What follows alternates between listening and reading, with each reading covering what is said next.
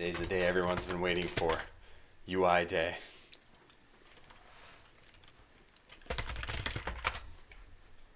So let's start everything up. Hey, Dale.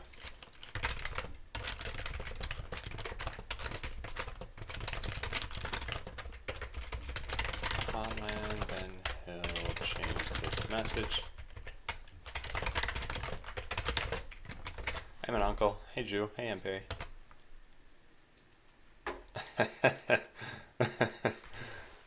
Dale.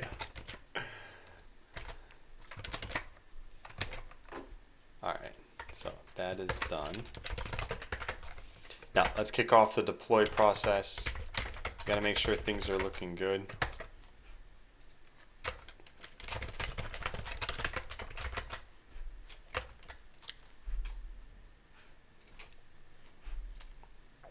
Yeah, EJ, I don't know if anyway, I don't know how whispers are working right now.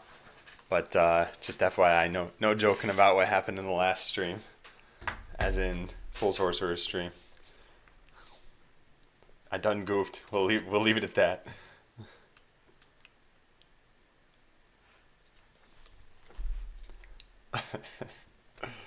We'll see, Hideo.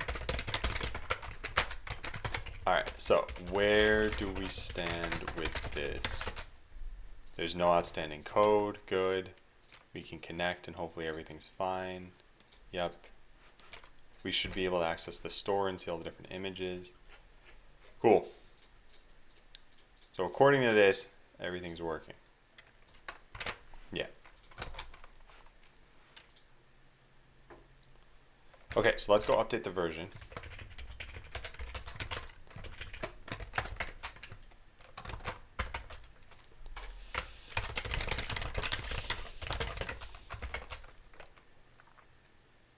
What? Oh, right. I'm in a different branch. Oh, I need to put this back into master. Yeah, how do we do that? Switch / checkout. No, you know what? We can revert that tiny change. That doesn't really matter. All I did was wait, what empty? Oh, I committed it. Whoops. Hey, Ola.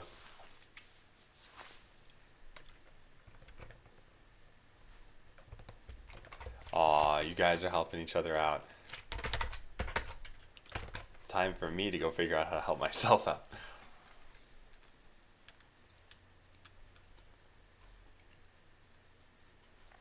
Do a switch checkout back to master. Click merge on the bottom left.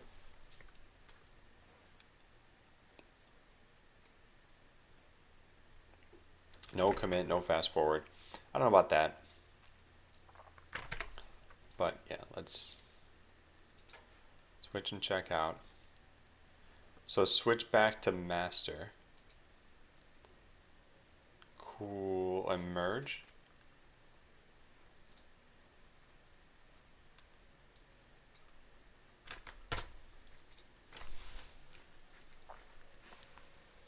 Hey, Horforia. How's it going?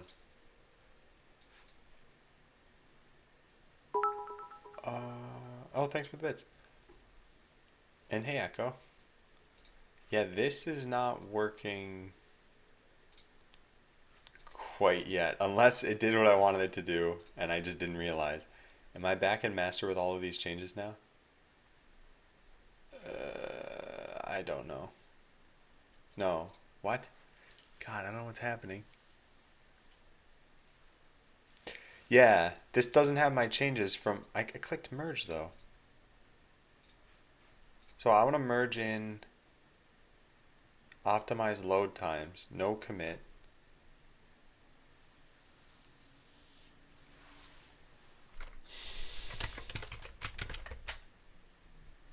All commits are missing in one branch. Instead of creating a merge commit, it creates one commit as if you just applied the changes and then committed.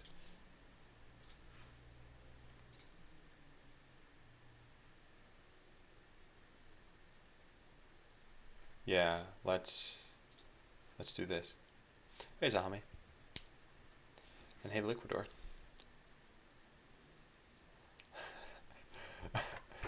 That's not what I think, EJ. Yeah, this is a little bit weird. It squashed commit of the following. Yeah, I guess we'll go with this. Yeah, I think this makes sense. Yeah. So can I just say merge and branch? Merge, branch, optimized load time. Is that what it's even called? Oh god. Alright, I don't know. Are you on master before merging? I'm now doing things correctly, but I don't know. I've squashed this all into one commit. I think this is fine. The problem is I don't remember the branch name. How do you get a list of all the branches? Get branches? Branches is not a command. Get branch list. Get branch. Hey, there we go. Optimize load times. That's what it's called. There. So I think this might have broken everything. Well, it broke this at least.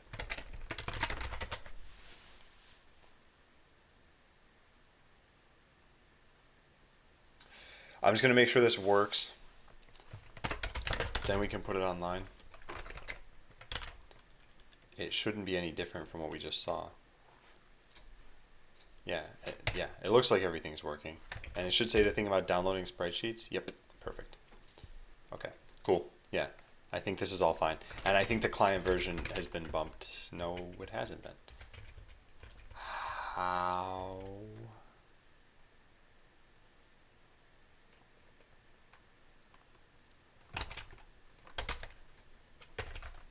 Hey, Zarin. You by any chance have any good references for learning Node and learn Socket.io? I think those couple of links will help for Node. Socket.io, I just think the Socket.io website's pretty good.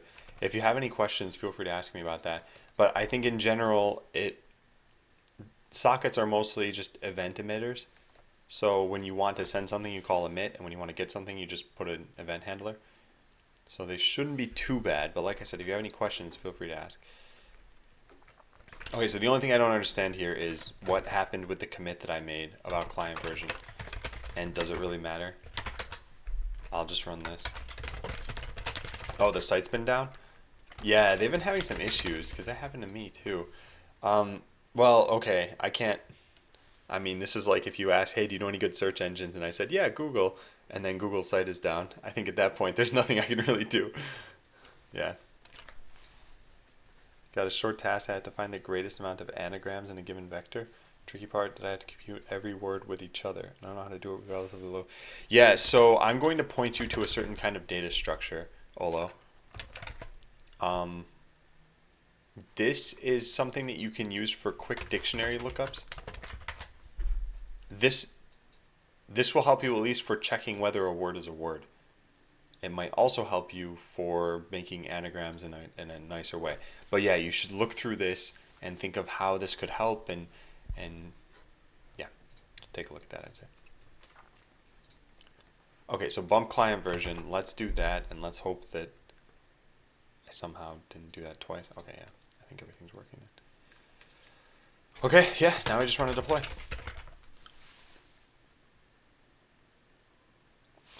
What would be great at some point would be to version all of my assets so that I don't need to keep re-uploading sprite sheets if they never changed.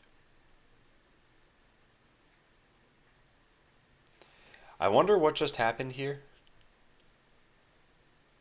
Cannot resolve module main in client.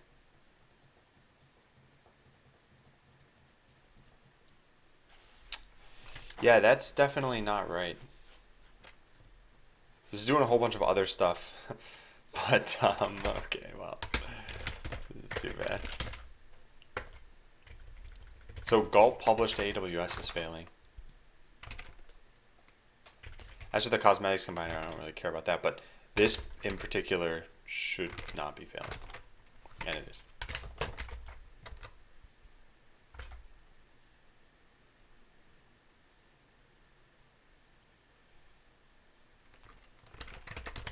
Webpack.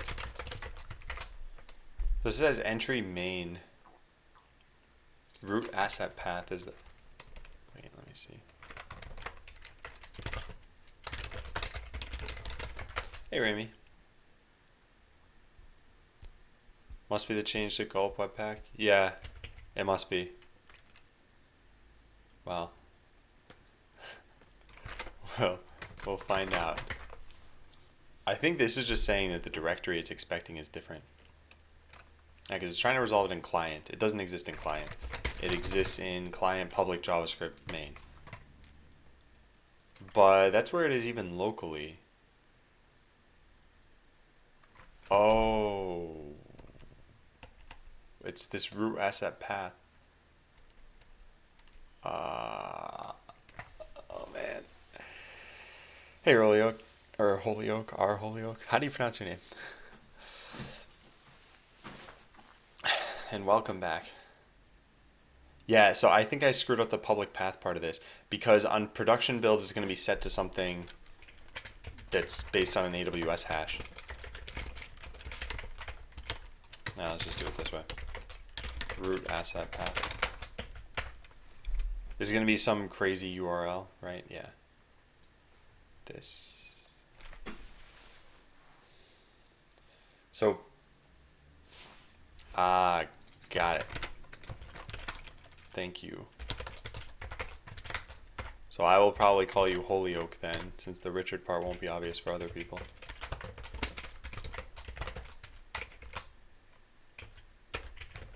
There. Alright, cool. And hey Vito. So Webpack public path. What does this do?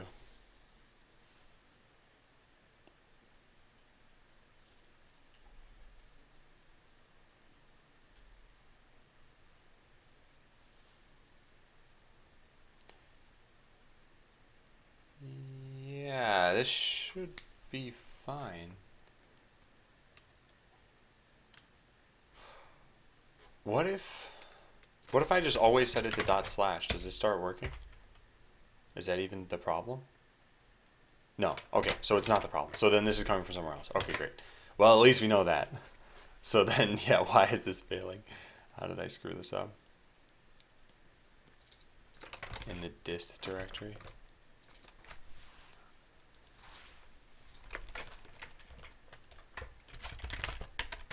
Hey, we're brothers now, EJ.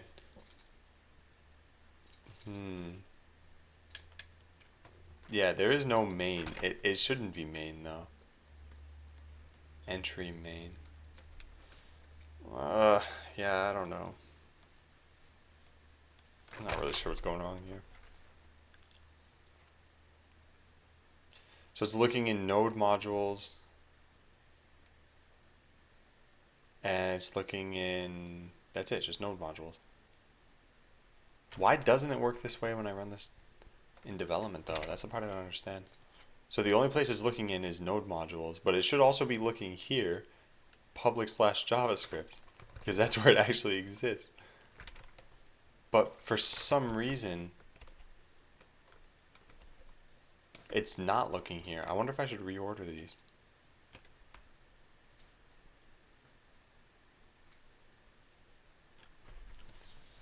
Very strange.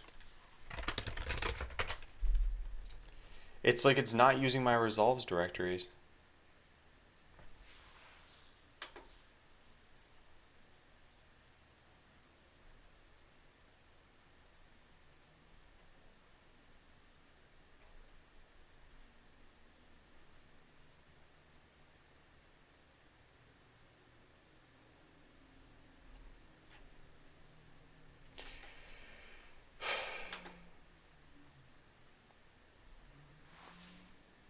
Yeah, I don't know. I'll have to... Alright, let's look up Webpack 2 migration. They have the resolve thing here. Where's an example of it? Resolve loaders.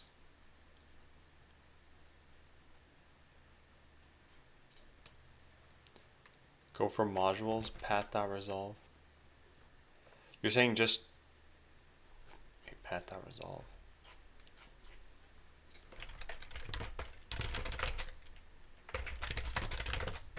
Path.resolve, not path.join?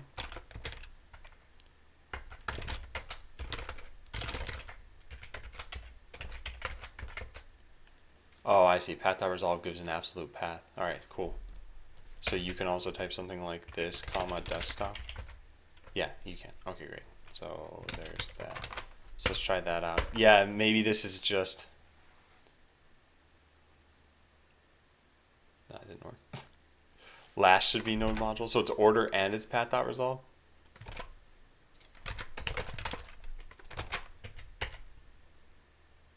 It's actually possibly just order. Yeah, it's looking in client. It's looking in node modules still. I wonder what this path is. Because maybe it just doesn't exist. Well, we will find out shortly.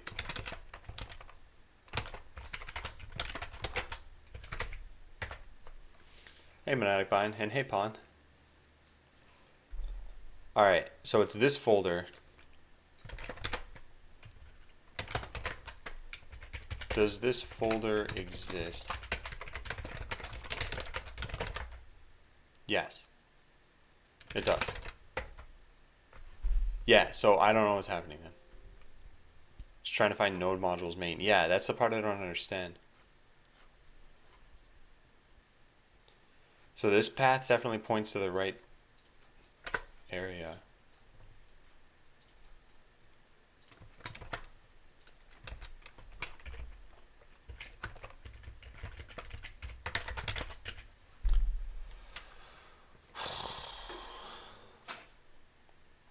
I feel like this should be a pretty simple problem to solve. Let's continue to look through the documentation here. Shouldn't take too long.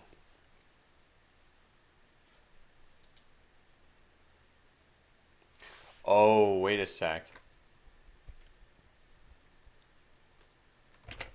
Maybe I need to specify a way for the entry file to get resolved? That wouldn't make any sense though, right? Do you have context set? No, I don't. Is it a new thing that's required though?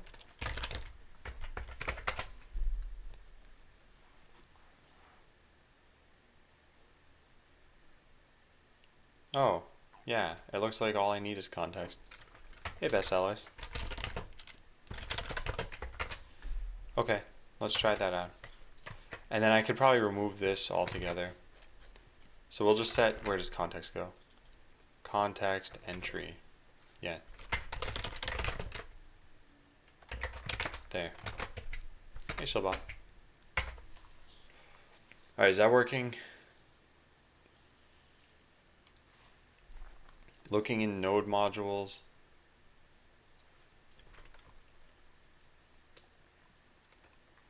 Something's weird.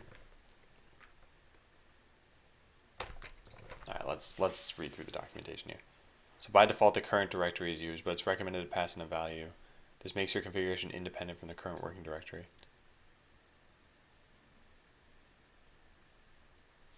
The thing is, I should be running this from the same directory that the development build is running it from.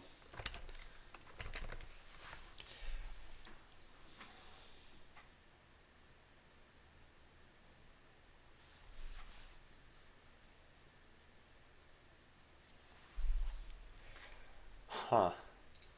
Let's just try some things out now, because I'm not really sure.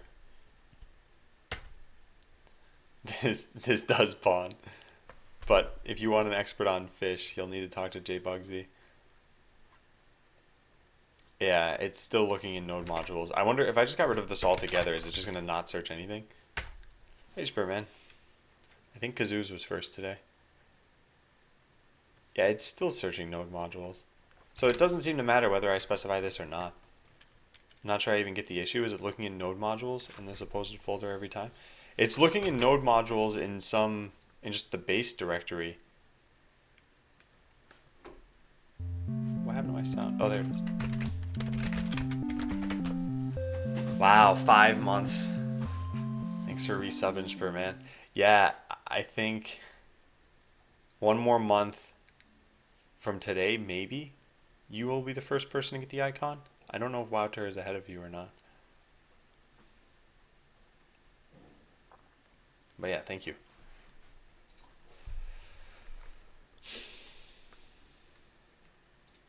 Anyway, yeah, it is looking in node modules every time. I wonder if context is having any impact.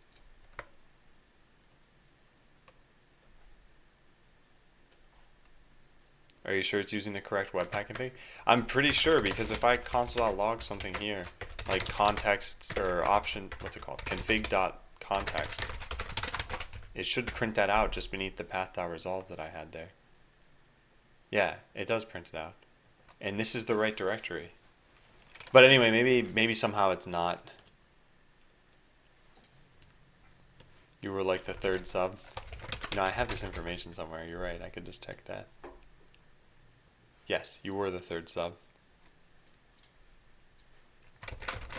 Subscriber order. Then number 9 was EJ.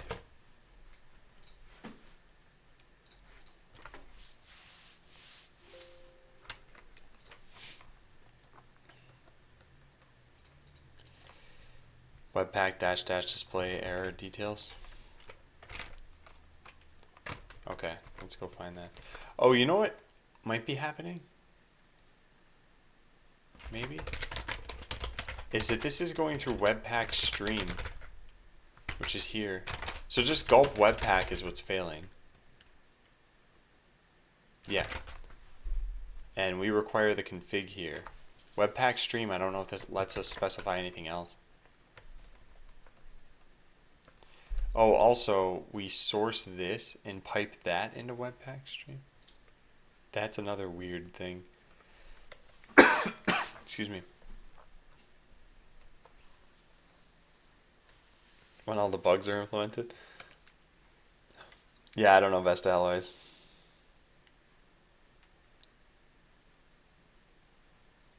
What's your entry? /main, I guess? Or is it something more complicated? Yeah, it's /public/javascript/main.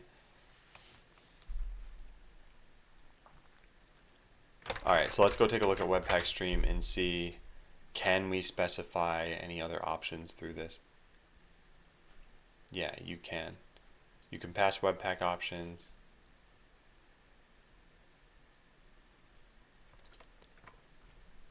Okay, but we need to do this in the config itself.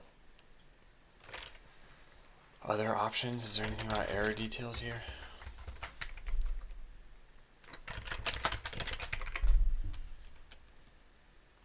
Performance and stats, maybe?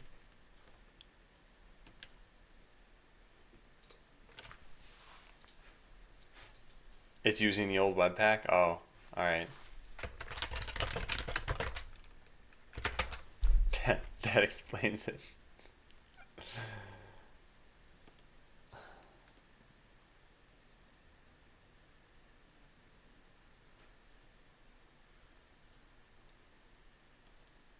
So we can pass in require Webpack into this thing. And then that'll work. What's the problem? It's a stupid version problem. Entry module not found. Can't resolve React. Okay, cool. Yeah, so I guess that fixes it.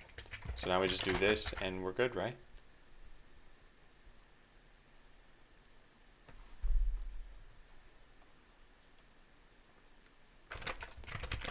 Almost.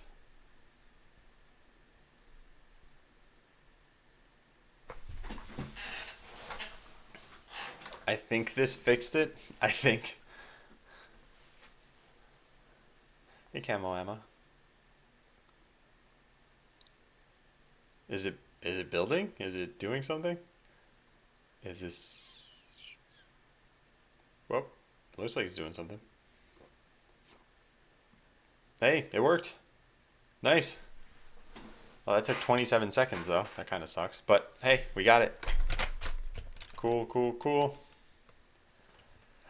So this is probably not necessary, the context here, because I guess that's only needed if we don't have it in the module. So now we can build this again. Do you stand while working? Hey, Stunter. I sometimes do. I'm right now sitting.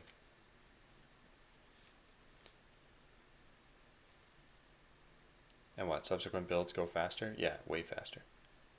All right, nice. Yeah, so in the end, what changed here? The module order, which probably didn't need to change at all. And then the gulp file. And also this, which I don't want.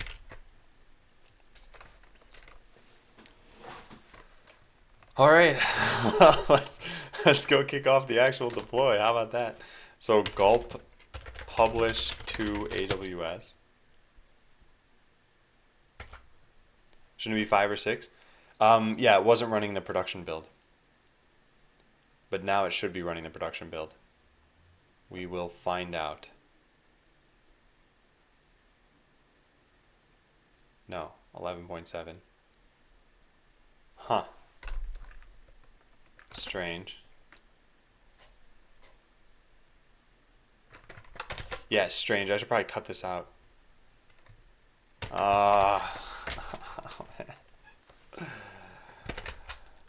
Alright, let's have it print out if it's in production. Is production.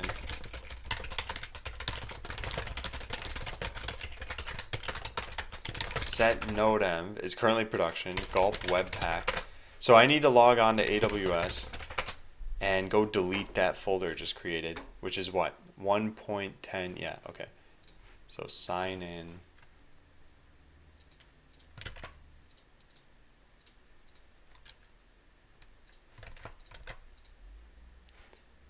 Is it running the production build? It is apparently. I don't know what's going on.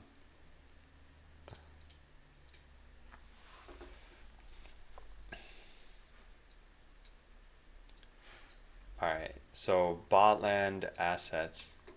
They changed this UI. This seems snappier too. Well, we'll find out if it's actually snappier. So we can delete this from here. Whoa, nice. Total objects. Tells you everything. Yeah, cool.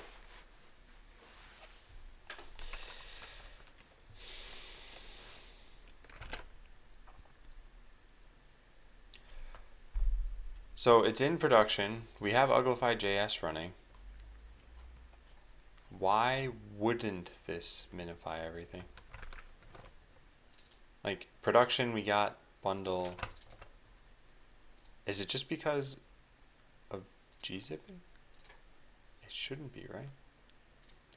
Oh yeah, that probably is what's going on. It's probably just gzipping it. And it was probably always 12 megabytes total. Yeah. Let's take a look. If we go to play.bot.land right now, and we look at the network tab, we get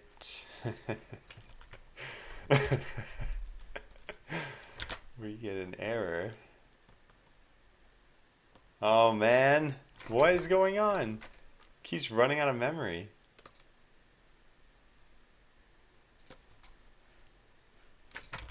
Is there any way I can refresh and have this not totally break on me?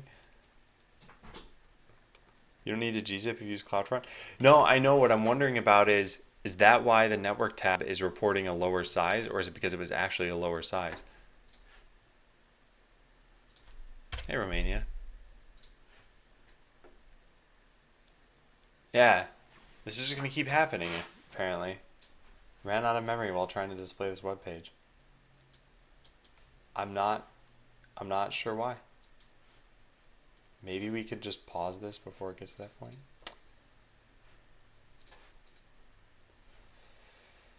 Alright, well, let's just try the production build and see how it works. We can always change it if we need to. In fact, you know what? Yeah, let's do that, because I'm pretty sure we'll just test it. So gulp publish to AWS. There.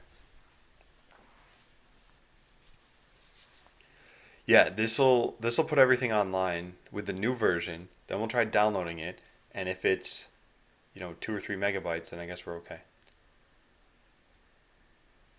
Hey Darkstorm and EOJ and Noob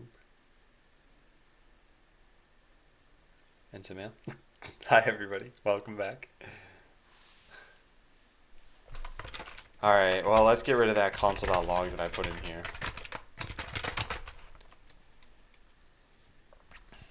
I don't think this will break production, but I mean, that's what we have to test. So then what we could have started a while ago actually is this process.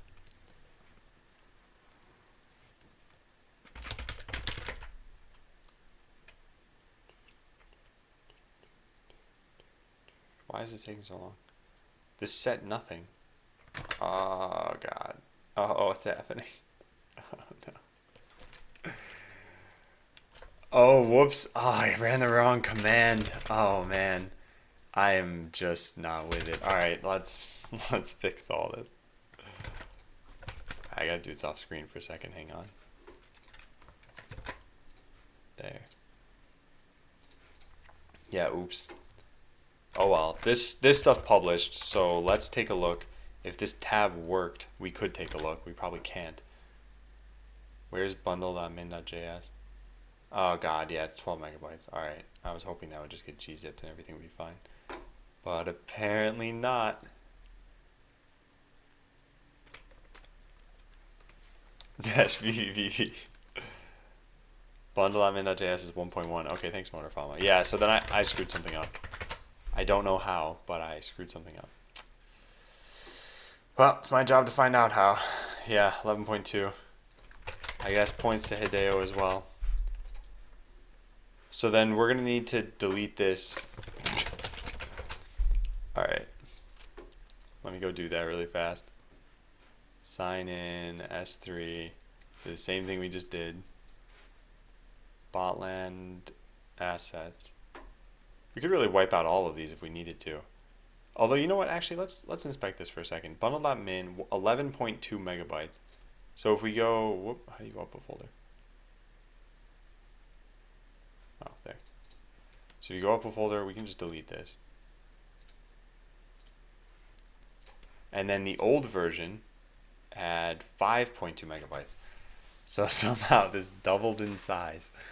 I think it's just a matter of it not actually minifying. Hey, Dan. But that's the part I don't get. Because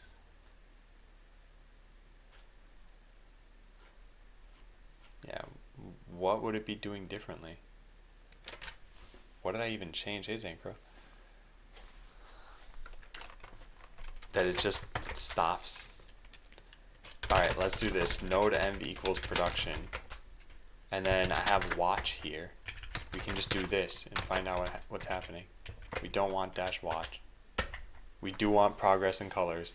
Root asset path must be defined.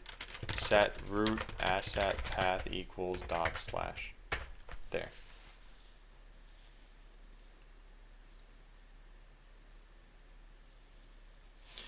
I don't feel an overwhelming disdain for Java. Not for Java. For Webpack sometimes.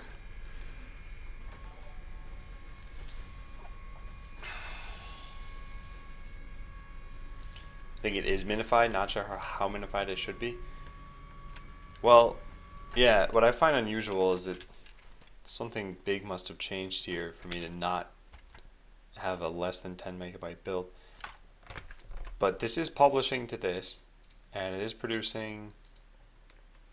Yeah, it's ever so slightly minified. This is probably a bad idea, but let's try opening this in Sublime. Didn't you change source maps to be included in Oh, is that what's going on? Oh. Yeah, I think Syntonic was telling me about this. Oh man, I think, yeah, you're right. I'm pretty sure you're right. Yeah, you can't scroll large files in Sublime.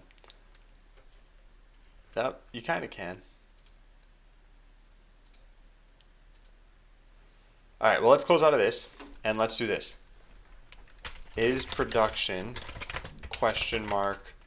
How do you set this to nothing? Webpack dev tool.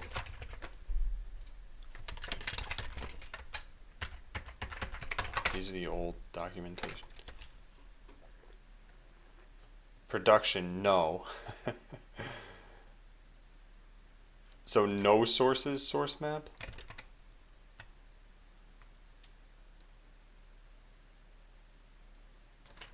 Yeah.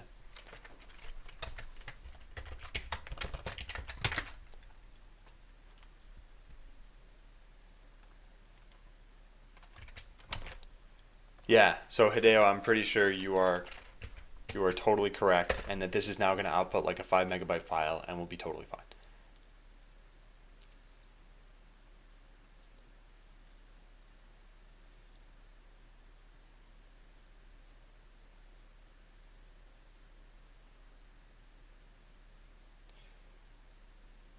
Come on, come on.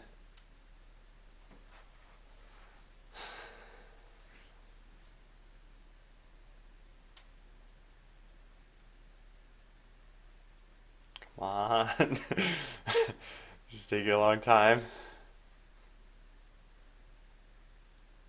Yes, 5.32. Okay, great. So now we can publish this.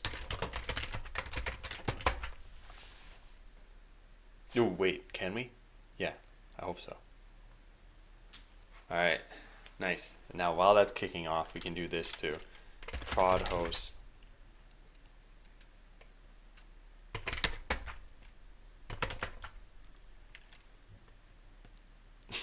Scroll wheel. All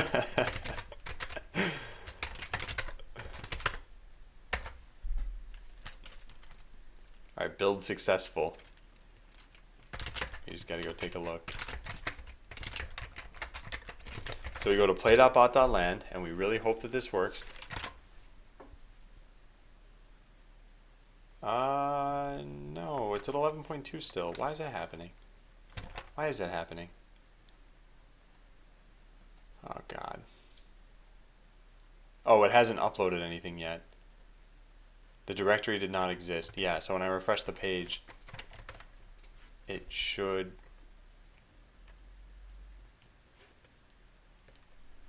It's just taking forever. Notepad++ has no problem.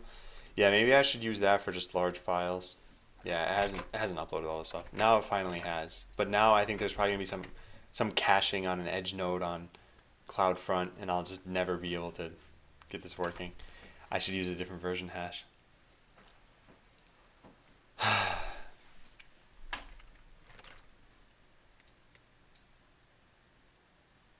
Yeah, I think just bumping the version one more time is probably a good idea. AJ Bugsy. So otherwise, this is just going to keep serving the same file. This is server-side caching, I'm pretty sure.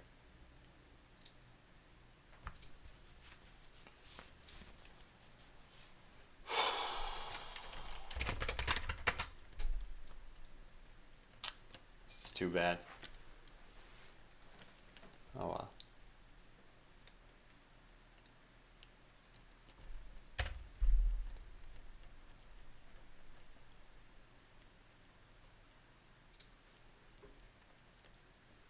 Network. Delete the cache. It's the server-side cache, though. I don't know how to delete that. Will the game be online today? Yeah, it should be in about 5 or 10 minutes. You know what? Let's just update the version. That's easier to do than changing the cache. Yeah.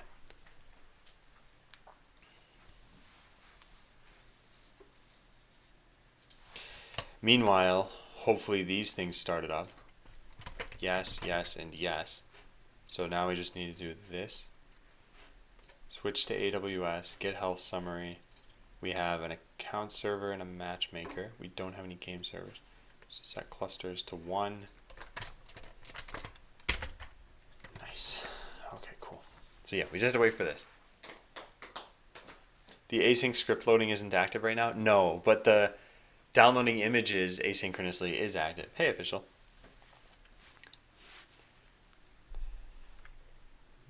Nice. Okay, then let's go delete the old version again. This should hopefully fix everything.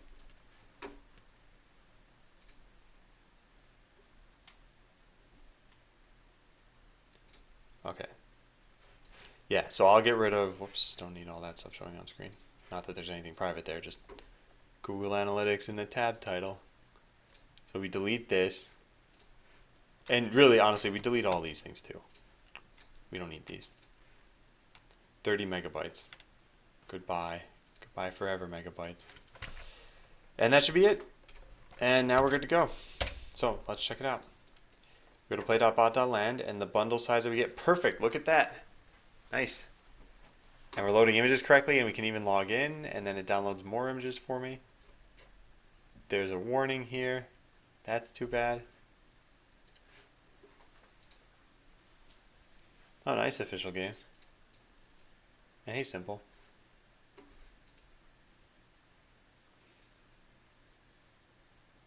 Bible thumb. Yeah, so we probably can't actually attack people yet because the game server's probably not online. Let's take a look. Yeah, it's not online yet. The game loads, I know, about time. Well, it should load much faster for everybody than it did yesterday. Yesterday, you had to download a lot more than you had to download today. So if I refresh the entire page, it has to load 2 megabytes, and then when you connect, it has to load another 1 megabyte. And that's it. So that's down from 5 megabytes. Of course, the RAM usage is more than that, but that's pretty good for right now. So I got rid of like 40% of the amount of things you had to load, and I sectioned it off. So you load 70% when you load the page, and then 30% after you log in.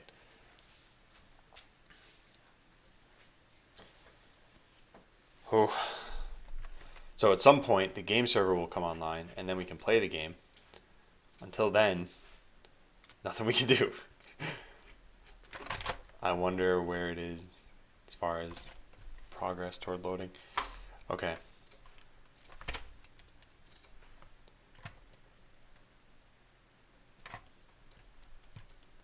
So fix deploy issues.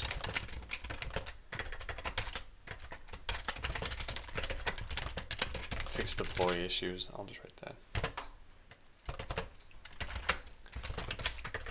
After upgrading to Webpack 2, I hadn't tested deploying in production, and it turns out a couple of things were broken. Webpack, what is this called? Yeah, Webpack Stream was trying to use an old version of Webpack, and I think I needed to change the order that I resolved modules in.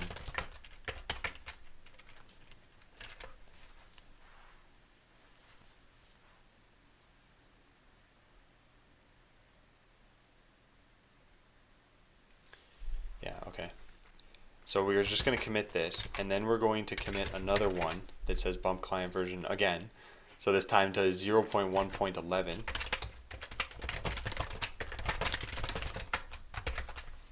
Commit that. Oh man, oh god. No. I forgot to deploy this correctly. I did everything wrong. This is just bad. What changed in here? What is this? This is minor Webpack differences, but what is this? These are also minor Webpack differences. Oh man, if any server code changed, I need to redo this whole process. And yeah, official, I host them every once in a while. Yeah, this hasn't even started up. This is great. Well, I forgot to deploy the servers from my machine. So that may be why the game isn't online yet. Get some water. Yeah, this is a pretty poor start to the morning. Alright, let's see. Let's see if this changed.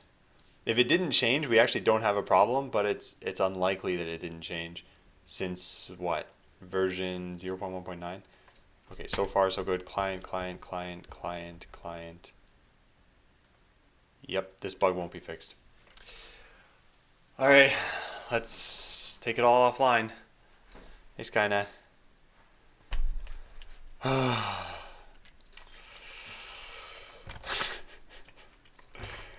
Alright, great.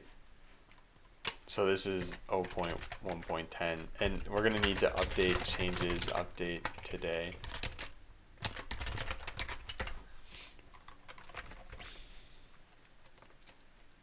Great. This uses Webpack 2, which is why so many things changed.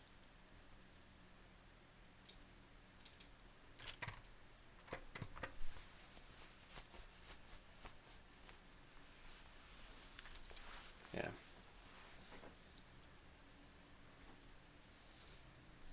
If we have time. And yeah, it's AWS official. Hey, Pro Sam. All right, well, this should work. Then the next step is this. Publish version. Great. All right. Now we have to go remedy the deploy. I think we just stop everything, but I'm not totally sure how we do that.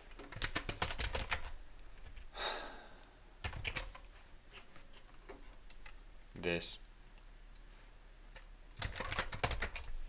So we do extra vars. No, we don't do any of that. We say tags equals stop. Limit to nothing. Just kill it all. There. Okay, so we run this on the Debian machine. So kill all screen. Please work. This should be very fast. What is it doing? Why is it not super fast? This should be shutting down all of the... Uh-oh, did I screw something up?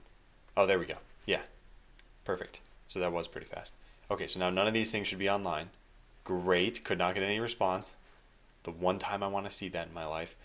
Then we need to redeploy to all of the servers. So convenience scripts.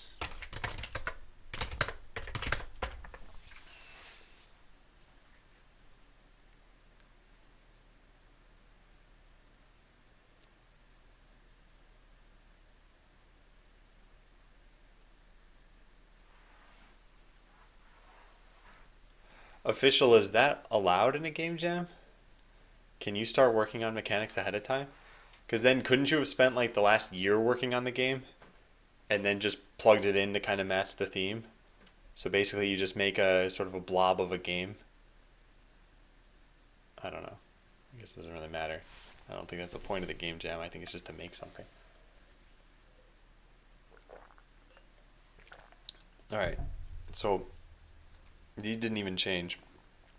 In fact, it was only the account server that changed. So it really raises the question of why did I start everything? But that worked. That's in the process of working. And that is also in the process of working. So the next thing we have to do is connect to the game server and have it phone home again. Game flopped. That's what I should call my game. It bears. Alright, so we got a fake phoning home.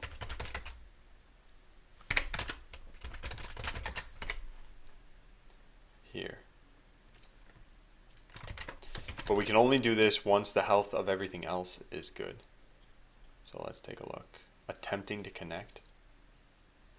Okay, cool, cool, and cool. Perfect, so we just run this, everything should be fine in about 3 minutes. So UI hasn't started yet? No, I borked a whole lot of this. But we're unborking it now.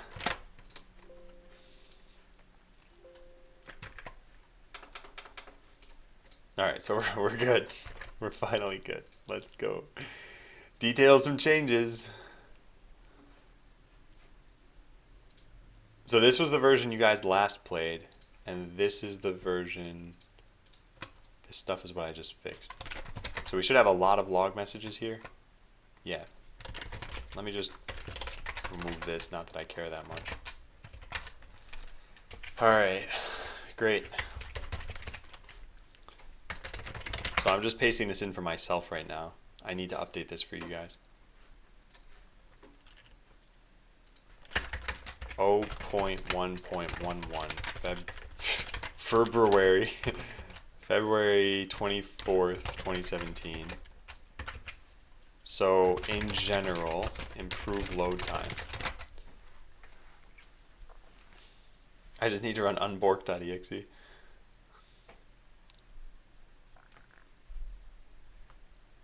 Okay, cool. So refactor, remove dead code, don't care about that stuff. Ensure spreadsheets are downloaded properly. So the biggest thing is spreadsheets are only downloaded when needed.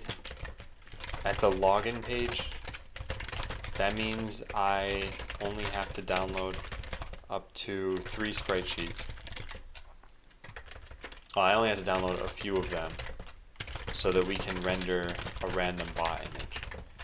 After you've logged in, we download all of the remaining sprite sheets necessary for playing a game. That means, so for some quick stats,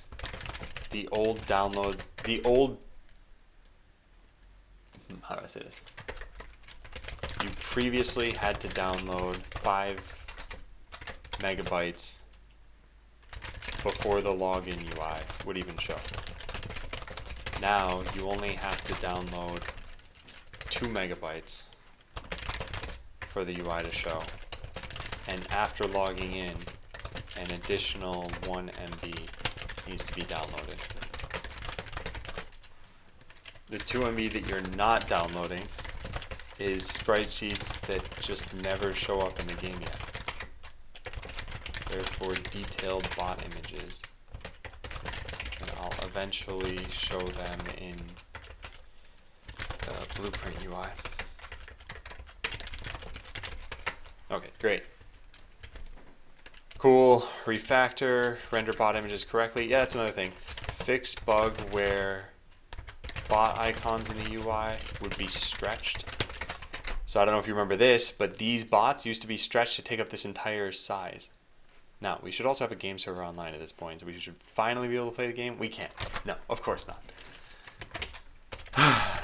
Why not?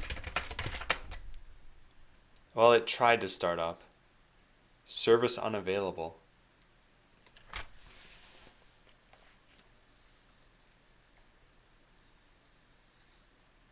That's too bad. PM2 logs line num lines. What's it called? Helps.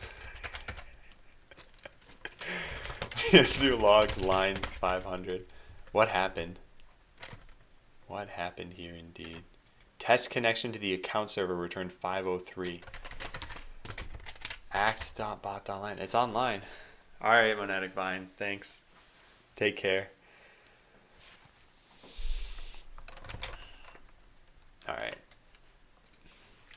This'll never end. We'll just be stuck in server limbo.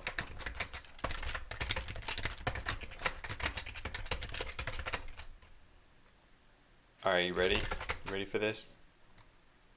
We're gonna do this one more time. Go over to here. HTOP. What are those doing in my history? Wait a second. What are those doing in my history? Perform the steps listed in this note.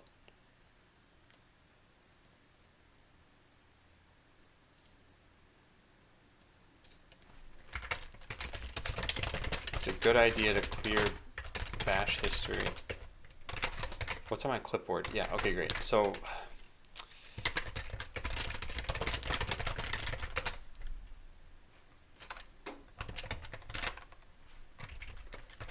bash command history so that you don't have setup commands when you press up after logging in.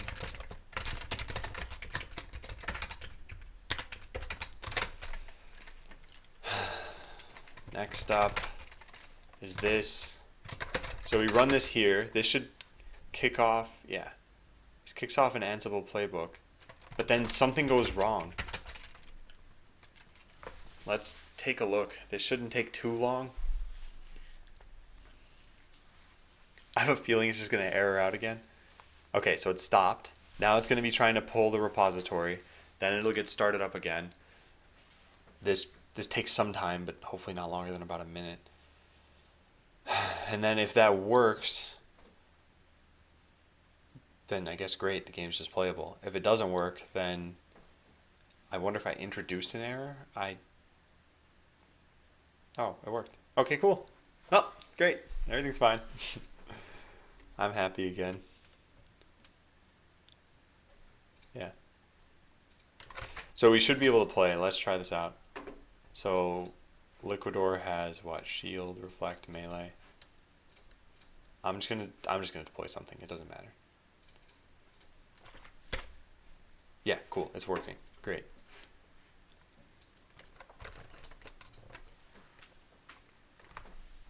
EOJ, wait, what are you confused about? The short story is I just screwed up a lot of stuff.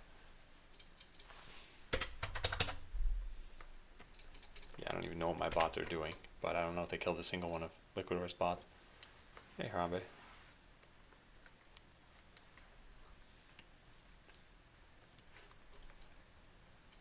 Oh, great.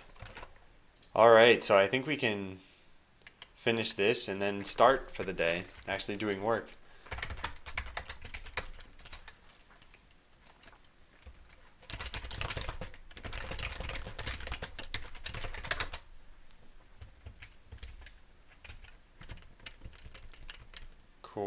Cool, done. What is this? Yeah, fine. Add images for hardware. For some hardware in the store. Yeah, so now if you guys go into the store online, you'll see there are some new graphics here. I didn't center these. I should have centered these. Oh man. Alright, well whatever. That's pretty minor. It's part of the UI changes we should make.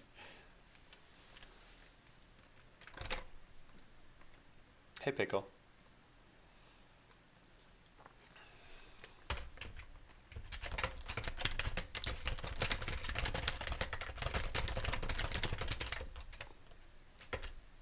Well, I'm not gonna write that. This doesn't matter. Alright. So don't care about that. Don't care about that. Don't care about that. Fix bug with unranked matches. Oh yeah, this is pretty important actually.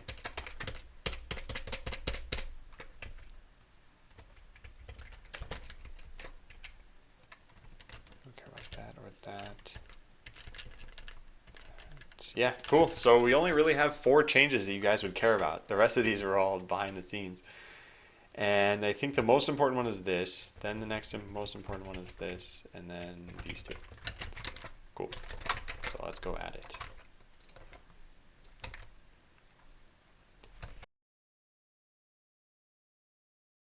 Excuse me, I had to sneeze. Hey Digite, are you ever gonna let the gun show up on the bots? Yeah.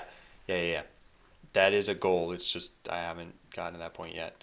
That's gonna look like, I've shown you guys the logo for the game, the animated logo. Where is that?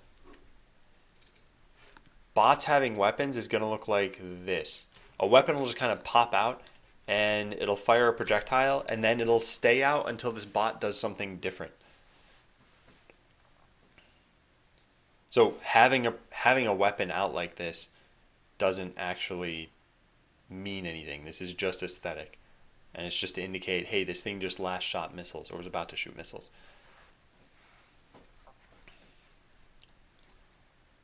So that's how it'll look eventually. Oh, nice, Digite. I don't think Java's a bad language. I think it gets some hate every once in a while, and I don't think it should.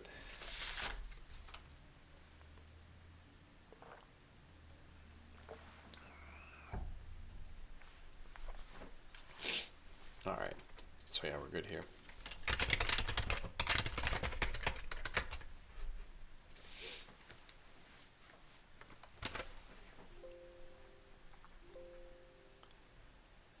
Okay, done with that. Let's update today now. UI day, finally.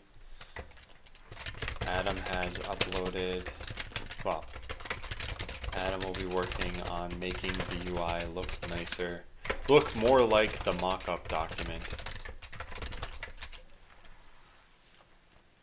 Hey, just saw. Well, you might grow to like it, Digite.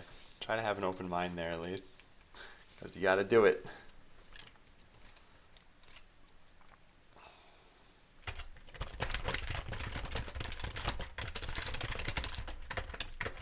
Well, it's not public, but is there a reason for it not to be public? I mean, I've shared it enough times on stream. Maybe I should just let you guys look through this.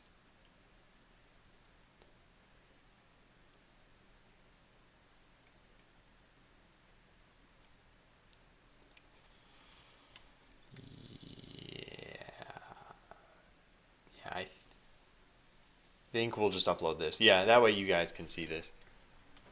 Okay, let's open up FileZilla and also figure out where this is exactly. Desktop, okay. Because I just want to be able to drag this. Man, I've been saving like 1,000,000 Hearthstone screenshots, and it's just taking up a bunch of space. Okay, so where is this? Botland PDF V7. Got it. Alright, so let me log in. I'm going to do this stuff off screen. And now we just drag this over to here. Done. Well, not done. Why is this? How big is this? 5.5 megabytes. Well,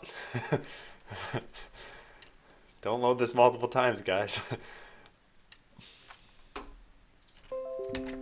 Okay, so now it should be at bot.land/share with others/ whatever this is.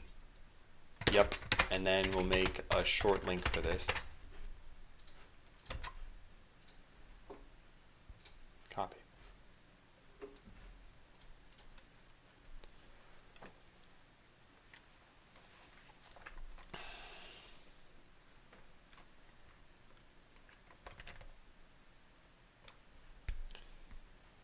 Alright. Look more like the mock-up PDF. We'll put this here. We got to put spaces around it because Better Twitch TV has bad URL parsing. Or maybe it's Twitch that has bad URL parsing. Botland is online and playable. How to play. Actually, we have a link to the how to play stuff here, right? How to play.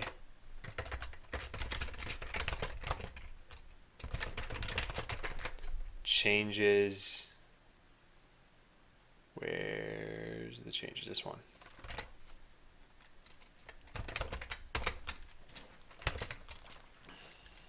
Okay, cool. This is how Botland loads for me.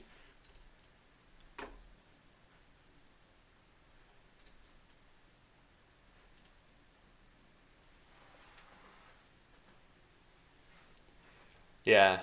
So what I eventually need to fix is not have all of my code in one spot. And I have the ability to fix that now. But yeah, it takes you 8 seconds to load the JavaScript itself. And while that's happening, we fetch a bunch of other things. And then once this JavaScript is loaded, we can load the images, which is what happens here. Yeah, it took you 26 seconds to load the whole page, though. I wonder what happened between this time and this time, because that seems a bit weird.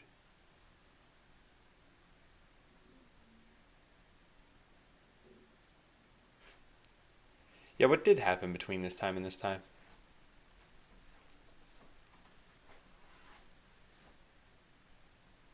"25 seconds before the page loads." Huh.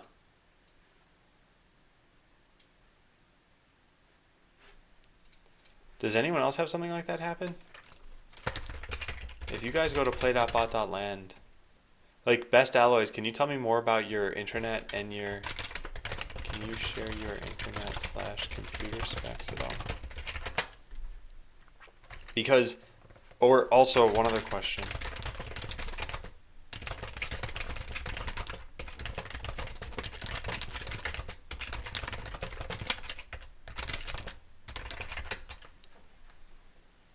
Yeah, at the very least, this should be shorter than it used to take you. If I load play.bot.land, you can see it's pretty responsive now. I mean, we can get the exact stats on this. Yeah, so finish is 1.87 seconds. So in 2 seconds, I'm able to play the game. Well, I'm able to log in, which then apparently takes, well, this says 10 seconds. I don't know what that means though. Is it 10 seconds since let's just click connect immediately. Yeah. So in about a total of 4 seconds, I can log in and fully be like editing my defense and playing things. Which is not bad, I think. Older version was even worse? Okay. 5 seconds on iPad Pro. Took about 10 seconds with freezing the whole browser. Network wasn't a problem, executing a script was. Yeah, okay. It's the bundle file. I'm gonna need to fix that up. FFX uses just to kill it with fire. Okay. Yeah, I'll still need to do the code splitting task. Takes you 15 plus seconds in Firefox. So, for everyone who's saying it took 15 plus seconds, do you know how long it took you before in the same conditions? Like when you loaded the game yesterday, for example, or 2 days ago, do you know how long it took? I've cut down on it across the board, right? That's what I'm assuming. I know it's not great yet. Finished 5.8 seconds, yeah. Because really, the only thing that changed is that you're not downloading an extra like 10 images. It took way less before. Noob on Firefox?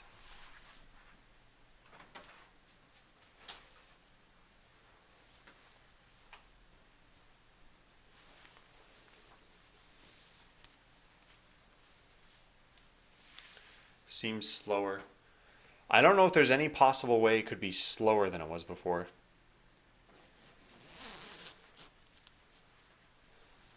Hey, Donchus.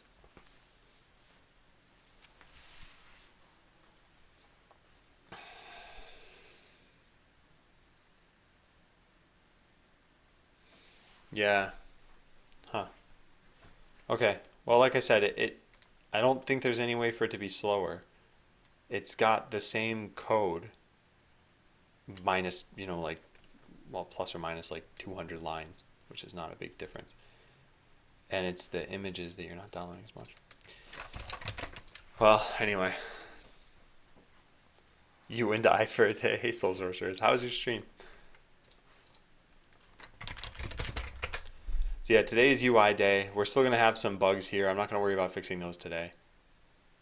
We are going to work on maybe this and maybe make a different kind of weapon.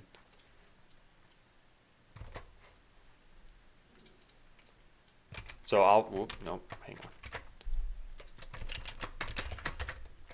So Friday is going to be UI, possibly fix sprite offset issue, and possibly implement, where was it? There's a straw poll that I have, this. What was the one that I thought might be easiest? One of these. I don't know which one. Either concussion missiles, cleaving melee, shield melee, or reactive cloaking. I have a feeling that cloaking and shield melee is probably going to be too powerful.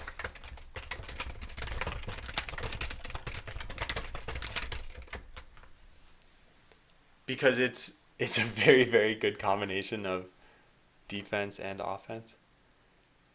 Could it be latency of running the JavaScript, not actual? Yeah, I think it is, Toulouse, because there's like 200,000 lines of code that has to be run thanks to all of the requirements I have. You can't see the difference as the bottleneck is code. Yeah, the difference, okay, so the difference should be this, because for you, I think you're on a super fast internet connection. So basically, when you load the page, so let's clear out of this. When you hit connect, so see for me how it's downloading these? You probably can't see over here because my camera's covering it, but it took about a half second to download these 4 images. So for you, I think your connection's even faster. It might go faster than a half second for you. And it had to download an extra like 10 of these. So it's probably saving like, well, really total, it's probably saving you about a half second. which is still a half second less, at least. We'll continue to work on that later.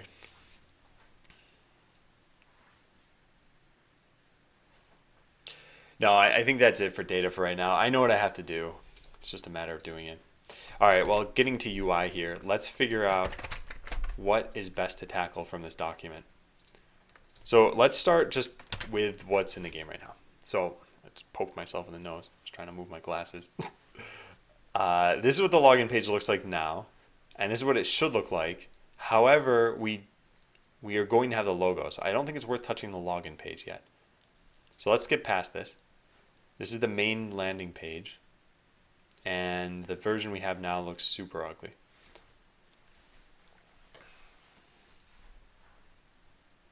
You think Firefox is having issues with the new stuff it wasn't doing before? Yeah, the only thing I think of is maybe you guys are talking about on initial load and subsequent loads won't be so long. That's what I'd hope at least. And hey, Fatality. And Blueberry King. Fatality, you should probably just skip to the newest thing. Let's try it over here, play.bot.land. I'm not going to have the network tab open or anything. I still expect this part to be slow because like I said, it's downloading a large bundle file. Okay, now the next time we load the page, how fast is it? Yeah, it's still pretty slow even the next time. Yeah, okay. Are we going to have the beautiful colors back? I hope not. Whoa, look at this. This has never happened. Wait, can I show you guys this? I can show it to you like this. 16 people on Botland right now. Nice. I think it's because everyone's trying to load it in different browsers, so I think it's actually just analytics screwing up. Oh well. Alright, so I think this is probably the one most worth tackling.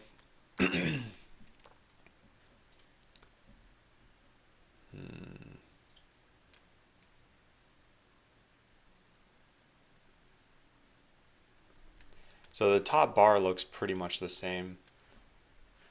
Yeah, it shows you your bot coin. The report bug button is just there for now. Store settings and log out. And over here you see open packs, which is not going to be a thing for right now. Then your bot coin, then store settings and log out. So that's pretty much fine. These bars would be really nice to get in the game.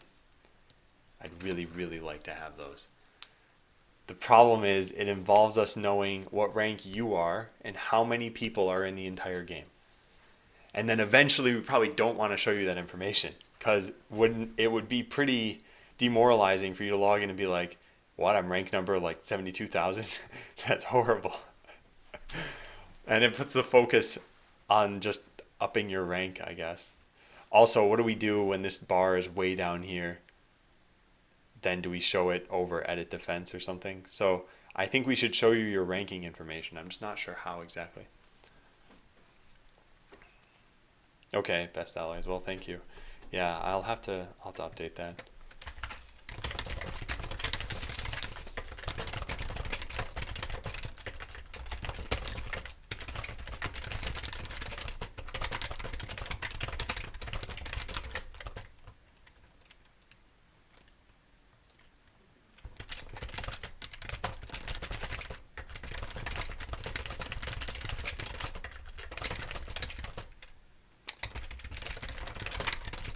When you hover, the rank shows. Yeah, but then on tablet you have to tap on this tiny bar on the side, and on tablets a lot of swipe actions happen from the left side.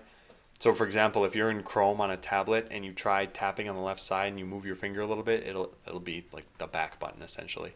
So I'm not sure how we'll do that. We'll probably just omit this information for now. I think centering this content, getting news to actually be news, that's probably worth doing.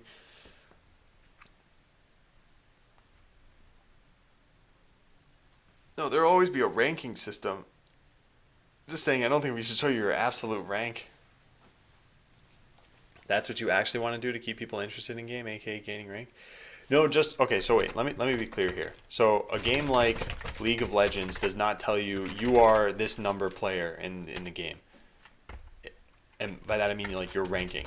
It doesn't tell you this. What it tells you is your ranking in your league is, you know, number 60 out of 200 or something like that. I don't know how big the leagues are in League of Legends. What I'm saying is they don't tell you you're the 1 millionth player or something and you're terrible at the game. They tell you, hey, you're pretty good for your league. So that's what I was getting at. Very few games tell you your absolute rank because it doesn't mean anything. And for what, the top 100 players, then it's actually meaningful. Top 1,000 maybe, but not for the top 100,000. So like nobody cares at that point. So that's what I was saying is this is helpful for alpha when there's like 50 people. Sure. Then it's the same as this website basically. You can just see your ranking and this is pretty nice. You can see where everybody else ranks. But it's not nice when you have to scroll down 1,000 pages just to see your name. Tells me you don't have WebGL enabled. However, you go to get, yeah, Blueberry King, you've got to enable hardware acceleration. So click this button in Chrome and go down to settings, scroll down to the bottom and go to advanced settings and then enable hardware acceleration. If you want that approach, then divide all ranks into groups and show people. Yeah, but just solve, then it's not a UI thing. Then there's like a million different things in the back end I have to code too. Like coming up with groups, making sure you can switch between groups, making sure that if people get banned, that their groups are truncated and all this other stuff. So I don't think I can do that now. Just give people rank names depending on which percentile of the ranking they are. Yeah, I suppose I could do something like that, but again, like, what am I coming up with 100 rank names? Or if I don't know. I'm not worried about this right now. Today is about UI, and I think the more important UI here is not these ranking bars, because we can still tell you your rating over here, and you can just go to another website for right now. But I think centering this content is one of the things we should do, and probably making it so that news actually shows up as news items is another good idea. Yeah. Yeah, choking on the main script, definitely. This is just a crazy script. But thanks, Best Allies.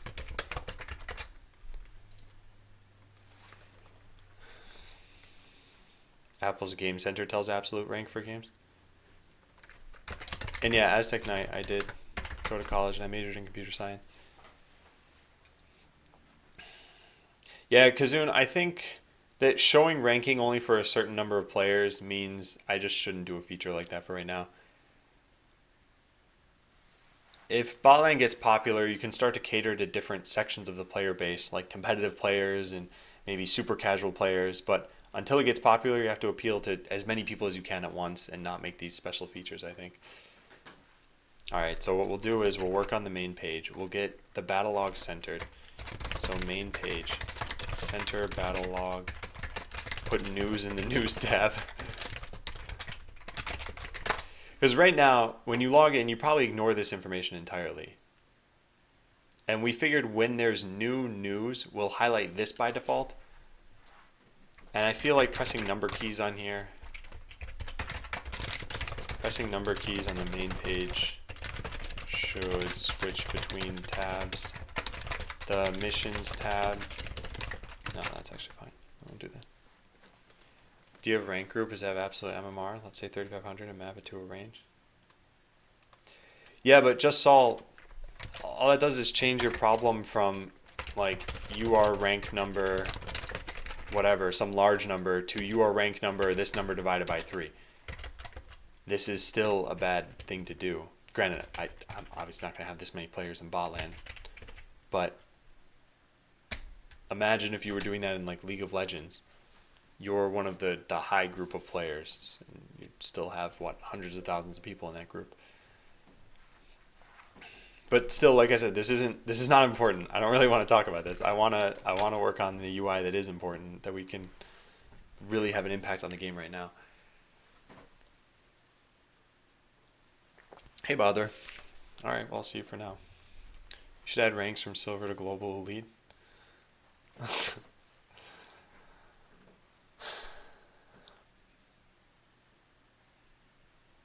Wow, yeah, Chrome loads it in 4 seconds. Yeah, I wonder why Firefox is so much slower. But still, I know what I can do to try to address some of that. Alright, so the way for news to work, put news in the news tab. Really, the whole news page needs to be a special thing, news page. put news in the news tab. Have news items show up like battle log entry items. News composition. Will the graphics change? The in-game graphics won't change very much. There will be some minor changes. But in general, these bot images and some of the projectiles that are there they're final. The explosions, some of the effects, the shaders, those are not final. So there will be some changes still. But the actual sprites that you see rendering, those are pretty much going to be what you see in the game. And hi, Les Boy. I think a league or ranking system would be... Yes, definitely. I'd like to not talk about this anymore now. Because this is something that I think people get really caught up on, and the conversation never ends. And it's not something I want to work on today anyway. So I agree. I'd like to shelve that conversation for now. So what else can we do as far as these go? I don't think there will be any action items for news. It'll just say like, hey, welcome. I just updated the game, something like that. What I wonder though is, should I work on the back end of this system? Because right now they're just hard-coded. I think we'll leave them as hard-coded for now so that we can focus on UI for today. Yeah. For now, leave news items as hard-coded so that we can just focus on UI.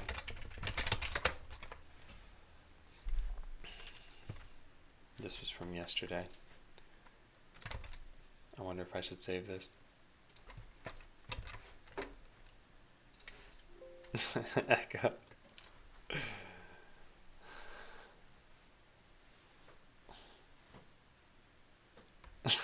Alright, Soul Sorcerers, I'll take it. Did you note to take a look at artillery and cloaking? I haven't lost a single match yet. The note is more to take a look at cloaking, I think. I think cloaking is too powerful. There, I said it. So now we need to figure out how we change cloaking eventually. Because right now, here's the way that it works. Is you can enable it for 6 turns. So level 1 is 3 turns, level 2 and level 3, 4 and 6, I believe.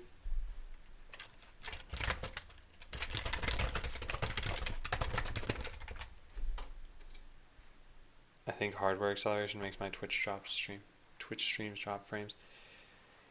Yeah, I'm gonna have to look into that at some point. Try that on the to-do list right now. Figure out how to let people play Botland without explicitly enabling hardware acceleration.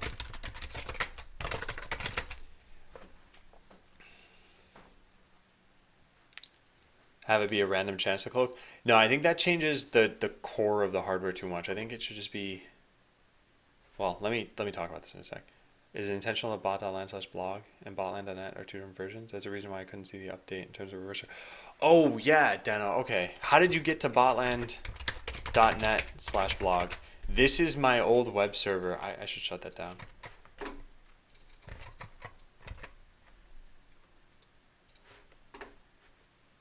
Hey, lol, beginner. Yeah, how did you get to this site? I guess botland.net links to it. No, it doesn't. It links to the... Wait, what? Bot.land. Yeah, I gotta take this offline or point it at the new thing. Oh, you got there from Google. Oh, wow, yeah. That's... Well, bot.land is the first one at least. Well, thankfully, Google's linking to all of the botland stuff. That's pretty good. What about Bing? Yeah. Except for otland.net. Who knows what that is? Oh, Open Tibia. Gotland. Okay, these we're gonna wipe this off the front page. That's the goal of Botland, is to get it so that you just... Oh, Borland, that's fine. We'll let you stay Borland.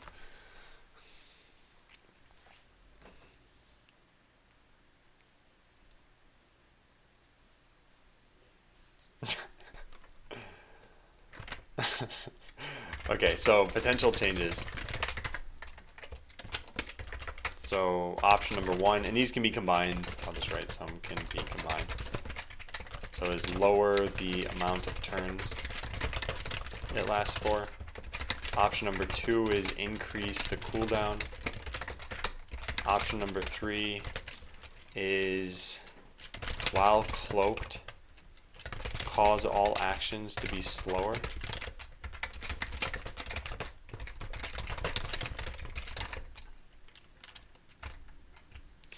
So the major problem right now is you can win almost every attack by cloaking, ignoring enemy bots, and attacking the CPU. Why don't you just do a 301 redirect to the new block? Yeah, I could do that. I haven't actually thought of a solution. I'm just writing this down for later. You just moved your bots a bit further from the CPU? Yeah, Pawn, that'll work, but it'll probably make you weaker to other attacks. Your info/links on... Yeah, okay, thanks, Philip. Yeah, I've gotta fix that later.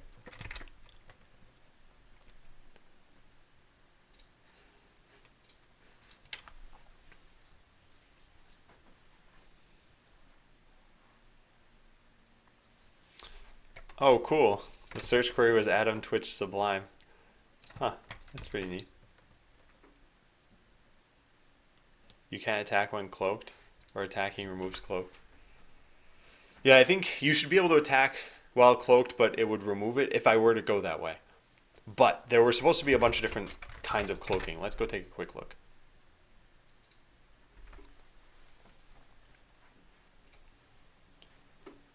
So these were the different kinds of cloaks that we have. So this is regular cloaking is just what you guys have in the game right now. Reactive cloaking is another thing I wanted to do. This would have to work differently. So here's what we were talking about for a totally different variety. Assassin's Cloak.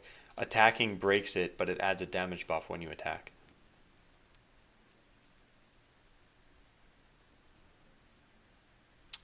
Huh.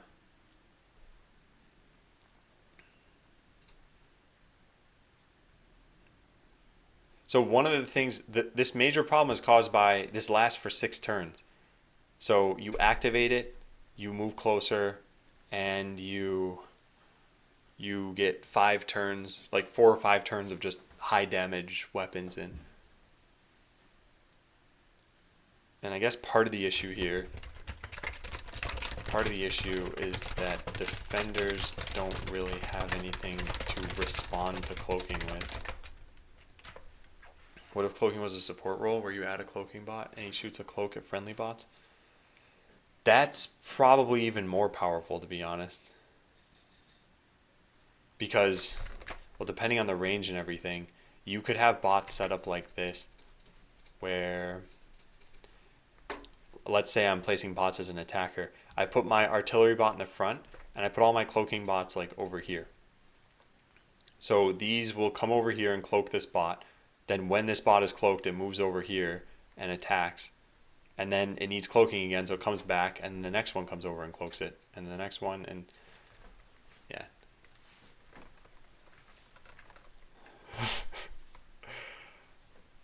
So there's another option here.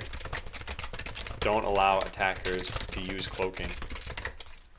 And to be honest, that might be one of the things we have to do. Don't you get tired standing? Yeah, I don't stand for the entire day. I think cloaking should reduce the damage that you do. Oh yeah, that's another thing you could do. Reduce damage dealt while cloaked. I actually think that's a pretty elegant solution. Yeah.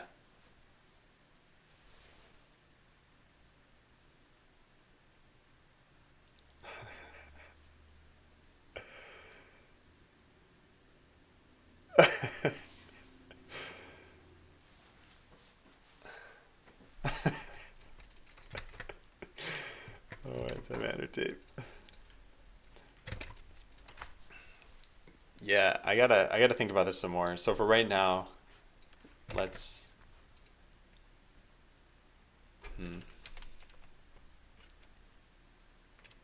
just write this down somewhere. Cloaking balance.txt. I'll have to do something about it. I'll just write it on the roadmap for now. Rebalance cloaking.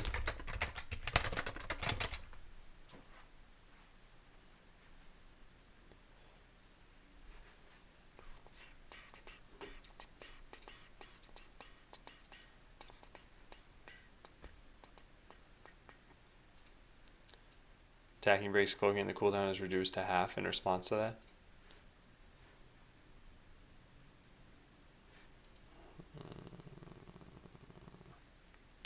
No, I think that's a little too confusing. Anyway, I'll think about that. I'll spend some time to think about this stuff because I like that cloaking is in the game. I think it makes sense. It's pretty cool. I just think it's probably a little too overpowered for attackers.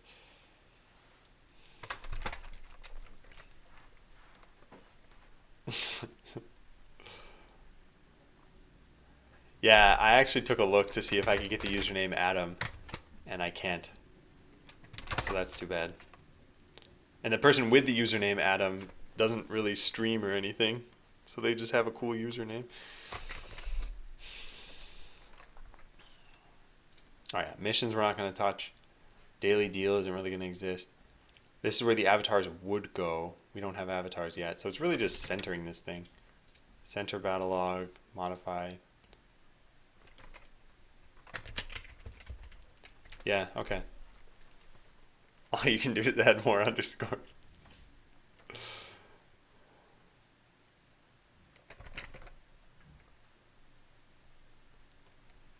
Wow. Well, who knows? Maybe after a little while, you guys will be able to get this stuff. All right, good luck, Official Games.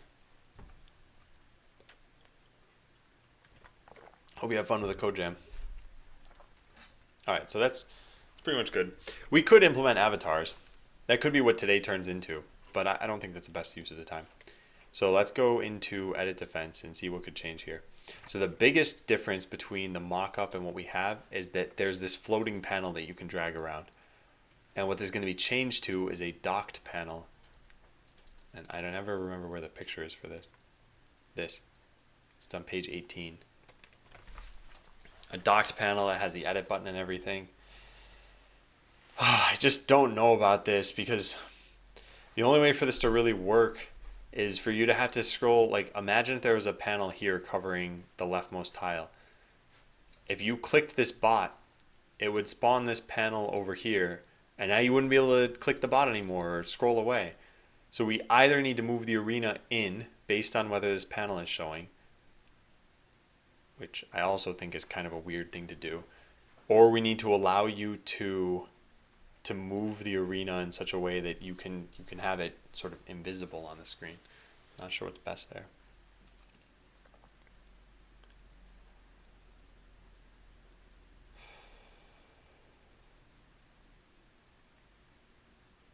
They'll unlock the name for you. They're probably going to get swarmed with support messages. Also, they announced something in January about unused usernames will be recycled back into the pool. I gotta talk to Jason about this.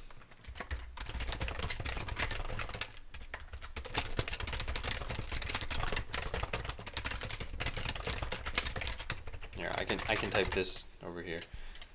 So he originally said it shouldn't move the arena, but then it'll be hard to inspect bots. Well, okay, you know what? Actually, he said that the defender should be on the right side of the arena, so that you're placing your bots on the left side. And that way, if you go to inspect one of your own bots, it would be on the left here. Everyone's going to have to change their scripts if I do this.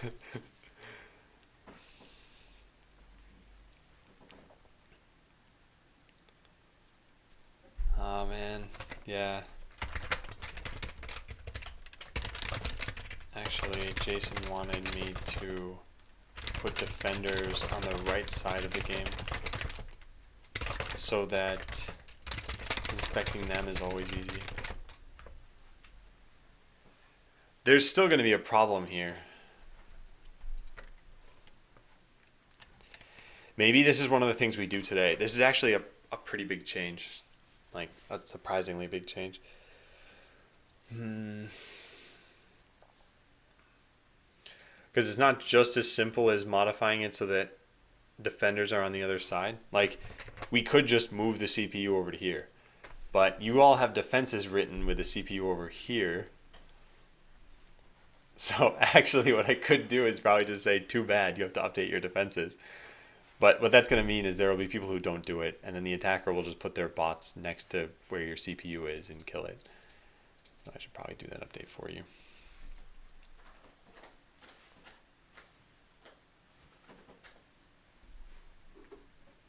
Wait, who just updated their username?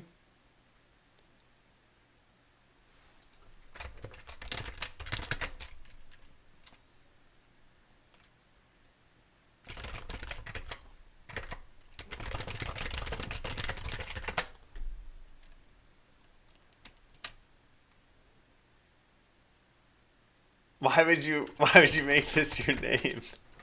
Oh man, you can't update this now for 2 more months, right? And who did you used to be?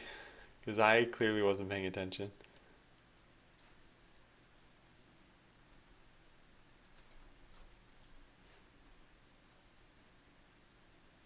Is it Pawn?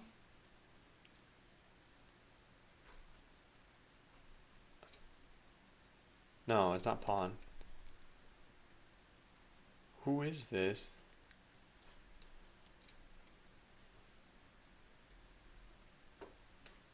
Find out.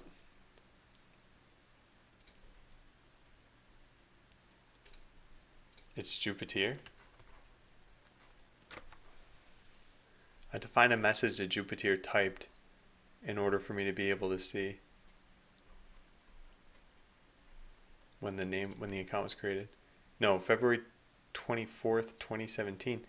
This has to be, yeah, wow, it must be Jupiter, yeah.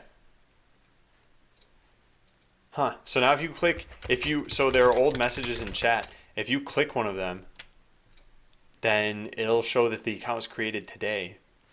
The account actually doesn't exist anymore. Oh, why would you do that, Jupiter? You had a good name before this. Now all your quotes aren't going to be attributed to you anymore.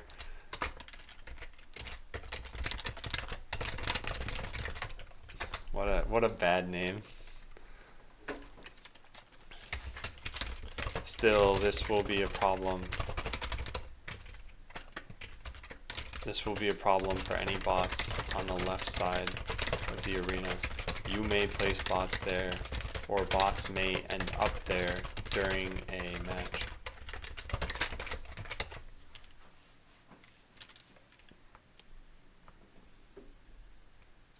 Someone get the Jupiter name. Oh, thanks, Sundius.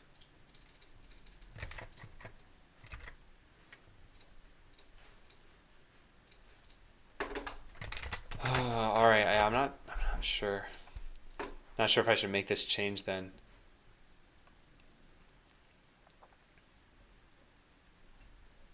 We could try to add an X-ray mode. Actually, really, the most important thing would probably be that bottom bar. Yeah. Having a bar that just goes across the whole bottom of this. Don't forget, I'm going to leave the internet in 3 days. Wait, I still died. I don't know if this is real. Why would you do this, Jupiter?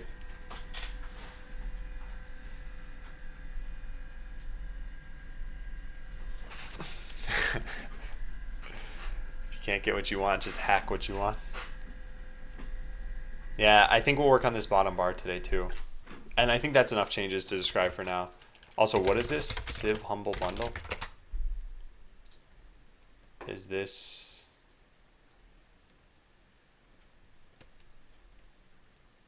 Civilization 5 is if you pay $9 or more. And I've heard good things about this game, but I don't think I should get into it. Because the other thing I've heard is that people start playing and then it's like 2 days later and they don't realize they've been sitting at their computer for that long. Yeah, well, let's work on the bottom bar after that. So this is in edit defense and when you're attacking, I think. It's at least here. Let's see where else it is.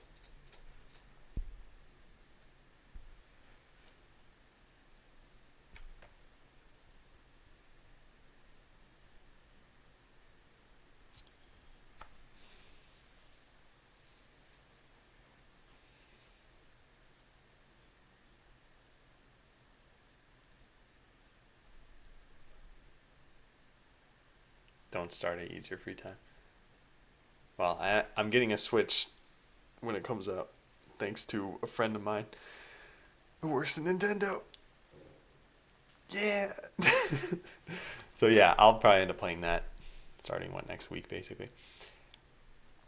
So the attack kind of has it too, and it's slightly different. So yeah, add the bottom bar when defending or attacking. This will be a really, really nice change because one of the things everyone's been annoyed by is these buttons here and just generally how this works. Although we won't have a lot of space for this. I guess they're icons mostly.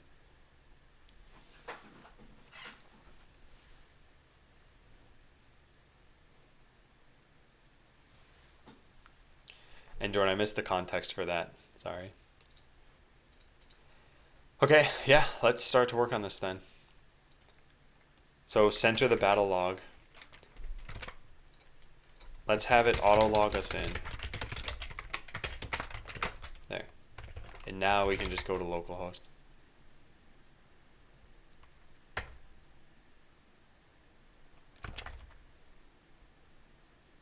There. So we want to move this to the center of the page and we want to just get rid of this entirely.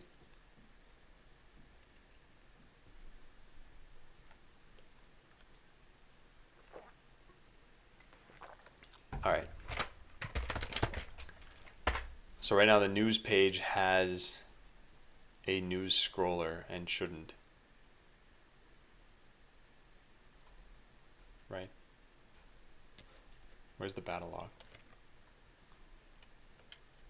Where is the battle log? Render landing nav tab. Yeah, and what does the rest of this have in it? And I'm pretty sure after you've logged in, like during an attack, for example, you've got these buttons, but you can't actually go to the store during a game. And no galloping cow. Oh, right. Endurin, got it.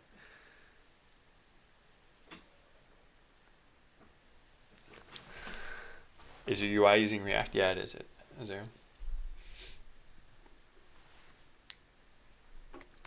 A viewable? Oh, it's a typo. Never mind. I was confused what that meant. Okay. So the news scroller right now, it has this hard-coded news in here. We're going to have to change this. So we have return battle log. Yeah. These components are very similar, so I should make a component and use composition for this. It's really just an entry in here that can be styled differently.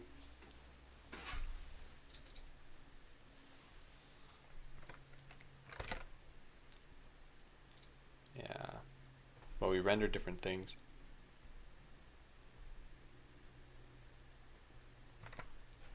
So what if I just took this out of here and put it into here?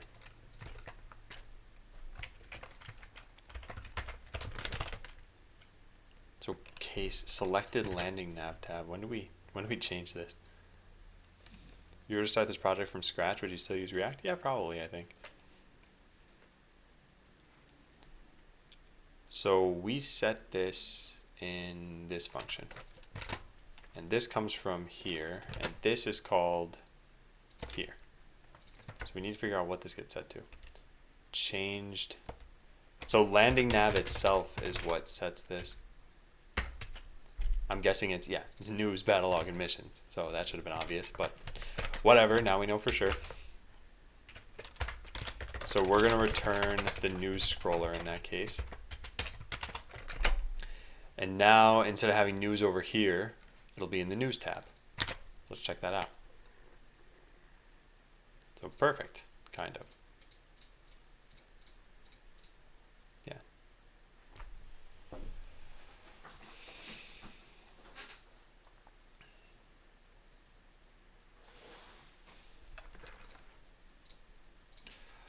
So we want the battle log to always take up the majority of this page, right?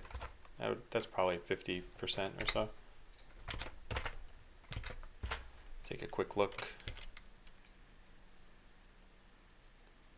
So selected 480 pixels out of, I guess it's just this, out of about 1,000. Yeah, so I'd say about 50%. So we could limit the width of this to 50%.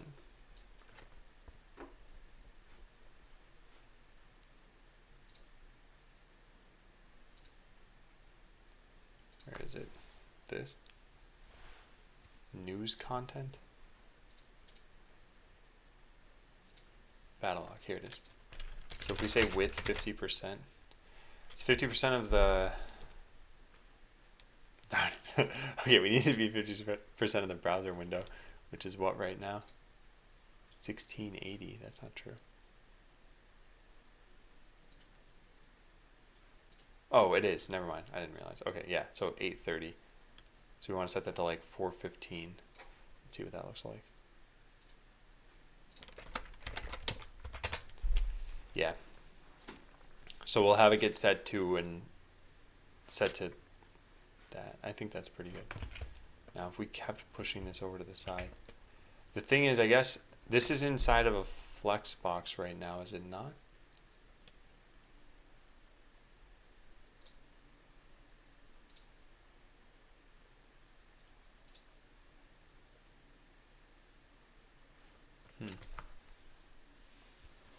Daw. Well, hi, Alexander. It should be max width and max height. No, I want it to be the minimum width. I want it to always be 50%. I don't even think I want it to expand too much. Probably I want it to expand a bit, actually.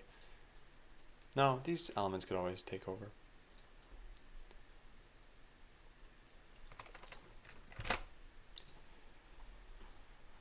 Okay, well, I need to think of how that's going to work. You just made his day.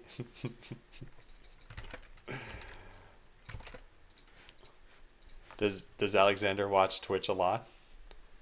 Is he into Minecraft? I feel like you can't start Minecraft too young. News content. But then there's this random div here. I don't think we need that. I think we can just get rid of this. Oh, wait a sec. Oh yeah, we can't just get rid of this. No, I take that back again. We do need that. And yeah, Jupiter.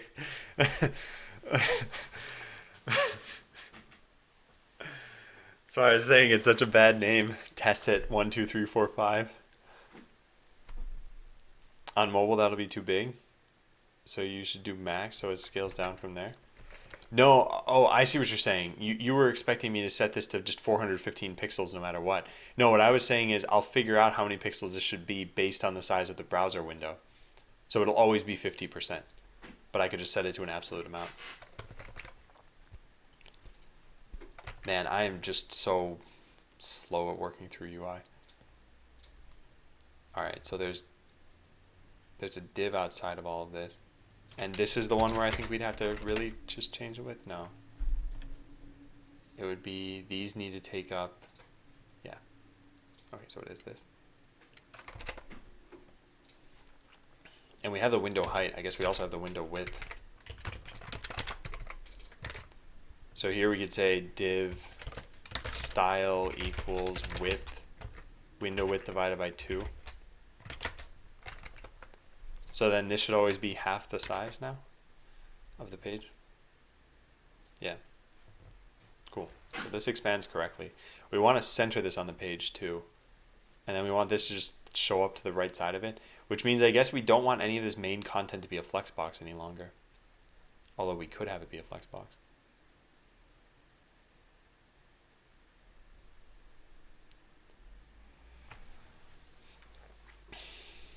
How do you self-fund if you're developing your own game? Hi, Jibsy. This is kind of covered in the FAQ. It's mostly just I had savings from my past professional jobs that I used to fund Botland. Hey, Yertle. So what I'm debating on here is we have this set up.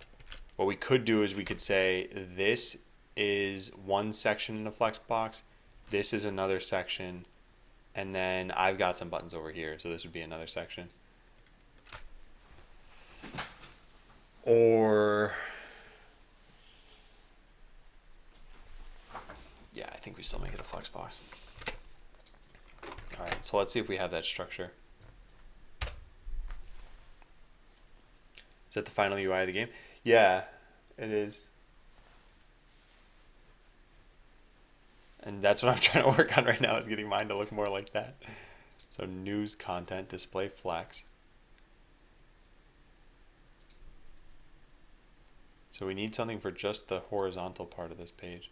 How do these buttons show up right now? Is this absolutely positioned? Yes, it is. Okay, so that's not really part of the Flexbox.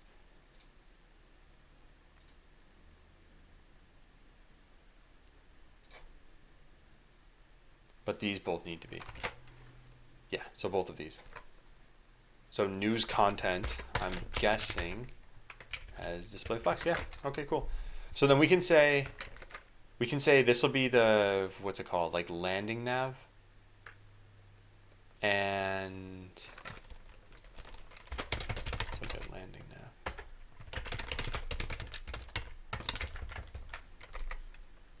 Yeah. What am I looking at? Oh, at the bottom right? You mean when I was looking like this? My phone lit up. I don't usually have my phone even visible to me.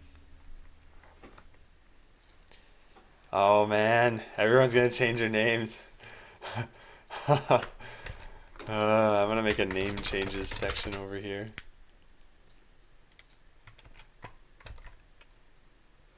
Alright, I guess I'll start calling you Digi. Hey Walshy.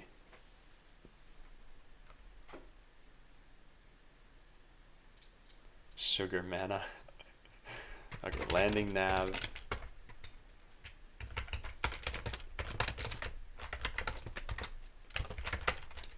We'll say flex auto flex grow 1.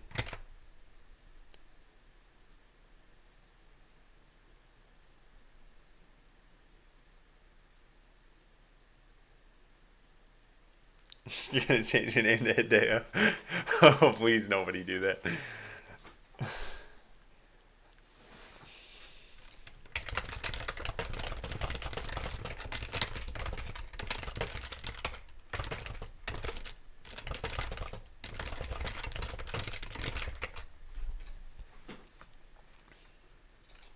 Okay, so landing nav, we'll put this here.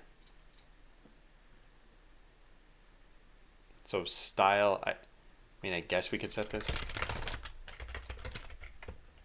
Master programmer EJ. Yeah, are you gonna change yours, EJ? Seems like you're having fun with the UI. Yeah, fun, quote unquote. Hey, Sorty.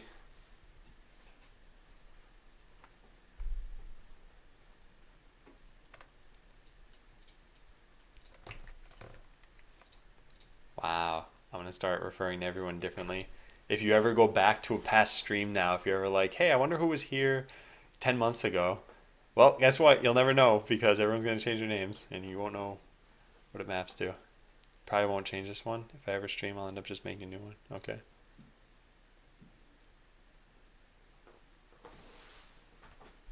Is the color change visible for everyone? I think color changes are immediate. Yeah, you just change yours to green. It's only for new messages though. Okay, so then that's the landing nav. The stuff that goes on the right side is just like debug controls right now. And this really should be on the news page, not here. We'll put this here. News landing nav.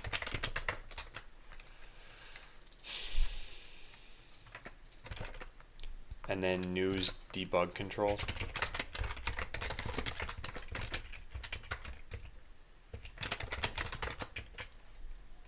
So when we have a style here, we're just going to change this to this, I guess.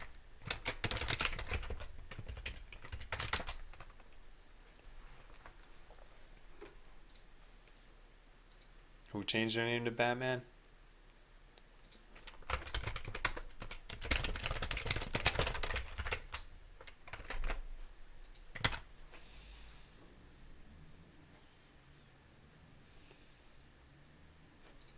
Okay, so how does this expand now? Yeah, so that's... This isn't going to work. Yeah, this isn't going to work. Because I wanted to center this on the page originally so that we have space for the avatar. I guess we should just put in an avatar picture here.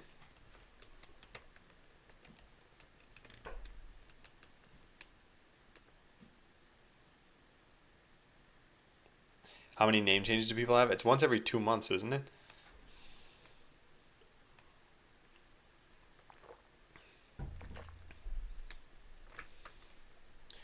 Is resizing plain CSS or JS powered? It should just be CSS with flex boxes.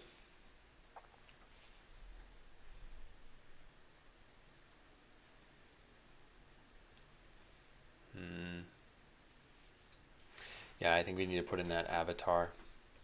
I think that entire thing should just be its own component. That way we can push all of this off to something else. DJ fall, winter, summer, spring.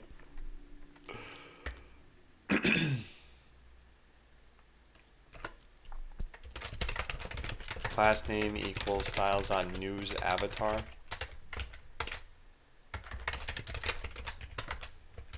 So news avatar we'll put here. This has a flex of auto, a flex grow of 0. Use some CSS grid framework. Yeah, I'd like to avoid that as much as possible, but I don't have a great reason why. I'd like to just try styling this.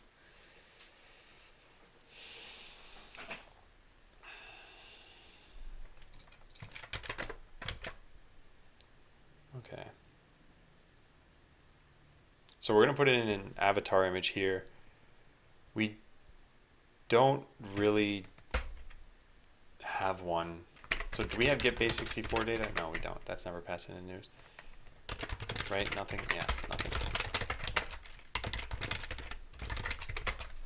So what we could change this to is this goes into news. It's eventually going to be needed anyway, so it's not like that's bad. And then we want the look at blueprints. Hey, Diglett.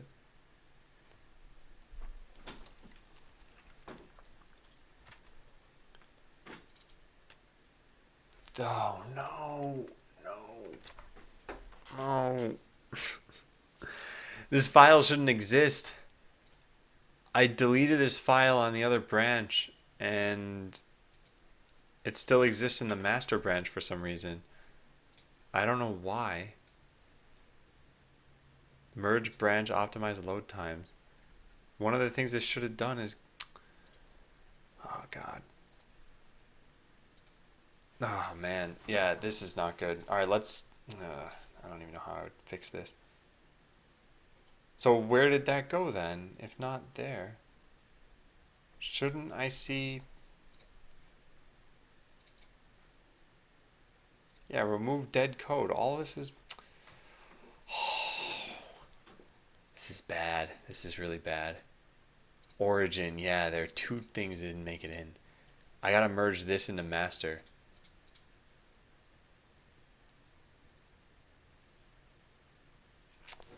Yeah, I don't know how I did this,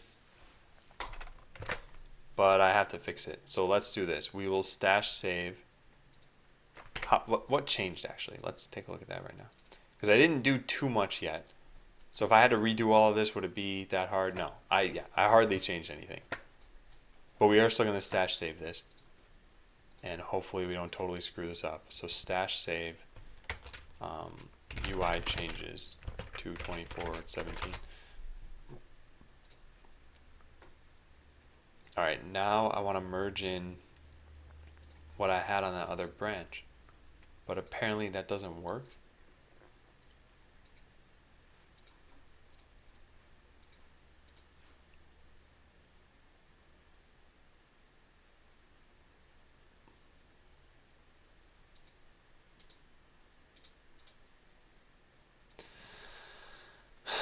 I don't know. I don't know what it did.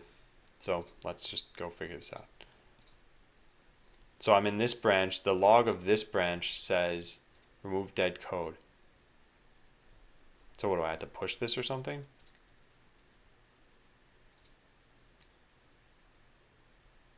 And then switch back and then merge in. Switch back to master. And then merge. Optimize load times. Okay, yeah, this should be fine. So that conflict is okay. It's this. This is because we updated the version to 11. We want it to be 11. Use block from mine. There. Mark as resolved.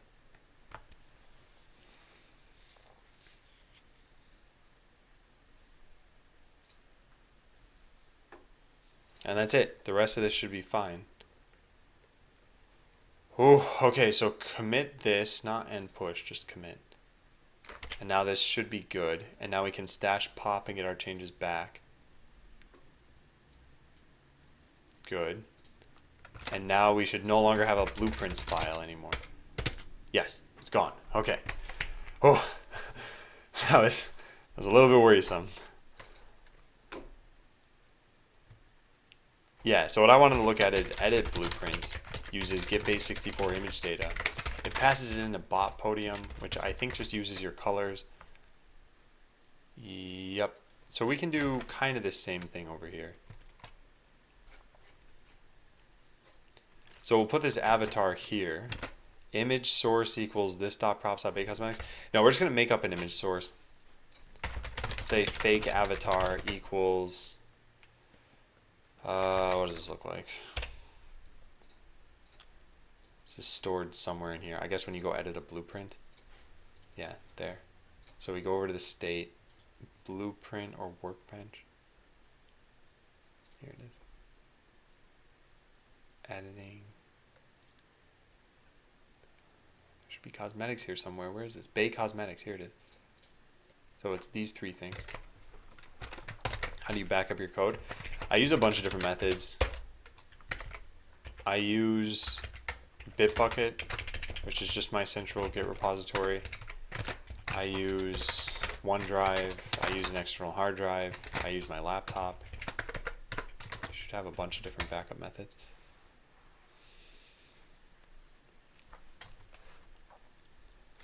So this is going to be the fake avatar. It's just going to have nothing in it. That's fine. We're going to use that as image source. So this will basically just never change. Then class names. I don't even know. Let's just not set that. And get base64. This will be this.props.route. And then we have a div bot image we don't need. And then class name, sure, let's just use that. Let's see what this looks like. So now we should have a bot that looks like this on the front page. It'll eventually be your avatar, but I don't have avatars coded yet, so I can't do that. Generic base64 image is not defined. That's because I never used it.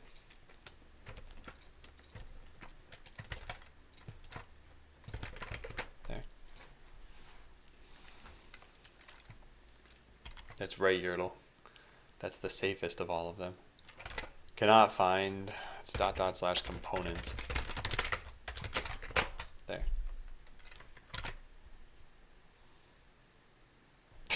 Still not working. That's wrong. Class names is not defined.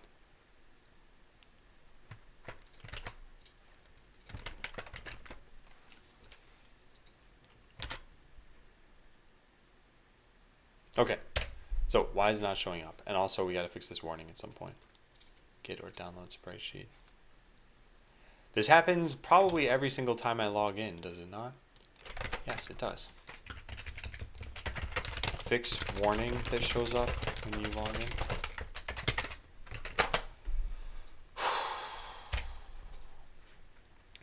So there should be somewhere here. There should be that bot image that I just added. News, where is it? This. Where you at? So it's here. And what, it just doesn't have a height set on it? Yeah, it doesn't have a height set. So if we just change this to height 50 pixels, width 50 pixels. Hey, there's our bot image.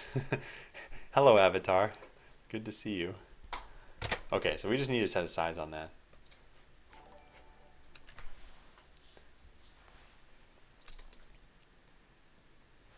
So news avatar container, and then news avatar image.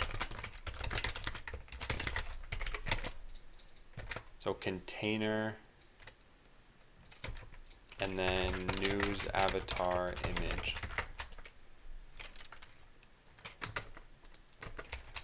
So what did this used to be? Bot podium image? Oh, that's a bad idea. No, that's not a bad idea. Let's use that. Height 100%.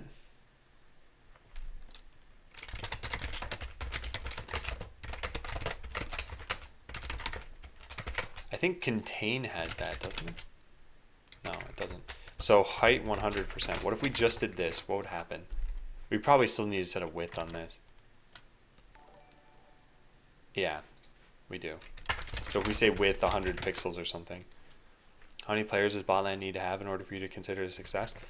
I think there are different measures of success. So there's monetary success and there's just the game being successful. And the game being successful, I think it just needs, like 50 players or something. But that wouldn't produce enough money for it to support itself. Now, as for metrics on that, I don't know how much. I think most free-to-play games can expect somewhere between 2 to 5% of their player base to spend money. And what you count on is that some small percentage of even these people will be whales who spend tons of money. So for me to make enough money to support myself and maybe like artists and ongoing development work for Botland, there'd need to be probably more players than are possible right now. So I'm not sure, but I'm not too worried about that right now. And I'm not saying I'm just steadfastly proceeding without considering the monetization aspect, but I'm not making Botland primarily for money. I'd love for it to support itself and everything, but if I make it and it fails after 6 months, then that's fine. At least I made a game.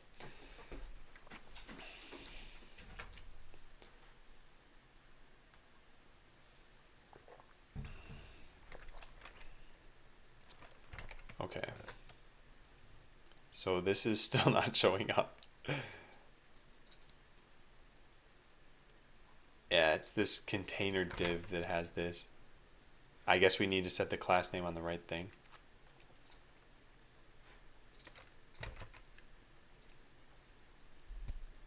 Oh, or we could try other things here. Let's do this. What are other things you're going to do than Twitch to attract players? I'm going to start some marketing campaigns closer to when the game launches. But for now, it's just Twitch. And really, I think that's a decent plan for now. I don't think it's great. I don't think it's... Yeah, there we go. So height 100%.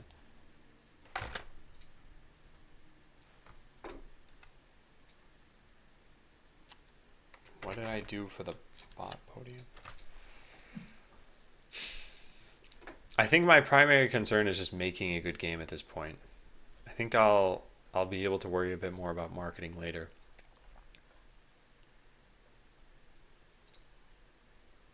So this container div has flex auto. Okay, we could do that. And then the image itself just has height 100%.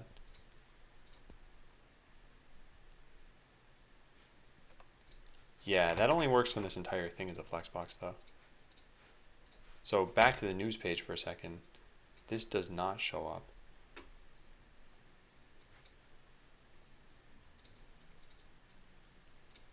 And this currently has a width set on it. Something's going to be needed there unless we make this a flex box. This does have flex auto on it. Okay, let me think of the behavior I want here.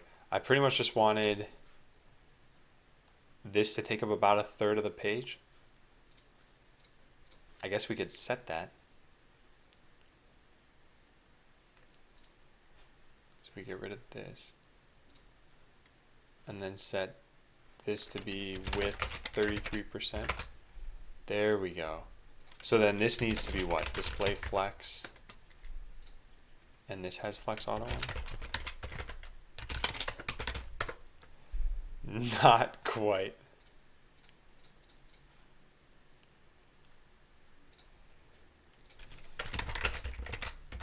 There we go. That kind of does it.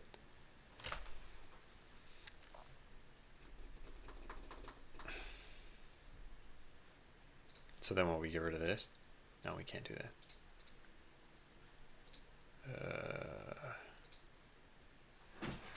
All right. So the container just has 33%.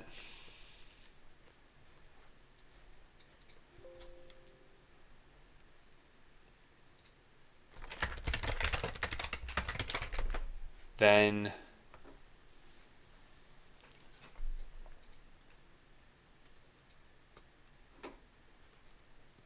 you're a law beginner? Okay. Oh, this is going to be so confusing for streamers all over Twitch. At least streamers with small communities who try to talk to their people in chat.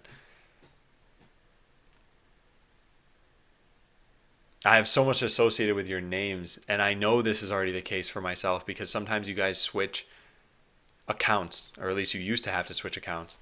And then yeah, I would be like, huh, I don't remember what this person used to talk about in chat. So display flex height 100% and then flex auto on that. So now there's news avatar container. That's this. That's the outermost div. Yes. Then the then the image container itself needs display flex and height 100%. So yeah, we do need a class name here then. Use avatar image container. I don't like the names of these things. But this has flex height 100%. This does apparently not need a flex auto on it. How does that work?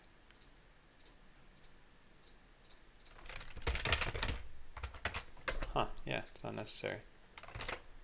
And then finally we get the image itself, which no longer now needs anything other than flex auto.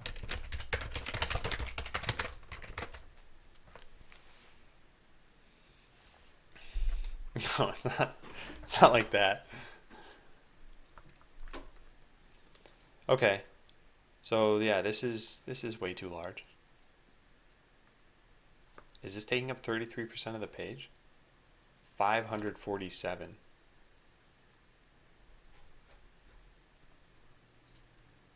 And the page is, yeah, that's I guess correct.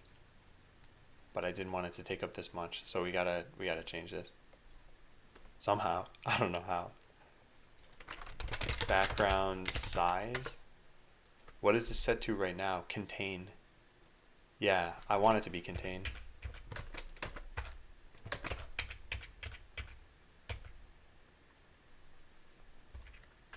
We could say initial. No, but then yeah, we want it to be contained except for when this is too large, and then I don't want it to get larger than a certain size.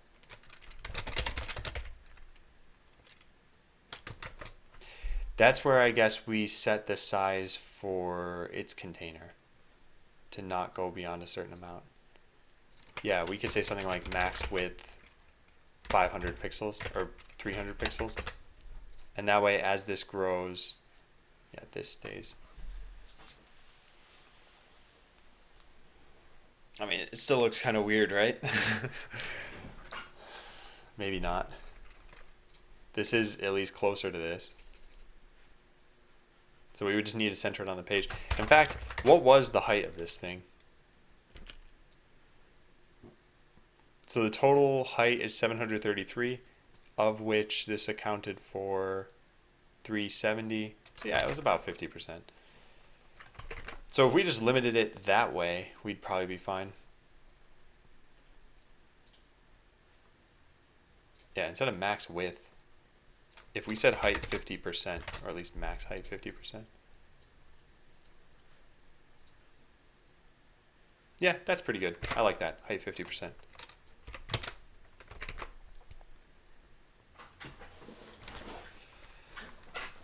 Okay, next we need to center this.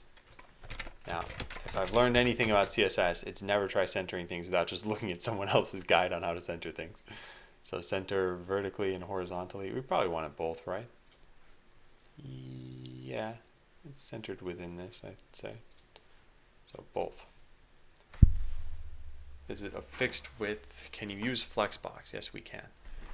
To center in both directions with Flexbox, you need two centering properties: justify content center and align items center.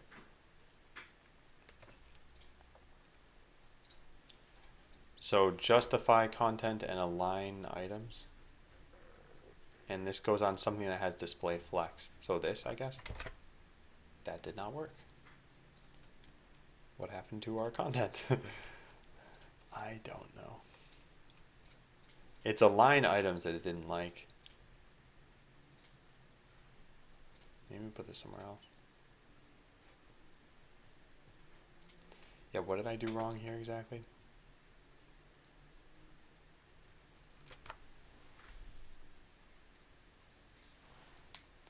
Align items in the direction you're flexing. I wonder if I should just change display flex or flex direction to column. No, that doesn't seem to do anything. I don't know where this is getting set to actually. I wonder if we should try it here maybe. And then we put display flex. No. Oh yeah, it can't be here because we need it to be on something that actually knows the full size of this thing. And this only has a height of 50%. I see. So this needs to have the height set like that, and then this needs a height set of 50%. Then we get rid of this stuff. That did not work.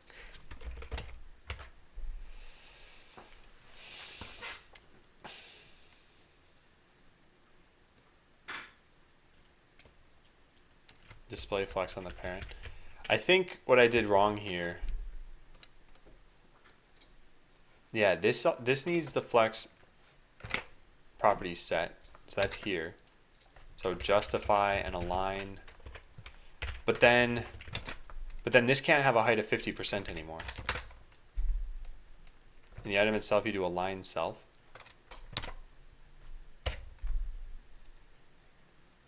Yeah, so now this isn't rendering at all. So I got this set up. And then this has no height set on it. Maybe it's just because it's missing flex auto. No, height 50%. Okay, there we go. And then what? Align self. I don't think that part should be necessary.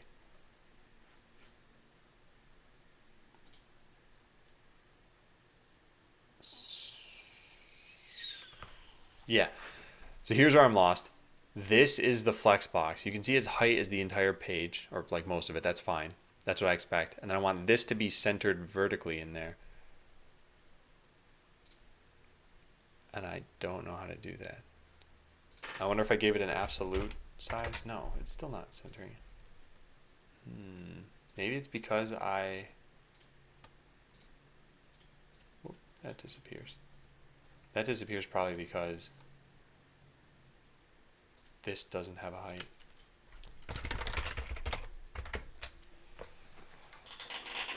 Align center vertically because the height is only the height of the image.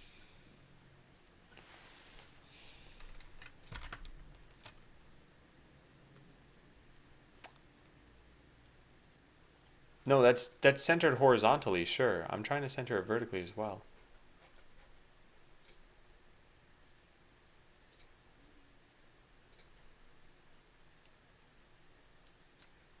Flex direction column, justify content center. So I wonder if I just need to set this correctly and then that would have been it. Top 50% in transform. I could do that, but I'd like to do it the Flexbox way. I think if I just do things this way, flex direction, This would hopefully work.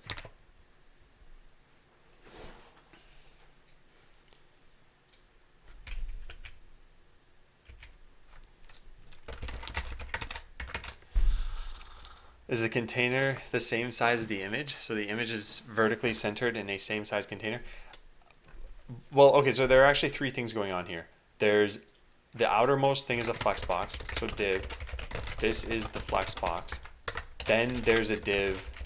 This is the container for the image. And then there's the image. This is the bot.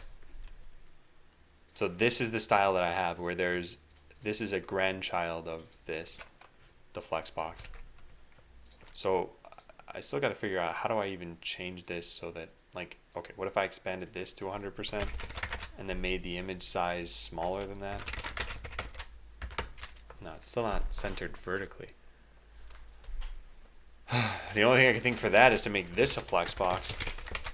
Display flex, flex direction column, align items center, justify content center, and then what's going on here?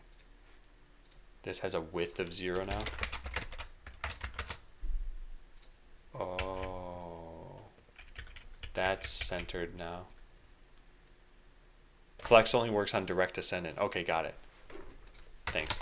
That's the part I was missing and just figured out right now. All right.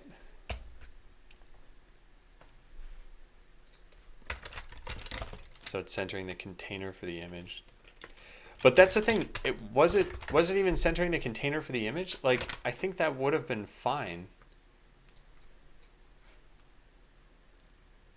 And all right, let me take a look. So we have this has flex, then this currently has no height set on it. So if it were to center the container of the image, wouldn't I see that blue square over there be farther down the page? That's the part I don't get. If I just gave this, let's try to demonstrate this. So this image container, let's say all I cared about was this. So background color red and height 50%. So now we'll just see a red square. If my goal was to get this red square centered, how would I do that? That's the part I don't get, because that should be the same thing as getting the image centered. If the container is centered, then the image is going to be centered.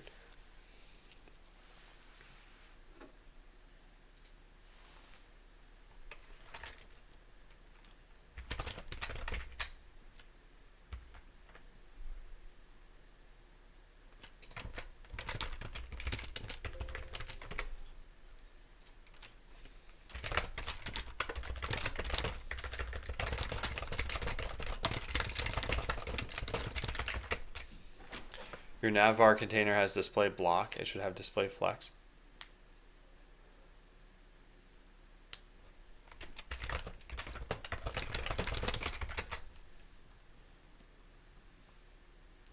You have vertically centered. Well, also horizontally centered. The horizontal centering is already happening.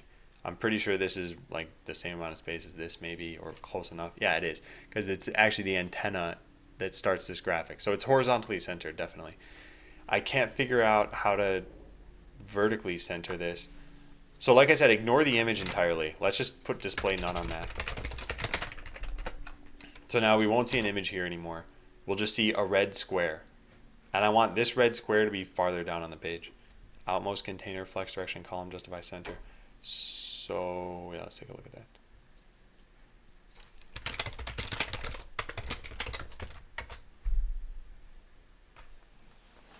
And justify content center.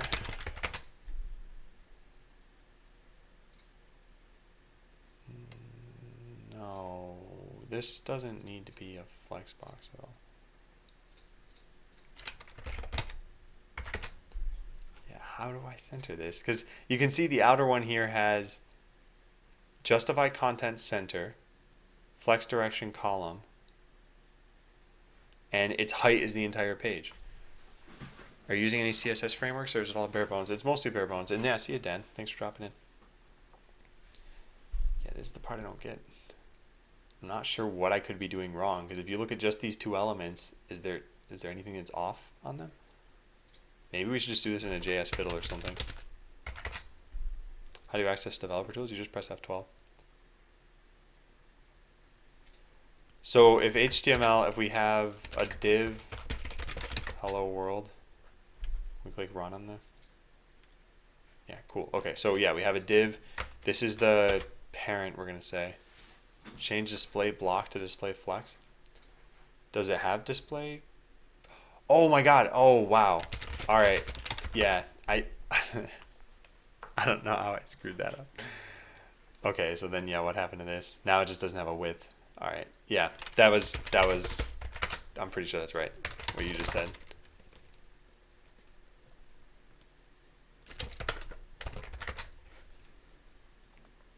So yeah, now I just need to set the width on this.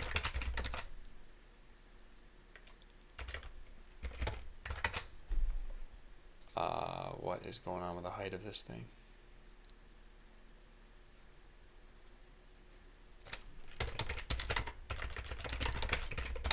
There, perfect. Okay, that was, sorry. Yeah, I didn't realize that, chimpanzee. My bad. Okay, yeah, this never had display flex, so the flex direction never is taken into account. Alright, so now that red background should be positioned correctly. So I'm missing some properties on it. We just got to figure this out. It probably doesn't have a width at this point. Yeah, it doesn't. So if we say width 100%, yeah, there we go. Oh man, all right. It took me way too long. Perfect. So now we just remove the red, and this should be centered on the page. Well, it's centered in this section at least. Yeah, great. So that's where your avatar would show up. And as you shrink the page or grow the page, it looks good still. Yeah, cool. All right. Yeah, that took a long time. Sorry, guys. I'm gonna write this down here. Troubleshooting.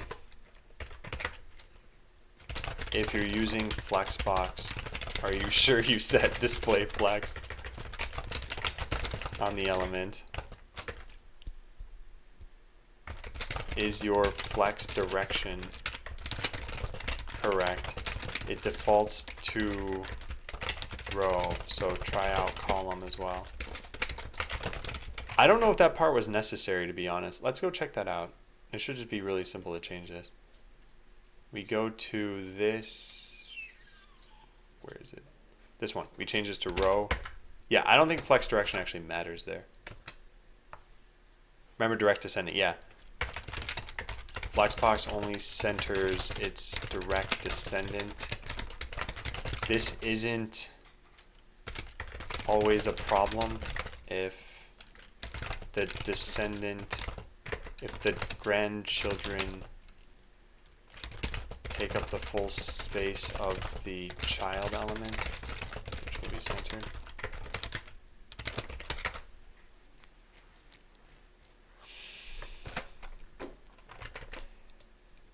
Okay, so now the only thing that looks kind of weird is I guess we didn't totally want it centered. This is lined up with the top of this, but I don't know if that's worth fixing. So this Flexbox would have like a welcome to Botland above it, and I don't know if that's necessary either. We might have a logo there. Not just centers, just effects. All right, thanks.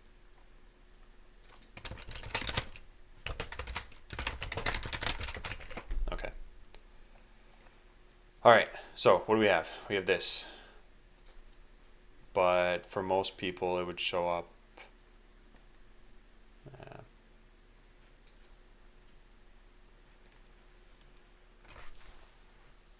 This looks a little bit weird.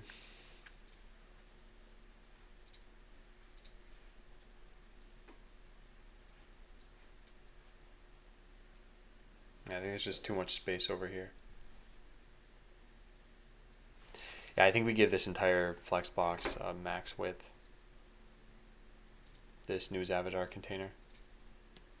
Because I set a max width on something. I don't know where. I definitely did this.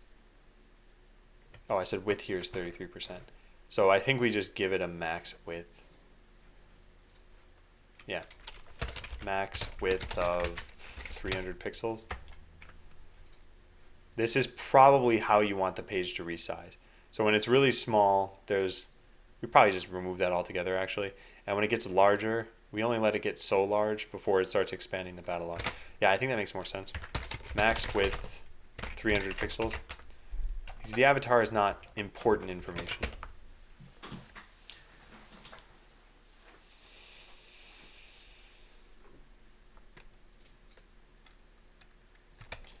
And you should change the width to 33% of the container so it matches to 25% so it matches the design doc.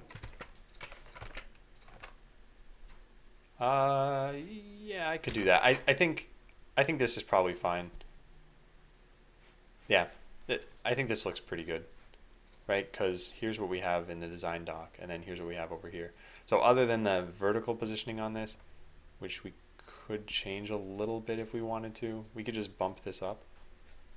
So if we go to its container div here, and we set something like top negative 100 pixels, that won't work because of the align. But if I guess we did a transform, translate -0, -50. Okay, I don't know. Invalid property value shows how much I know. Translate 2D. What is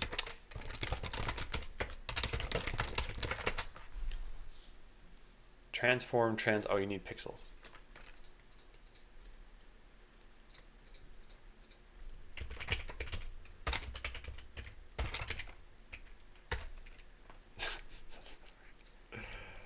There we go. I finally did it. I eventually figured it out. Took me long enough. So if we want to lower, or if we want to raise this, we could do that. I don't know if I want to do this.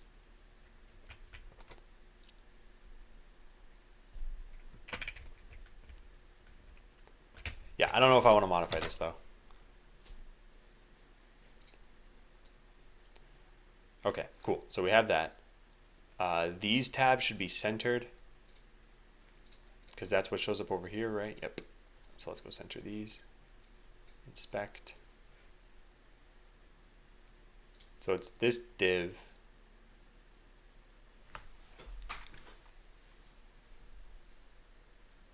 You should translate as based on a percentage. Yeah, that's true. Definitely new. Okay, so this has display block. Then this is just a div underneath it.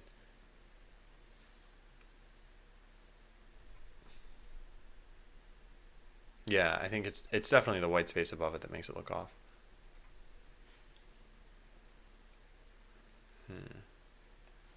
So centering these, we just want to center horizontally. Is it a block level element? Margin 0 auto. There are 3 elements underneath. These are not block level. Text align center, is that all we have to do? Text align center. Oh wow, that's it. Right? And that's what the document looks like? Yeah, the document doesn't have a bottom border on these things. There's probably a way to do that. I don't really care about that part yet. That's pretty minor. And they kind of look more like tabs too. You're trying to center the bot? No, not anymore. And hey, root and 11 kazoos.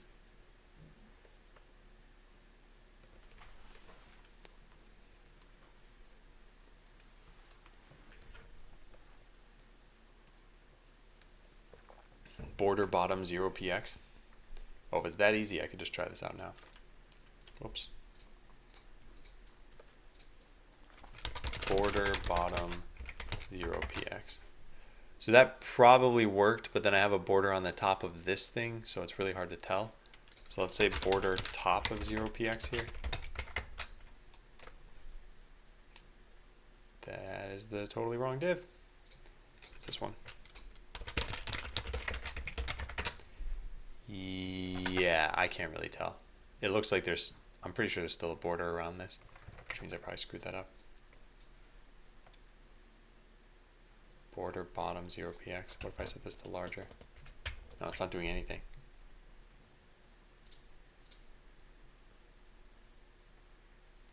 I don't know what this is affecting.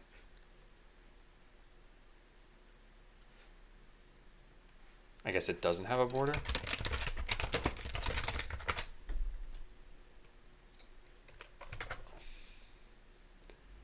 Yeah, this is apparently no border.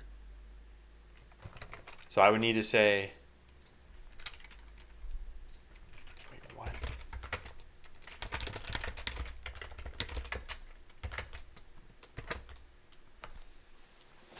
I've had acoustic. Your CSS skills are entertaining. I'm very bad at CSS.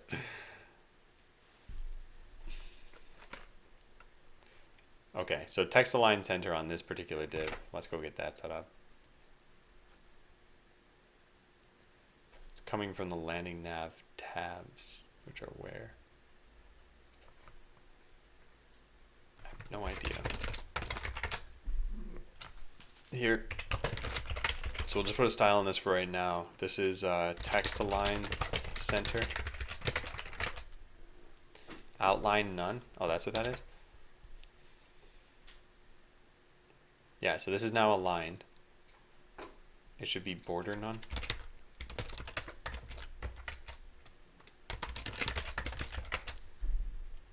Setting both of these doesn't seem to change this. Right? You can still see a border around that.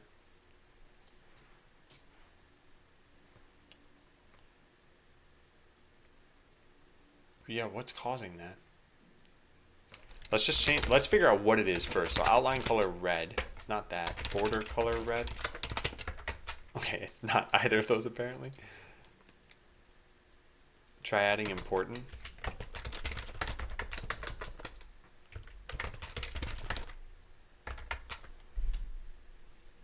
Yeah, I don't know where that's coming from. We could just look at the computed properties, I guess. Show all. Can you select all of these? Oh, you can. Nice. Okay, so outline color is set to red, 0 pixels. Okay, good. Border stuff. Background clip. Is that what's doing that? Background clip? What is background clip?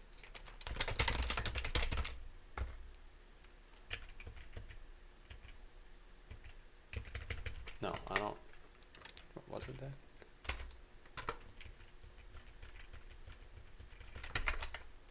You're adding a label, not the button inside of that. There's a button inside of the label. Oh, whoops.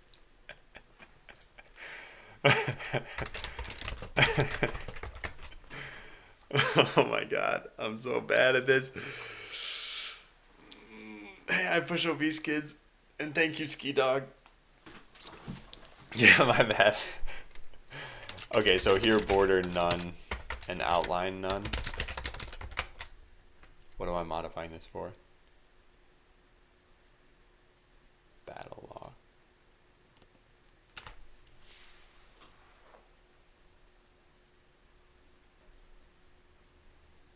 I mean, to be honest, I'm still not totally sure what's doing this.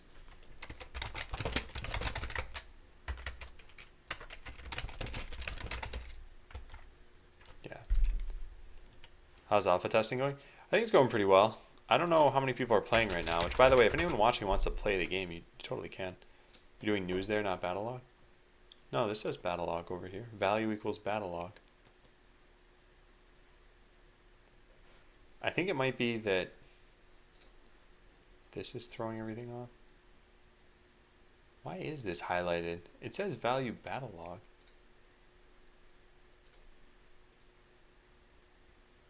Weird. Oh, it's because they're radio buttons.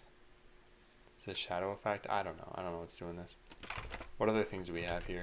Shadow, box shadow none, text shadow none, border. I'm not sure. CSS design is one of the things I'm totally comfortable letting someone else do.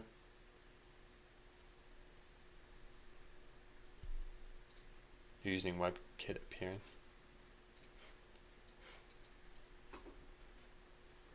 padding 0, border, and background. Okay, let's just copy paste these, see what happens.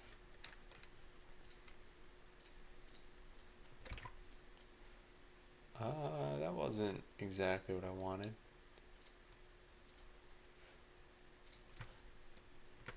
Yeah, it still has a border around it. Anyway, this isn't a huge deal. I think if I took an actual button and tried modifying this, it would be different. God, if I can like click these things correctly. Yeah, with an actual button, it's different. I think label just has some weird outline around it. You set padding 0 pixels, the border goes away, but it doesn't totally. Are you trying this on? You guys can go to just play.bot.land and check this out yourselves if you want. Like you can just right click this and modify it here. And if you can get the border to go away there, then awesome. Because if I set padding 0px, there's still a border you can see on here. I don't know where that's coming from. How to remove outline border from input button. Use outline none. But I tried that. Border none. Background color. It still has a border around it. Yeah, I don't know. I don't know what's causing this. It's the fact you have WebKit appearance button. Oh. Oh. You're right. Yeah. Yeah. Alright. Well. These should probably just be buttons and not labels. So I think we should fix that at some point. Style the landing nav tab buttons and really all of the buttons everywhere. Well, to be buttons and not labels. That way I can affect their outline and border. Alright, well, let's get back to this. So we've centered this stuff. We probably should put a translate on this. Alright, transform, translate, 0 minus 10%. Yeah, probably even more than that.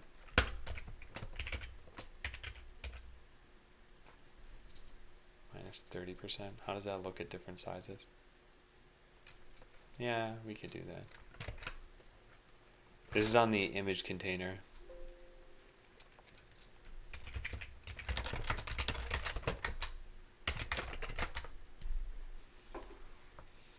Yeah, I think I should turn them into buttons. Hey Arsenal, did you just get a haircut? And are you fixing the web? I did get a haircut yesterday. Am I fixing the web? I'm fixing Botland. Yeah, so I might have moved this up too high, but regardless of the exact Y coordinate of it, it does look a little bit better, I think.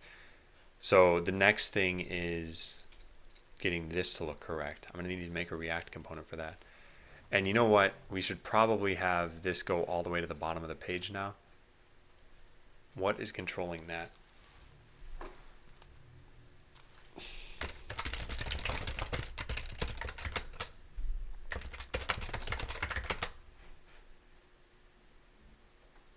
I think you meant to link to a particular JS fiddle.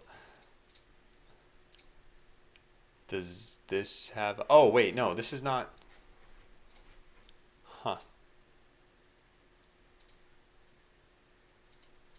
The height of this is set to 70%. Why?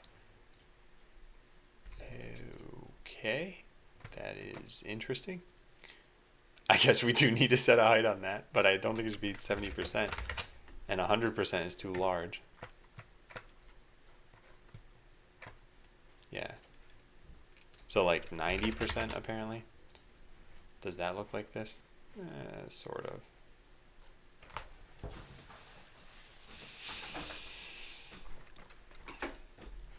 But still, that is better. So let's set that to 90% instead of 70%. Where does that come from? Battle log. Yeah, 70%. We could actually figure out the exact value that should be. 93%. Look pretty good. And then we lower those buttons probably. Yeah, that way this doesn't look so out of place. And then we lower that thing too. Yeah, all right, great. We can do it all. So translate only 20% up. Move the controls so the edit defense, wherever this comes from.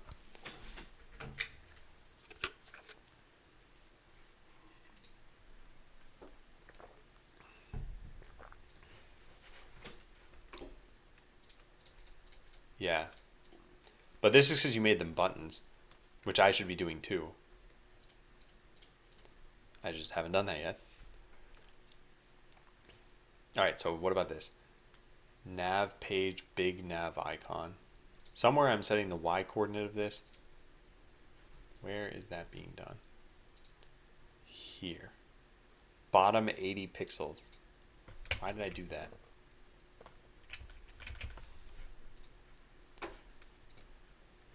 Probably because I wasn't modifying any of this the right way.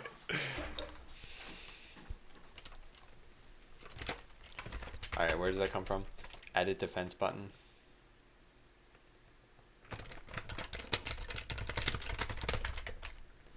Are you planning on using vector graphics? No, but they look bad when scaled. I have sprite sheets that have detailed artwork, so they look much better when scaled. So that same bot, let me show you. So we'll use the default bot, and we'll zoom in on this. And you can see, yeah, it's pretty bad when scaled. If we click the detailed button, and then zoom back to that same level, looks great. So this is what was intended to be used for high-res displays. And for anywhere that we're showing the bot like that. I'm just not using it yet.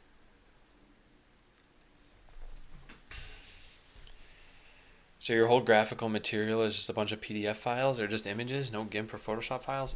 There are GIMP and Photoshop files, I just am not the one who produced those. So the artists probably work in Photoshop, if I had to guess. And then they send me the output of it, so just pings. Which, I guess, speaking of that, at some point I probably should get all of their Photoshop files too.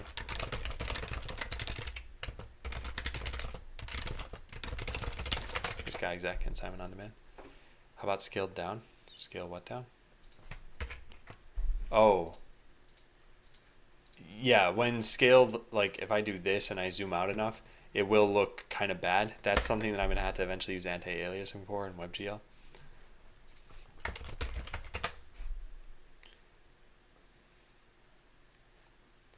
Yeah, Azirin, on a label in Chrome, it doesn't actually work because of the WebKit appearance thing.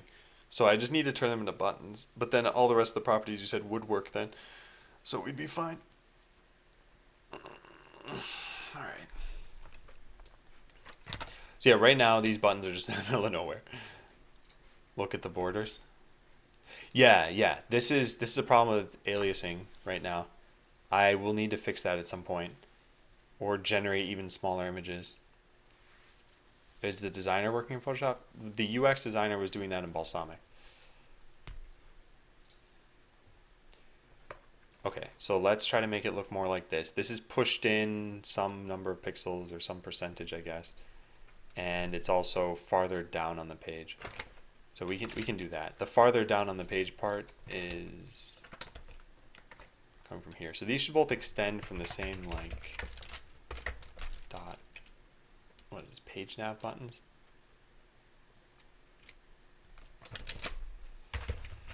How do you make variables in less? Can't play in Chrome, says WebGL isn't enabled even though it is. Need to enable hardware acceleration.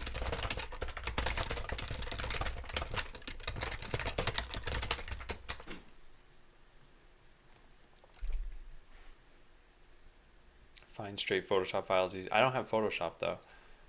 So I can't open Photoshop files. I mean GIMP kinda can, but I don't know how good that is. Alright, I want to figure out where variables. So just put at and then a variable name. So we'll say at nav button bottom and then what? :80 pixels. And then to use them, we just do the same thing. Cool. Alright, let's try that. So actually that didn't do anything. What I gotta set this to something like 40, I guess. Hey, Dartos. Okay, so that probably looks a little bit more like this. Yep, at least height-wise. I guess they're closer to the bottom even than that. So we'd probably set this to... Where is it? 20 pixels? I think 20 or even 15 is probably fine. Then I want to move them inward as well. So a left of 5 pixels, and horiz padding we'll say is 15 as well. Sure.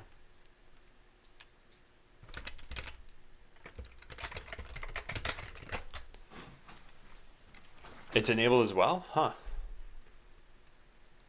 That's strange, Azirin. Shouldn't you have sizes and color variables in separate files when working with CSS and less? Yes, I think you typically should. I'm not too concerned about the setup of this right now. I'm more concerned about how does the resulting UI look. I think refactoring these out to be in their own files is eventually something pretty easy to do. So yeah, this still looks a little bit weird, right?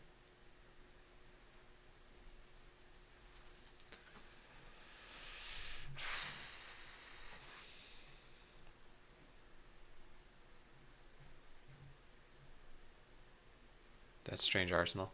Yeah, I don't know. It depends on what video card you have, but then you should probably just go to the website and find out how to get the up-to-date drivers. And if it's still not working for some reason, it could just be that your video card is bad.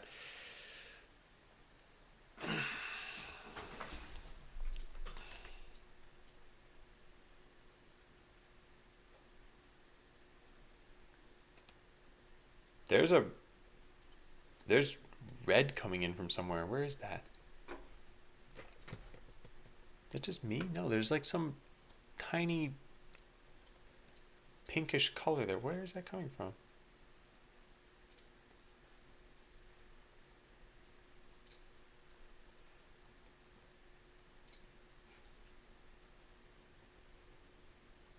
What?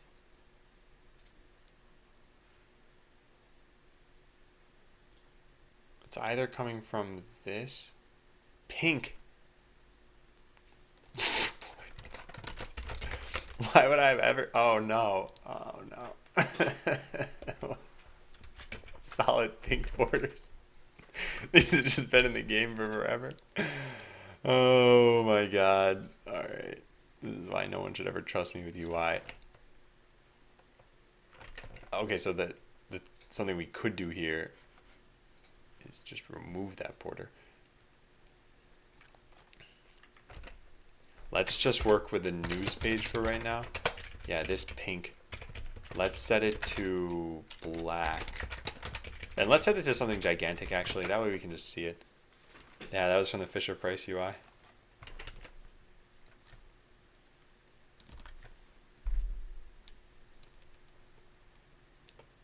Yeah, so I set a 50 pixel black border, which you can now very obviously see around everything.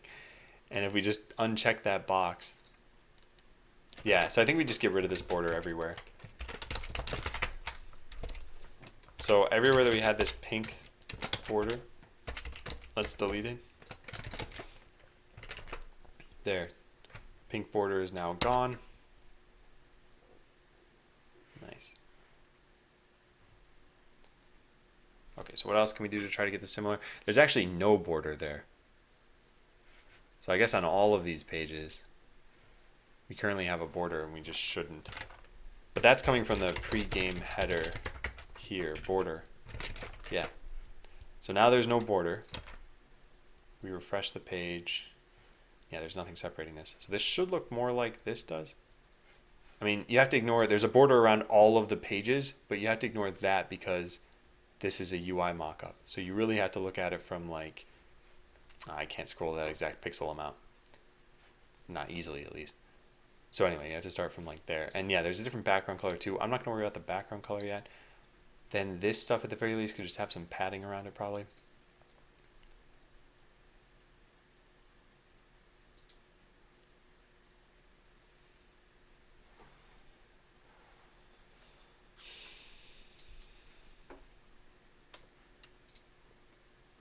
So the welcome to Botland text is not going to be there because we're going to have a logo there eventually. This is taking up a lot more space than it does over here.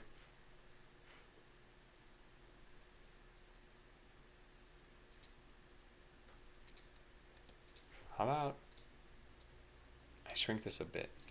At least this way you guys can see this stuff too. So yeah, let's compare to this.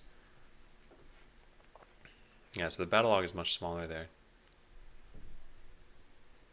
I think this isn't so bad though. And then these are pushed in much farther from the side. So we'd have to do that. Where is that done? Page nav buttons. There it is. So horror is padding. We're going to move this inward about, how many pixels would you say that is? Like 30, 40? Let's just try 30. Maybe open this in GIMP so you can have the ruler inbuilt so you don't have to guess all the paddings. Yeah, that would probably be better than what I'm doing right now. The problem is there are some elements that I don't necessarily want there. But yeah, I have this open in GIMP. Or well, paint.net. Could just open it in GIMP later.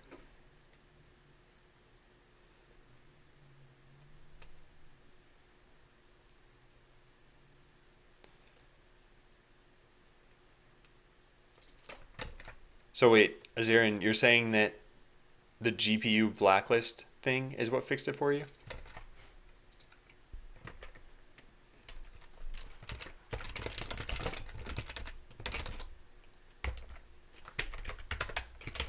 Some people have had to modify this flag in Chrome. Okay. Yeah. Well, thanks for the help with that stuff.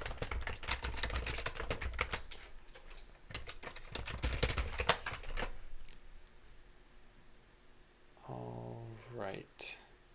Yeah, not looking too bad. All these debug controls are eventually going to go away. So if we just did a display none on that entire div, so if I move this into here, it is this display none, display hidden. How do you do this? I want display hidden on everything underneath it, I guess. Can we just delete these elements? Yeah.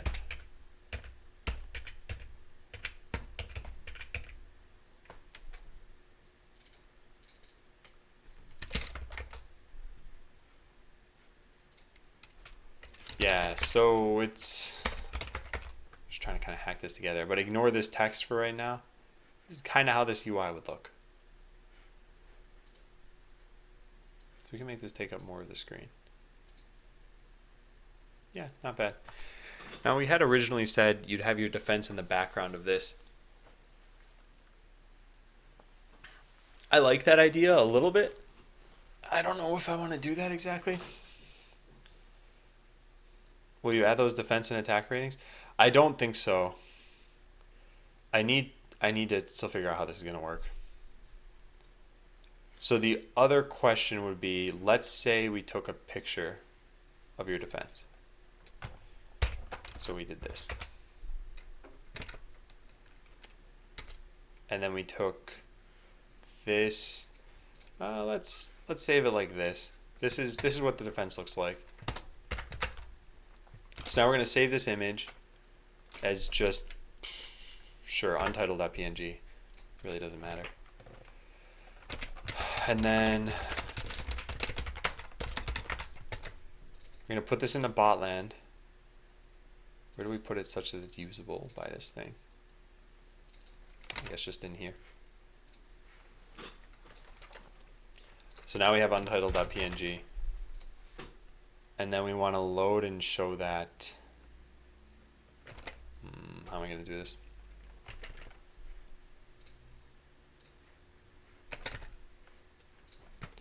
I want this on the background of the news page. So it's this news content.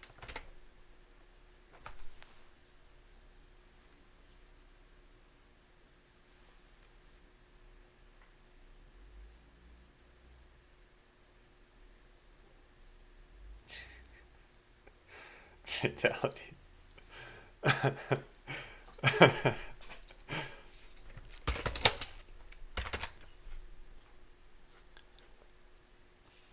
you know what we could do? What's that website called? Where yeah, placeholder images. Place kitten. We can use this. So placekitten.com. Not sure if this will work exactly. But we could set this as the background image. Background image. How does this work? There's like a URL I need to specify here. Yeah, URL.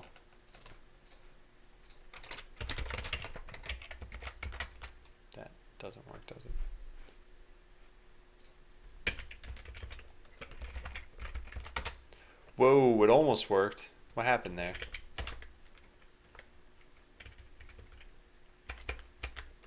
Okay. I think Plays Kitten doesn't like... Huh. Alright, so what I was attempting to do here, which I'm just not gonna do anymore, I think. Can we set a background color of RGBA? No, that doesn't work. It would be background image color anyway. What am I doing? Alright, I'm done with this. Alright, we're not gonna... Yeah, let's delete this. We'll have to test that out later.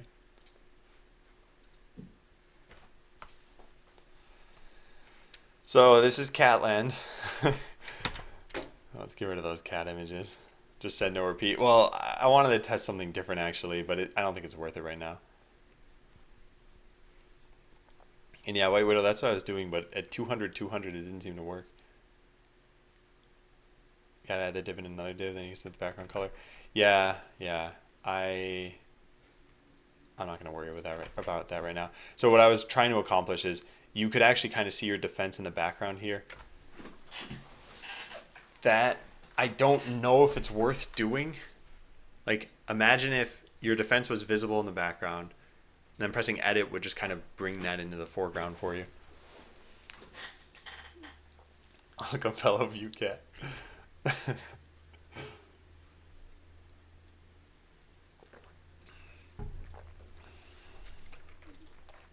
So this is done.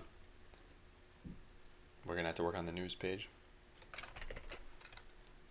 Because yeah, right now we've got this, but it doesn't look like actual news items yet.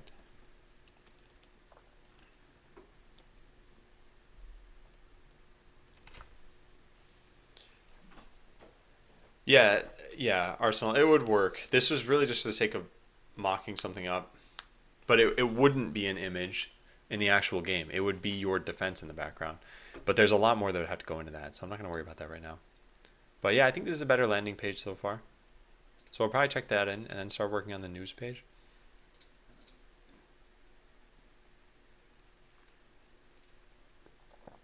So find out how to play. Find out more about Botlands Alpha. Yeah, we should probably include something about the changelog there too.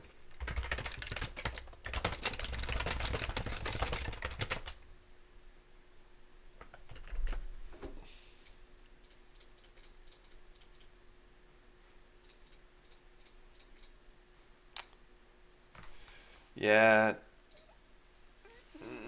I really want to add in avatars.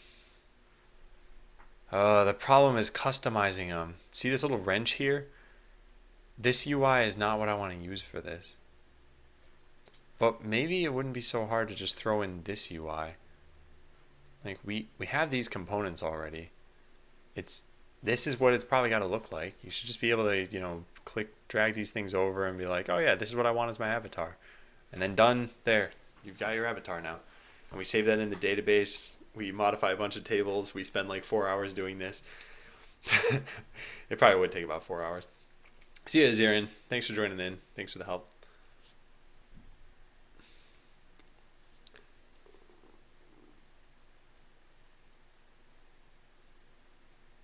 Yeah. done with the landing page. I think as done as I'm going to be with the battle log, like the layout of the main elements, but then the news thing still needs to be updated. And then a minor change here and a minor change here, and then we're done. The big thing today, I think, is going to be adding the bottom bar when attacking or defending. This looks pretty ugly right now, because you can see these things down here: cancel, level 10, upgrade, then there's a test button and a save button. Those will all look much nicer like this. Cancel, clear all, which clear all I actually want to code today too. Add in the clear all button for removing your bots. Right now, if you go to play.bot.land and you're like, hey, I want to modify my defense to have none of the bots it currently has, and you make a brand new bot that just has Steamroller Foot, let's say. Well, one thing you could do is if you were just overwriting them, you could click them all and it'll overwrite them easily enough. That's actually the fastest way to do that. That's fine. I don't mind that. But if you wanted to move them all as well, you have to click them all to remove them and then click them where you want them, as opposed to this clear all button. So you click that and then you can just place them where you want. I think that'd be pretty nice.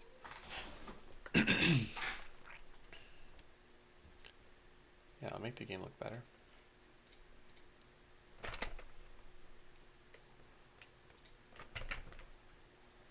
I still wonder what I should do about the whole move defenders to the other side of the arena, though. It's theoretically easy, but in practice, yeah, I need to update all your defenses. What's the next major feature you're adding? I know you have a command for it, probably. The czars, the features remaining for beta are a tutorial. Missions? Yeah, missions should be in beta. Cosmetic constraints. So require that you have 2 items to put them on 2 blueprints. Right now that's not the case. There's actually a bunch of other things here. Force cosmetic constraints. What else do we have? Avatars, the tech tree. Better testing defense.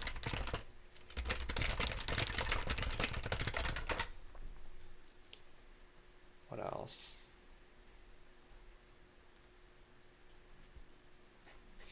Yeah, I think these are the big things remaining. Box selection and moving them all at once. Yeah, you can't really do that on a tablet though. Well, it'd be hard to do. So that design document that I just linked in, what is missing from here? Oh yeah, walls and chips, or walls and pits.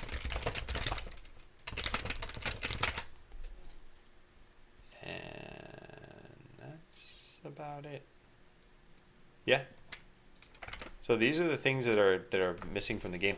These will take about a month to do, I think, maybe a little bit longer. So when I'm done with the refactoring and stabilizing the code, that's when we'll probably start to work on this. So I think today's going to be for UI. We have to do the code splitting task still. So I'll probably, maybe halfway through March, start working on this stuff. And that'll put us to about halfway through April, if I'm correct on the costing. And that means that we could maybe get the beta out in May or June. Yeah, and then what we have to do from there is fix a bunch of bugs, handle like everything on a million to-do lists, release a couple of apps that are just web view wrappers for this, start marketing. So yeah, we're probably not going to be able to release before August. Where's the vision mode and all that? I don't know if vision mode is necessarily going to make it in. For now, it's just hanging around a to-do list, if even there. Is that PDF new look document private, or is it downloadable somewhere to check out how the game will look in the future? Yeah, that's in the today command right now. That mockup PDF. So you guys have access to this. And by the way, the PDF, you can actually click different parts of it. So if you click the name here, it changes to a different page. You click login, it'll change to a different page. So it's almost like it's functional. Not quite. It's still just a mock-up, but you can at least kind of navigate. Some of the buttons don't work. Some of them don't lead you to the right page.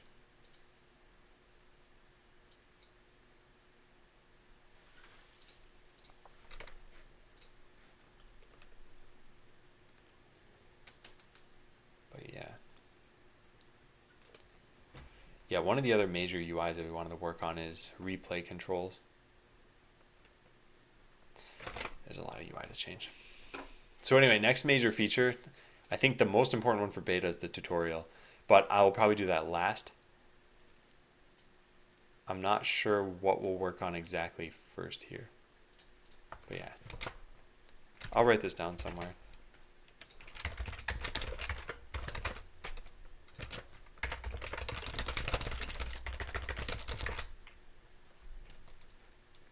Yeah.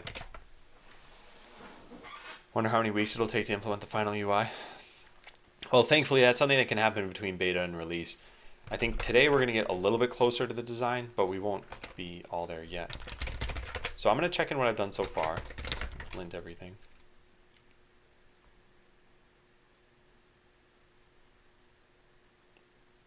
What's the next sub badge milestone? Yeah, 6 months.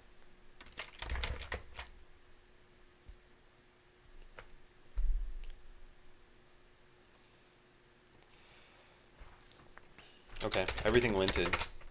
So really what changed here, we're not checking that in. What changed here, oh god, text align center, I gotta,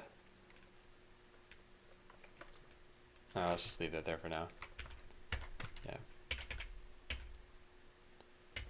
So the news scroller is now part of the landing nav component as opposed to being placed in the center of the page. Oops. We also, I'm now showing a fake avatar on the landing page as a placeholder. Well, shouldn't say, I should say placeholder avatar on the landing page. Less verbose.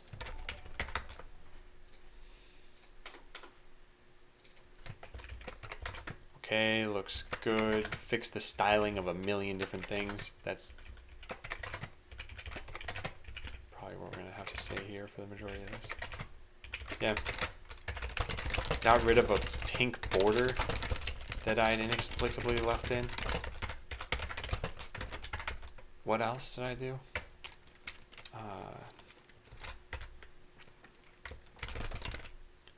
Changed the styling on the landing page. Do you type things out like that in order to help you memorize it? Or do you save all these little memoirs? This in particular? If you're talking about this is my commit message that I'm about to make. But I do end up saving a lot of what I type. Sometimes it's just for the sake of viewers, though. Okay, so I call this work on UI.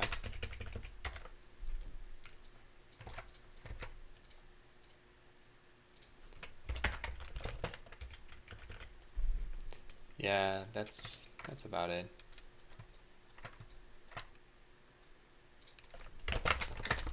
Centered items, fix some paddings, etc.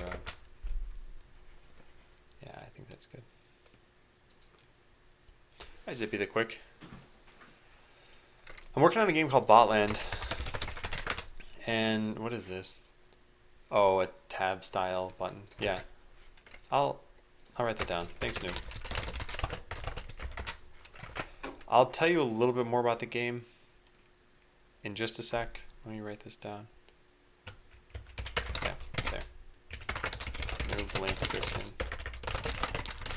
Tab styles. So yeah, Botland is an online strategy game, and it's currently online too. So if you want to check it out, you can type how to play. You'll see that there. You make bots, and then you write AI for them, and they do battle according to the AI you set up for them. So I'll actually take a look. This is my account online right now. We'll take a look at this. It says Pawn's attack was thwarted an hour ago. Because you're just writing automation in the game can play itself out while you're not there. So here's my defense, trying to protect the CPU. And here's Pawn trying to beat me. And my bots have been told to swap their positions so that they can sort of patrol a little bit. And then these bots will teleport and use melee.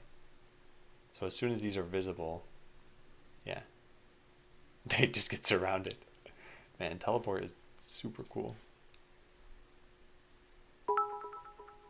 Yeah. Hey, Realityo. Thanks for the bits. Is there anyone in chat you know in person? I don't know about right now, but there are a lot of people who stop by who I know in person. And Jew defeated my defense, probably with the cloaking and artillery strategy. Yeah. Yeah, there are a bunch of other ways I could try to fix this. I could just increase the life of the CPU. Maybe I don't want to kill this strategy, but I want to make it less overpowered.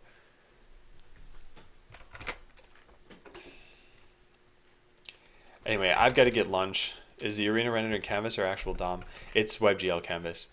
So yeah, that way we can eventually do effects with shaders where we will follow this document.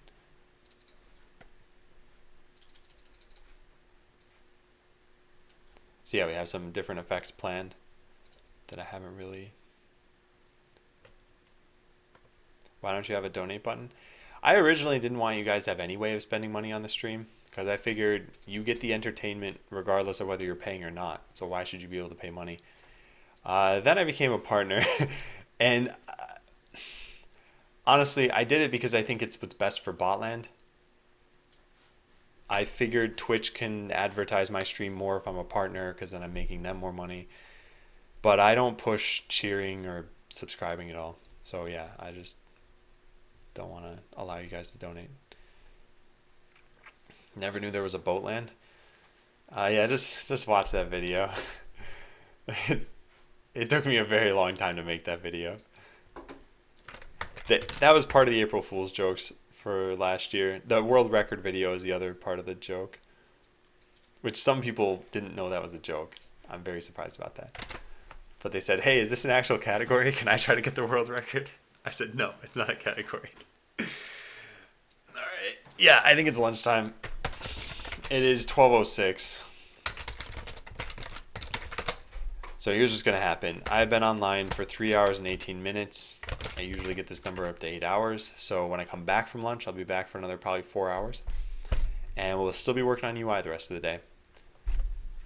So get your BRB lunches in now. So thank you all for watching so far.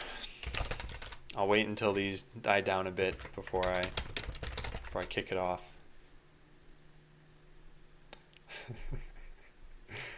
Okay, and that's it. If you haven't made it in now, you'll be on Monday's lunch screen.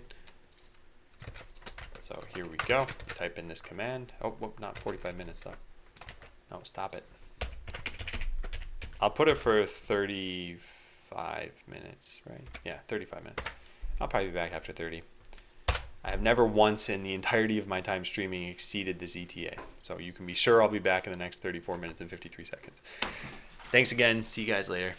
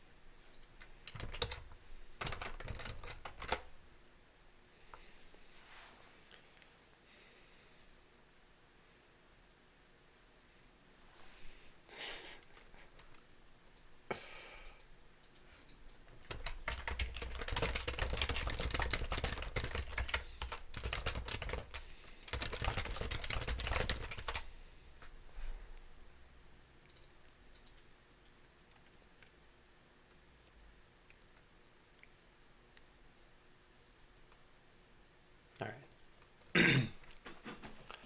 The whisper is intended to not scare you. It's to ease you back into the stream and remind you, hey, you probably left a tab open in the background. That way there's not some jerk yelling. Aw, man, fine. I don't even know what to say. You guys should just mute the stream. Anyway, so this Zapper way stronger than Inferno Zapper. If you mean stronger in practice, that's something that you guys would have to talk about. But if you mean stronger in numbers, that's something that Inferno Zapper does very little direct damage, and Zapper does like way more. In fact, this might be too much. I don't know. So Zapper, level 1 is 250.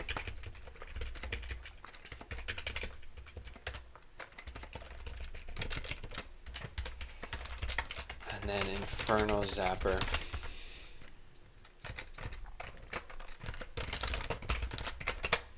$100, $150, right? But then 2, 2, and 3.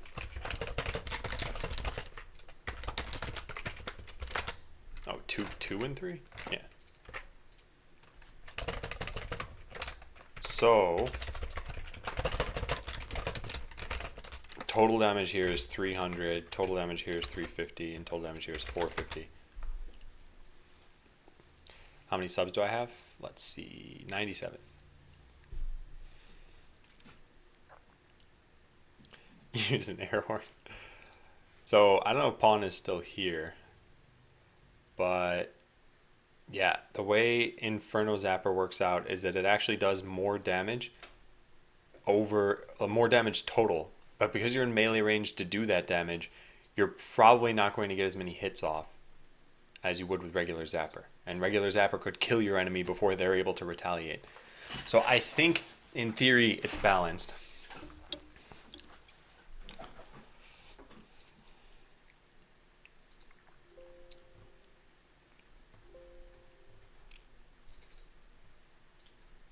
Alright. So for now, leave news items as hard-coded. This is not even a to-do item. Put news in the news tab, that's already done. Have news items show up like battle log entry items, use composition. Yeah, that's the part where we want this. We want these two components to be pretty similar because they're both just logs. So battle log right now. Yeah, we just have a div. So this isn't too bad. It's got a border, it's got a height set on it. It's got a minimum width. I mean, I guess that's something. And it's got an overflow Y.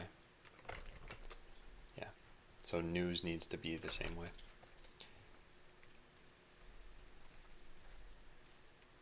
Now, as far as entries in it, this is gonna be dead simple.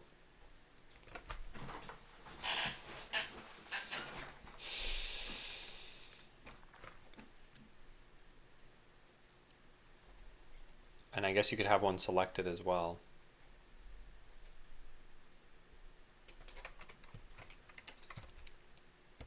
And we pass into this thing directly whether it's selected.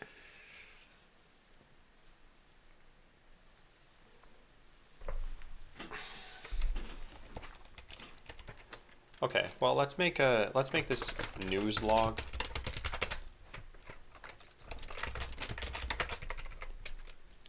We'll get rid of all of these.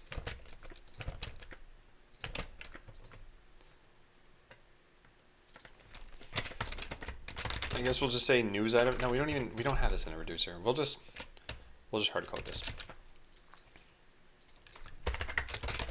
News news items equals just an array. We could take it from state if we really need to. That way it's not showing up in render every single time.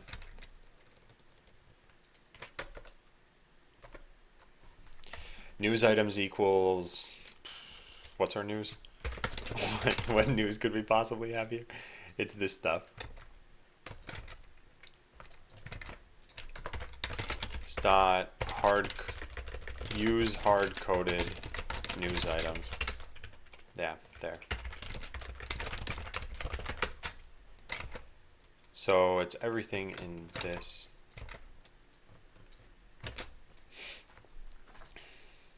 So it's going to be HTML that we just output into divs.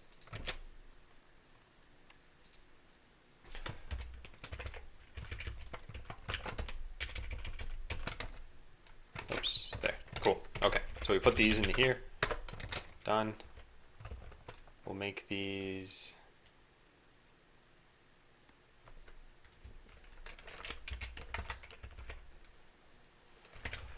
And then we'll get rid of this. All right, so those are our news items. Now we're going to do this dot set state news items. Done. And then here we just map each news item. This dot news state dot news item. This dot render news item.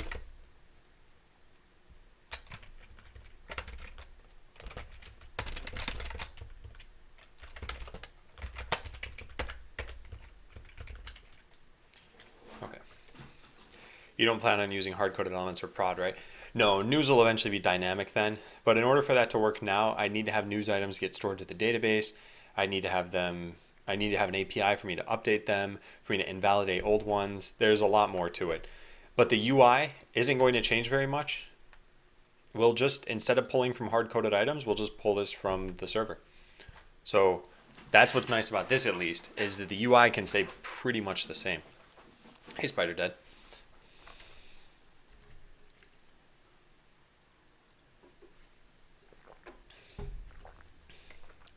So render news item, what are we really doing here? We're returning a div that contains, I guess, which has a key here, index. So key equals news item number index. Sure. Then what else do we need here? What do they used to have? Nothing. Really nothing.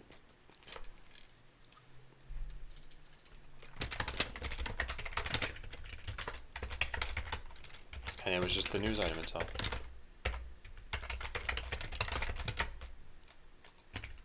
Okay.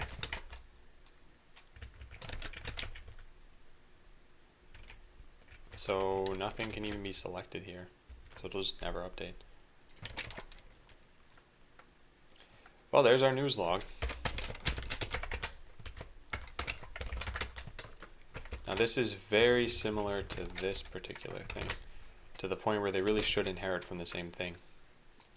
Let's go take a look at what we've got. These are pages. Oh, Holyoke, thanks for subbing. I almost said thanks for following. Thank you. And now, welcome to the Elite Emote Club. Look at all these. Look at all these terrible emotes. No, the only thing is, I think I need to change the lights emotes. Or at least two of them, which I can't even do. But yeah, thank you. All right. Let me think about this. There should be a component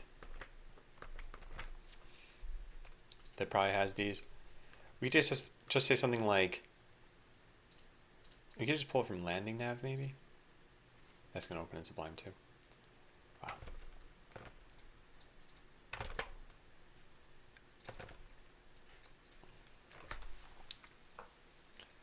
Yeah, I think this is where this should go. We can just say like landing nav log, landing nav log, and we'll just put everything in there. I think that makes the most sense.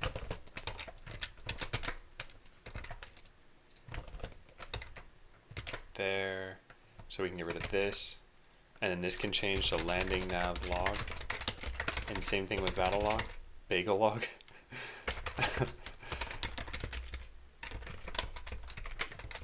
Yeah. Okay, so let's try that. The news items should now be contained in kind of the same style as the other ones. They won't have the right styling on them just yet. Almost. The border's missing for some reason. Wait, no, I'm using the wrong... What am I doing? Yeah, of course the border's missing. Because it's news log that I want to use, not news scroller.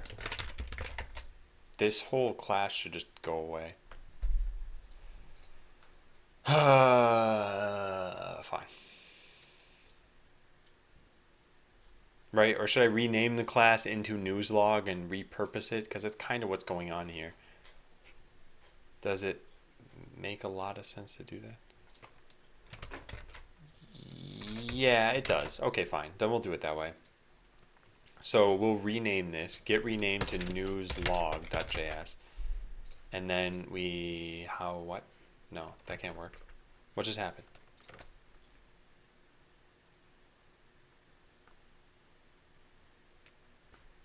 Whoops. Okay. Problem solved. So that's gone. That's gone. Newslog exists. And now when we try to include from this here, it used to be news scroller. Now it's news log.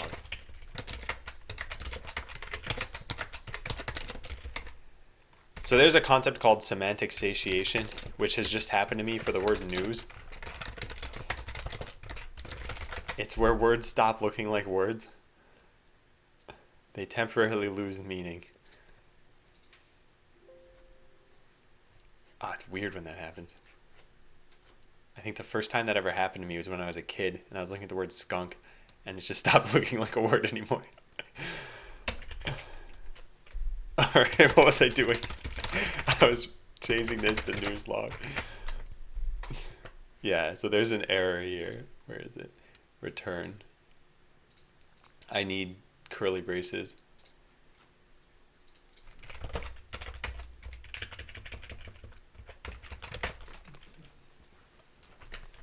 There's still an error. Where is this? News item. Whoops. There's still an error. How many of these things can I screw up? Can't resolve main.less in components. What?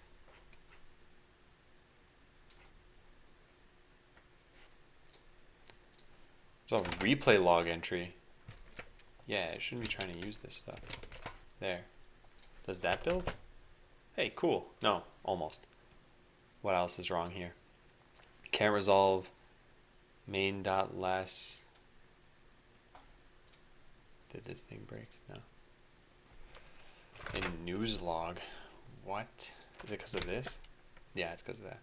Okay, problem solved.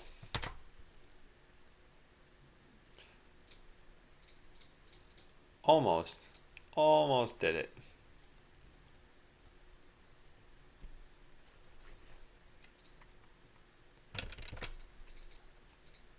We can get rid of enhance now.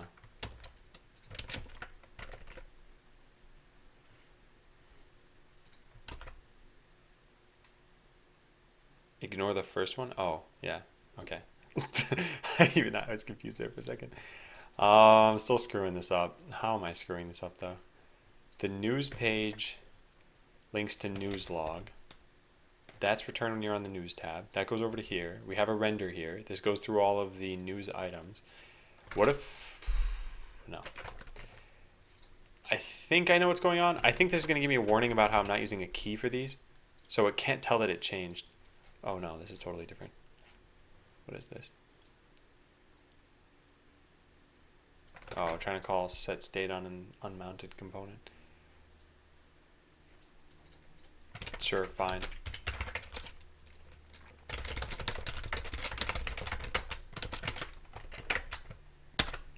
That's one problem. There might be another problem here too. Yeah. Cannot read property news items of null. There is no state. What am I doing here?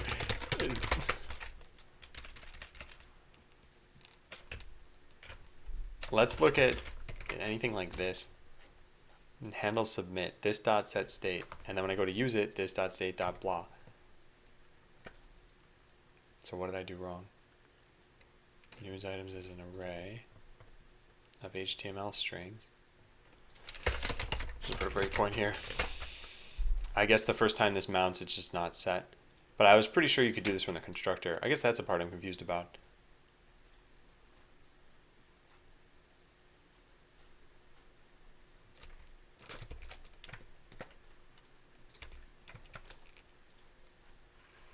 Right? Can't you do that? Man, what's going on? Oh, maybe it's just this dot state equals. You don't have to do set state. Oh, that's probably it. Yeah, that's what's allowed in the constructor. Oh, I forgot React for a second there. Okay, so I can just say this dot state equals this. And then here we move this back up to here, get rid of this, try this again.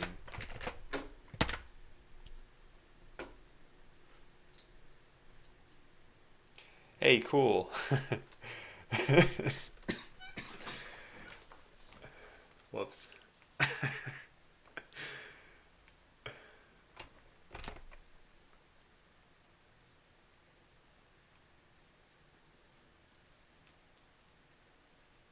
How do I specify the HTML of a node? And this is just totally wrong too. These should have been like this. Specify HTML of a node?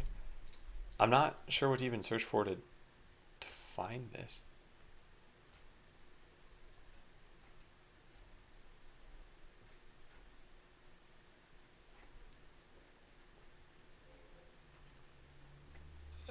Yeah, I don't know.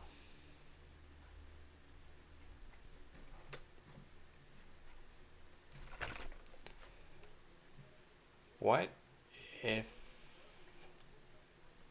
No. Yeah, I'm not sure. I'm not sure how to do this. Let's go to Stack Overflow. Maybe there's something on there. React specify like inner HTML.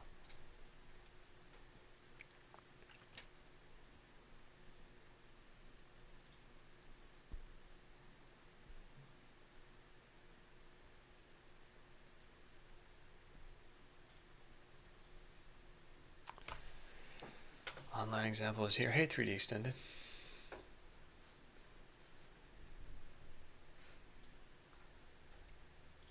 What? Div null hello world your name.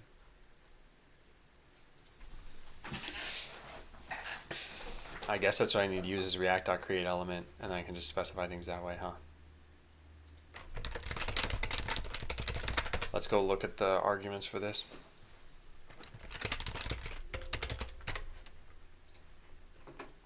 Type props children. How's coding going so far? It's going pretty well. I'm trying to figure out, so I have a, okay, so problem, I can't figure out how to get, how to convert a string to JSX basically. So example, I have this const, like inner HTML equals hello there.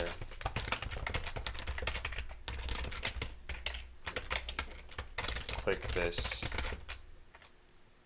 So there's a string, and I want to render something, just a div that contains that.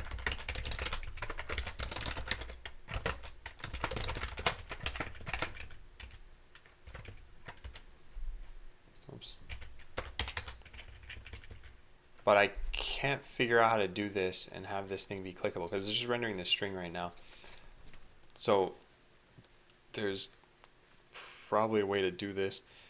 I guess maybe this is the wrong approach for this. Maybe I know I want all these things to be a div, but I could have them contain, yeah, basically just different links. It could make a link parser. I don't think that's a good idea though.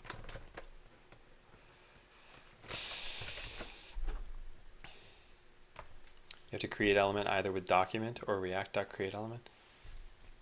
Alright, I'll try out react.createElement then. So it looks like this. Say const, actually we can just do this here. Because it'll sanitize the string otherwise. Yeah. So type, I guess let's just say span. Props, we don't have any. And children, can we say news item here? Does that work?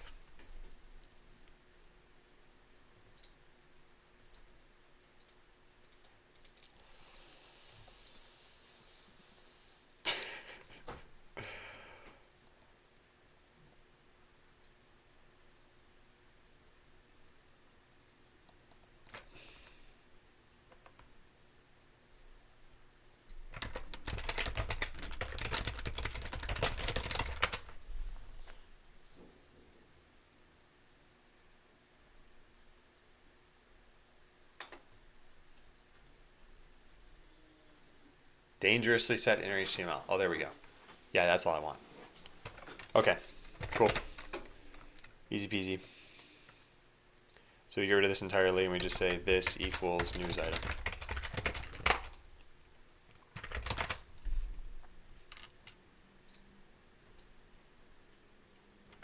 That didn't work. I think you just specify which part needs to be evaluated from variables with brackets and leave the rest as regular HTML.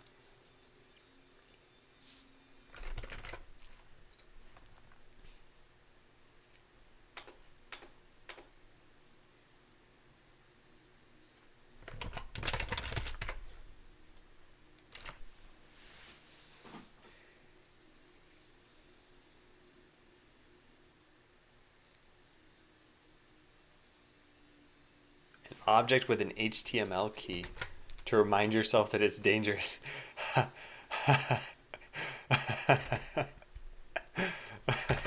Okay, so convert string to inner HTML string. Return an object with underscore underscore HTML of that string. So now we type this in here.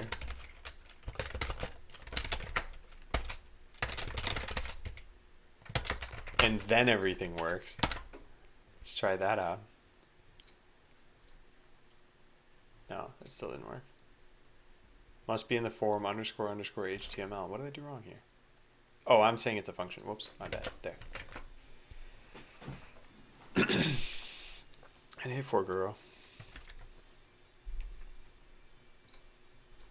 Nice, it worked. Yeah, so now these links are clickable. So what they're saying here is you're opening yourself up to a vulnerability if you don't make sure that you wrote all of what you're doing. So for example, if you ever had a user provided value, let's say this was Facebook and you said something like, hey, my name's Adam, this is my Facebook post. Like, that's fine. You can dangerously set this as inner HTML all you want. But now someone else is like, hey, my name's Adam, and then something like script source equals whatever. And you go post this on someone's wall, then when they read it, they're going to set this as their HTML. They're going to execute this, and that's really, really bad. So I'm the one making these news items, so I don't think this is a problem.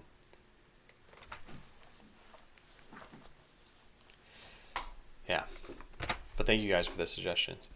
Okay, so then this is done, and that's it. That's our news page. We just need to work on the styling now, because I guess it should look like battle log entry, kind of. There's selection controls. We would just change this into landing nav log entry, and it would know whether it's selected or not.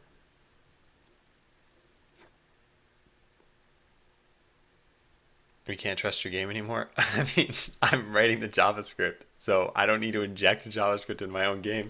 I would just open up the source and do malicious things here. Never gonna click on any news whatsoever. I'll find you. I'll still find a way. So I think we make this a more generic class. This has a computed ID, which could just be an ID.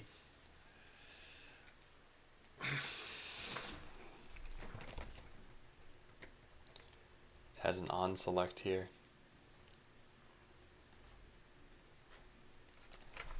Why did I do it this way exactly?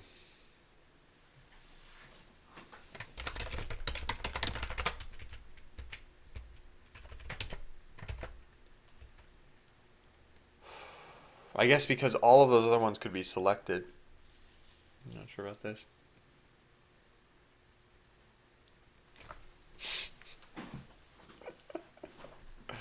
Thanks for telling Elgiggle that. That's great.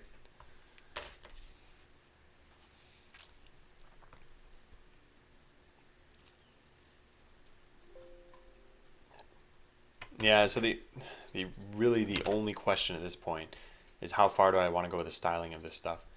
I think it should look like these. I don't know about clicking them though. Maybe you could still just select them. In which case we're really just going to copy paste what informational log entry, or this would be like HTML log entry. What do you think about test driven development? Because I figured about how testing works and it's awesome. I don't know how and if it's possible to test Vue components. I think it's interesting. I haven't ever formally tried it. So test driven development is where you write something like this. You open up your test code and you say something like create bot, then assert b dot whatever name is equal to unnamed, and the coordinates b dot x is equal to 0 and y is 0 and a whole bunch of other things, and you could try moving it and assert is function b dot move, and then after you've done your test, you would run this and it would fail because you wouldn't have even written create bot yet. You wouldn't have given it a name. You wouldn't have done this. And then you go write your dev code and you're like, okay, class bot. Okay, we're going to need, well, obviously a name and an X and a Y. Okay, cool. And then you set those things off. And so now, imagine I've done this with everything. So now when you create your bot, it will have a name and it will have X and Y, but they won't be what you set them to. So you need like a unnamed here, and then this would have to default to 0 if you didn't have it. So I guess we just set this stuff. And what's nice about this is you can't build your code until your test succeeds. So you say what your assertions are up front, and then you go write the class. And in that sense, like I said, I think it sounds like a good idea. I've just never tried it. Something like a server manager where conditions change based on state is pretty much impossible.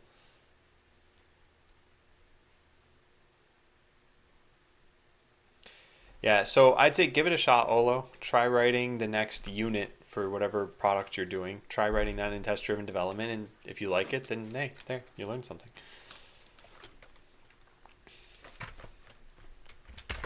So I think we probably make battle log entry should be renamed to just landing nav log entry. Then make a dangerous HTML log entry.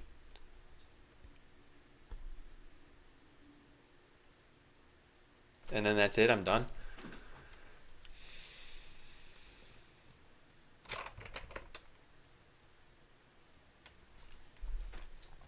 Yeah, let's do that. So landing nav log entry. This is going to change. And this is in a folder called battle log. I think we just renamed the folder.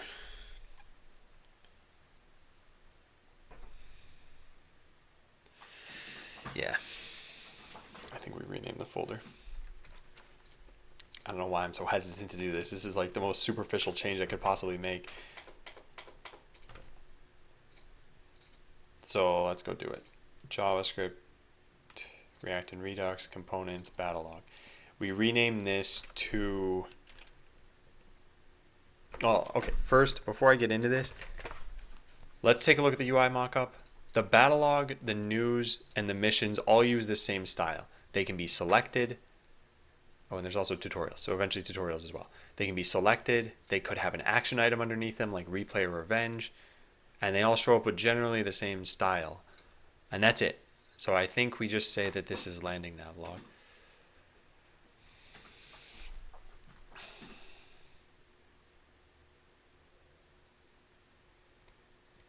You don't know how to create test set for a div, for instance? Well, although I think what's important to note is how, like, test terminology, basically.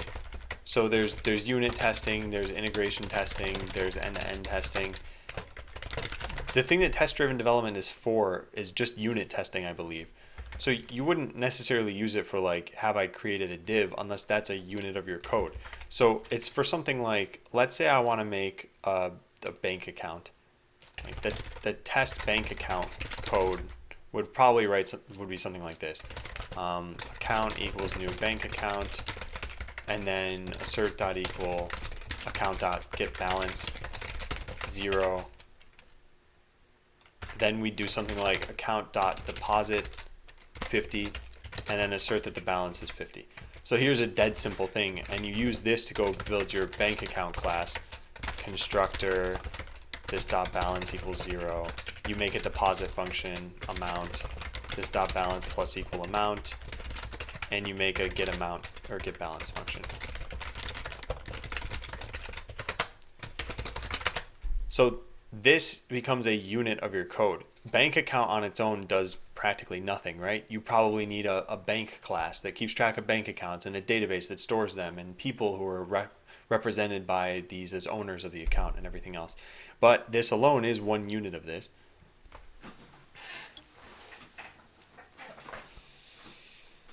In React, is there a way to know if any state changes are still pending and running? I want to read the state but not have stale data. So the way that the React lifecycle works is that if you're setting state synchronously, there shouldn't ever be stale data necessarily. You'll have to give me an example, I think, Gallop and Kyle. That way I know how to help you. Yeah, I gotta close out all these things. So I'll rename this to landing nav log. And then instead of battle log entry, we'll rename this to what? You can't do things that way. Get.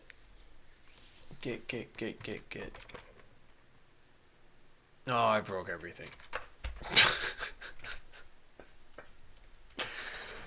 I broke everything. It's all broken. I think we can salvage this by renaming this to battle log, and now check marks hopefully show up over here. No, I just broke everything. All right, don't ever do things that way. Get detected that the file battle log does not exist, but is staged as added or modified. Oh God. Oh God. No.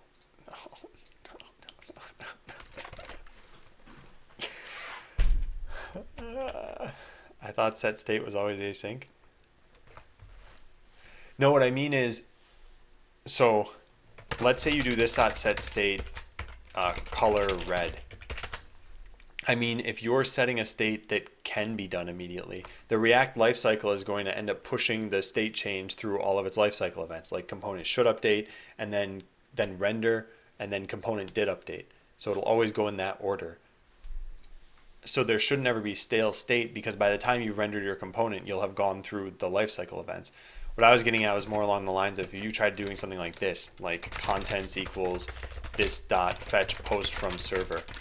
Like this is asynchronous in the sense that the contents you currently have might not be the ones on the server. I'm not explaining this the best way. But yeah, I still need to know a scenario here. No, Svenhoff, I did this wrong. I thought it would work a certain way, and it doesn't work that way, and now I shot myself in the foot. So we're going to have to go repair everything. Make it stop. Just make it stop. This stuff. I gotta revert these. What? Revert? Oh no, but if I made any changes, they'll be gone.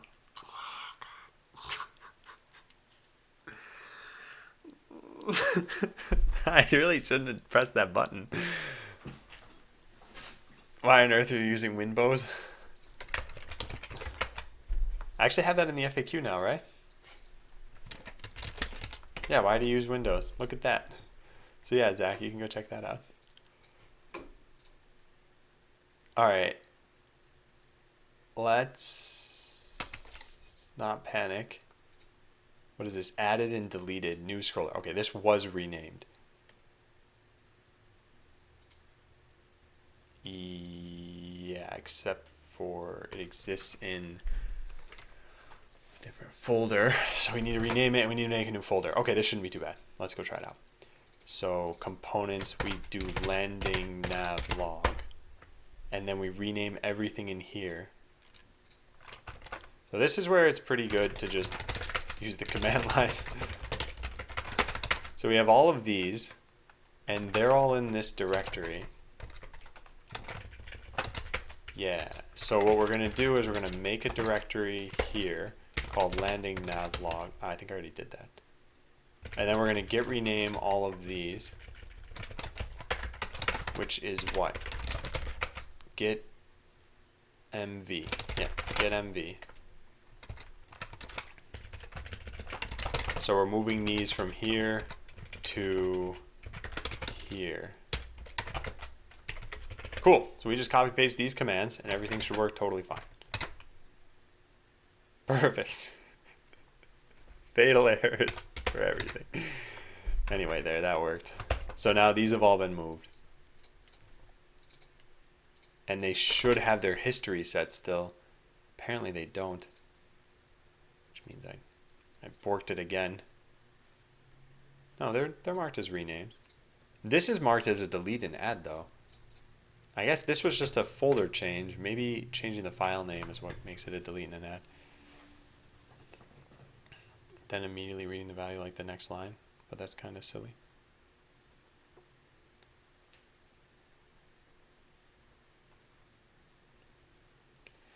Yeah, Galloping Cow, I still would want to know what scenario you're doing. Like, let's say you're making a to-do app. Your scenario might be, I want to add a to-do item from the user's input, something like that.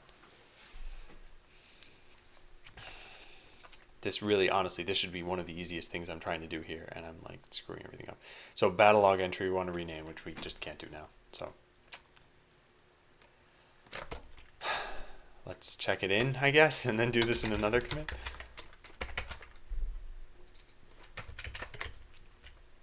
Oh, and all of the battle log slash needs to change.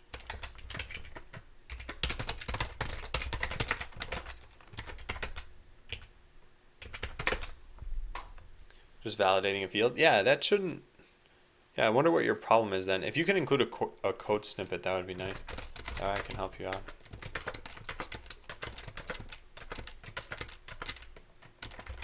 Close out of all of these things.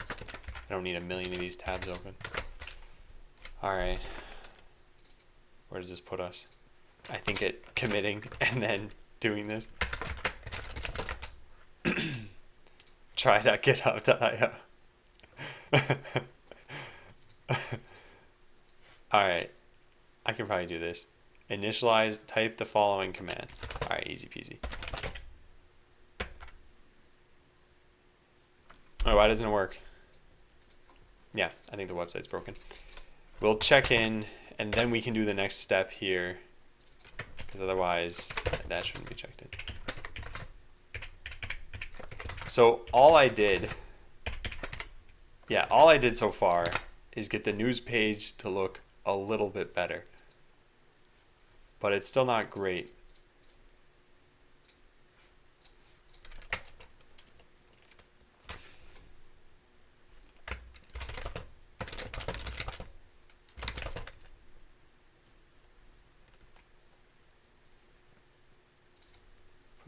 Items into set foundation for rendering news items. due to all of the renaming I'm doing, I'm splitting this commit up into multiple commits. So there's little functional difference between this and the last commit. Alright, well now that we've done that, we actually have a check mark on this folder, so this thing can be totally done away with, and we probably should have linted that. But then, right, yeah, these things build. Okay, after that, what's this? So rename this to landing nav log entry. So that's this. Should be lowercase.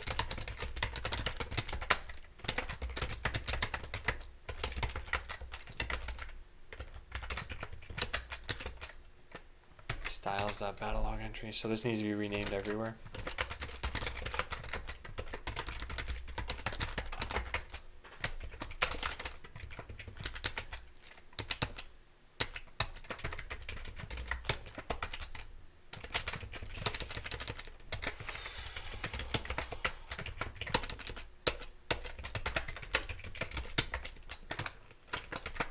Then battlelog.less, this is going to change.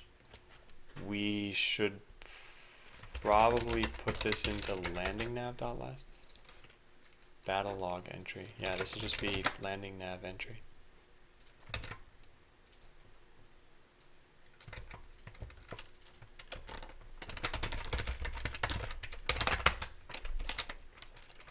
That's fine. That's now fine. Selected battle log entry, that's gonna have to change. And the rest of this is fine. This goes away too.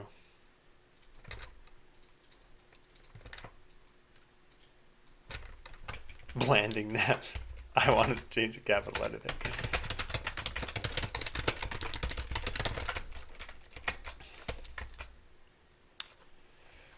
It's gonna have to change. No, actually this part's still fine. This is the only thing that needs to change. Yeah. Hey, Lord Null Pointer. So everything should work the same way it just did, because all I did was change names of stuff. So clicking this, clicking replay, looking through all the different ones we have here, replay not found, yep, totally fine, yep, great, cool. Okay, so that all works, and then this is the part that we need to change now. So this has been renamed, make a dangerous HTML log entry. So let's go into the simplest one, which is probably just information, and let's save this as dangerous HTML log entry. Let's update the name here and here. So computed ID, I guess it just has an ID, not a computed ID, right?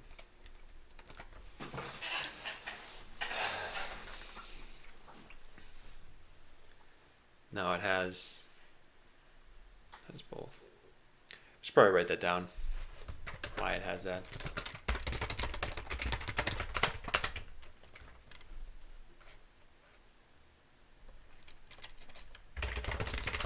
The computed ID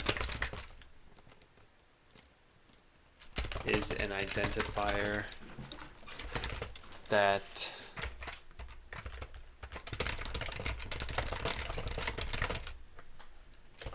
and that this handles mixed types. For example, suppose we kept track of scripts and blueprints in a single list. They can each have the ID, an ID of 42, so there wouldn't be a way to differentiate between them. The computed ID will be something like script 42 and blueprint 42 so that we can tell them apart.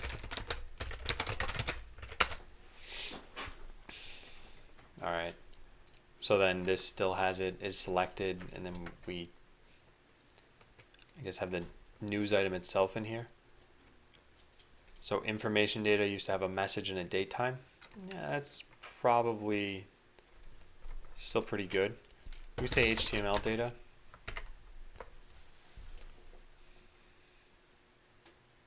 They emailed you telling you to call them. To be honest, that's not too bad, right? They did abide by their Your preferred contact method. I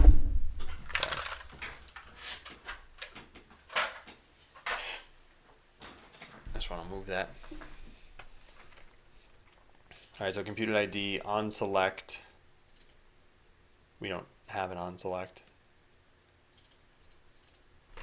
What does this do in battle log?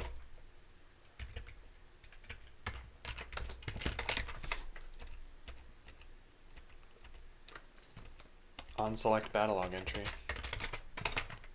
Oh, it sets a state in the reducer. We probably don't need to do anything for that.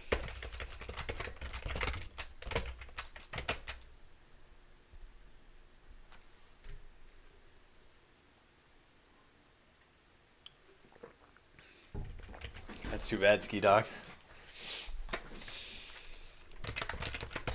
This is HTML data. So we have a date time in there. We at least should. Date to render. Sure. And then message will say dangerous HTML. Reason for using Windows not good enough. Okay, let me ask you the converse of that question then. What's the reason I should switch?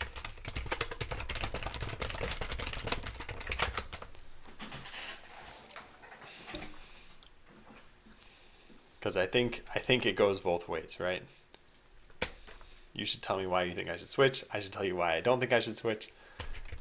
We agree to disagree. All right, get selection controls just has a span. We don't really need to do anything for that. And then this and this. Yeah, and this needs to change because it can't be. Where do we have this? We have a news log here. This is all gonna have to change. And news log should exist. Move news log to landing nav log. We should just move it now. Bash? I have Bash on Windows though. See? Hello world. I have actually two different forms of Bash. This is Bash on Ubuntu on Windows. I also have just the Git Bash tools. Yeah, Zach, what I'm asking is what are your reasons? Or rather, why do you think I should switch? Like, if you say everyone has their own reasons, and then you say your reasons aren't good enough, then you should be able to tell me what my reasons should be, right?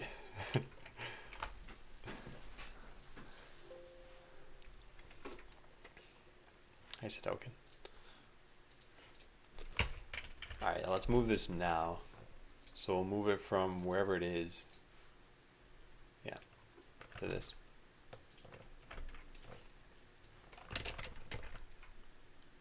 So let's do this via the command line again. Git move this file to this location.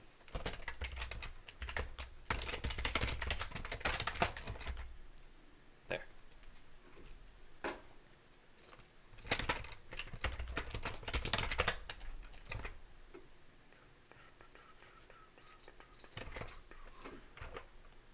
Alright, so it exists there now. So anywhere that we did import.start news log. What am I doing? I'm working on a game called Botland. You can find out more about the game at that YouTube video.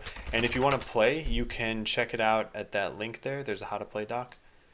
It's pretty easy to sign up. It's not that easy to start playing. The game doesn't have a tutorial in it or anything yet. So you kind of just have to work your way through everything.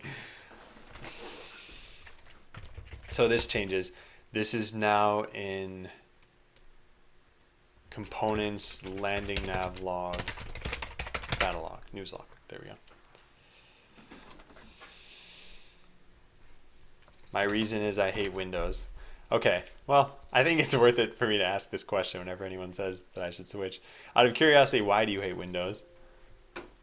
Like, I'm not a Windows fanboy or anything. Like I said, I'm using it because I think I'm more efficient. And I've used Mac, and I have used Linux for periods of time. I've never gotten super efficient at Linux.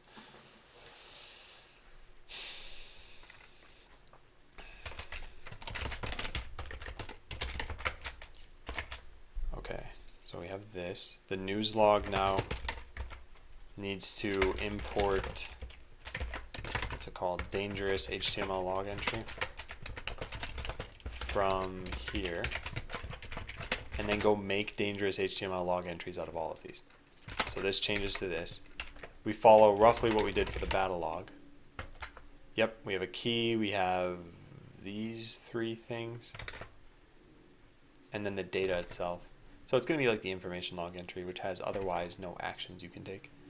Also, as long as I'm at it, I might as well tab these in so that it looks like how the other ones look.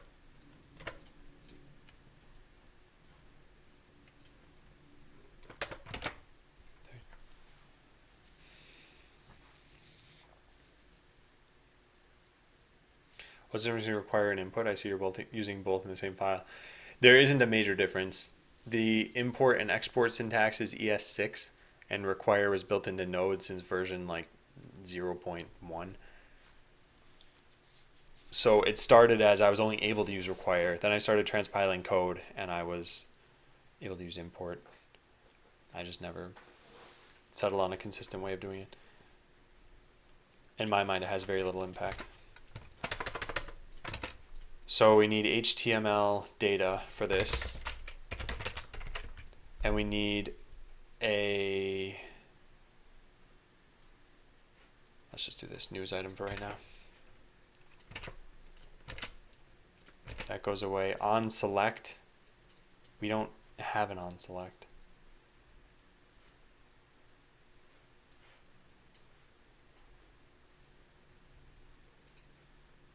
Yeah, actually, I guess this could have been changed. This top prof's on select. Hey, why not?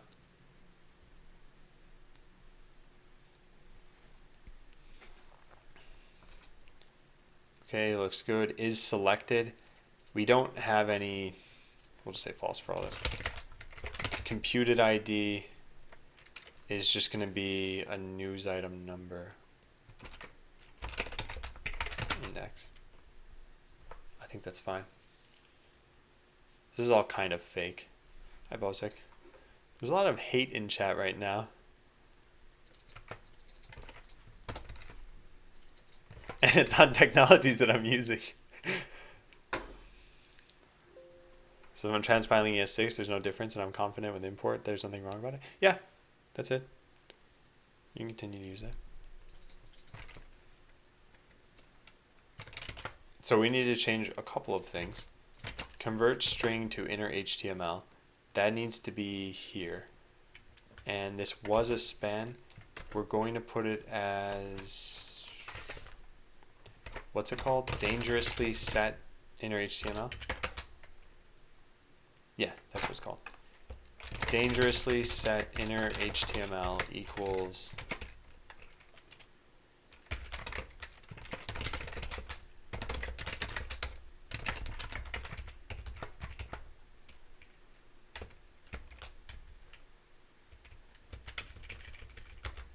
cool.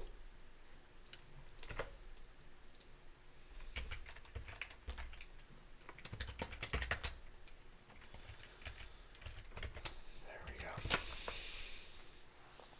The main reason is stability. Others are customization and it's lightweight. Talking about Linux. Yeah, for stability, I haven't really had any problems. But customization, I could see that. And lightweight, yeah, they're definitely different preferences for people. Maybe you already been asked why Sublime versus another IDE. So generally my question to why technology X and not Y is I'm efficient enough with X that I don't think it's worth switching. That's typically going to be my answer for almost everything that I pick. Sometimes the answer is cost. So why don't I use Photoshop over GIMP? That has nothing to do with efficiency. That's just Photoshop costs money and GIMP doesn't. I'm also not an artist, so I have no real reason to spend money on Photoshop. I'll just use GIMP for the couple of things that I need it for. But yeah, in general, for the things you actually see me using that I'm really making use of, like Sublime and Chrome and Windows, yeah, it's just I don't see a need to switch usually.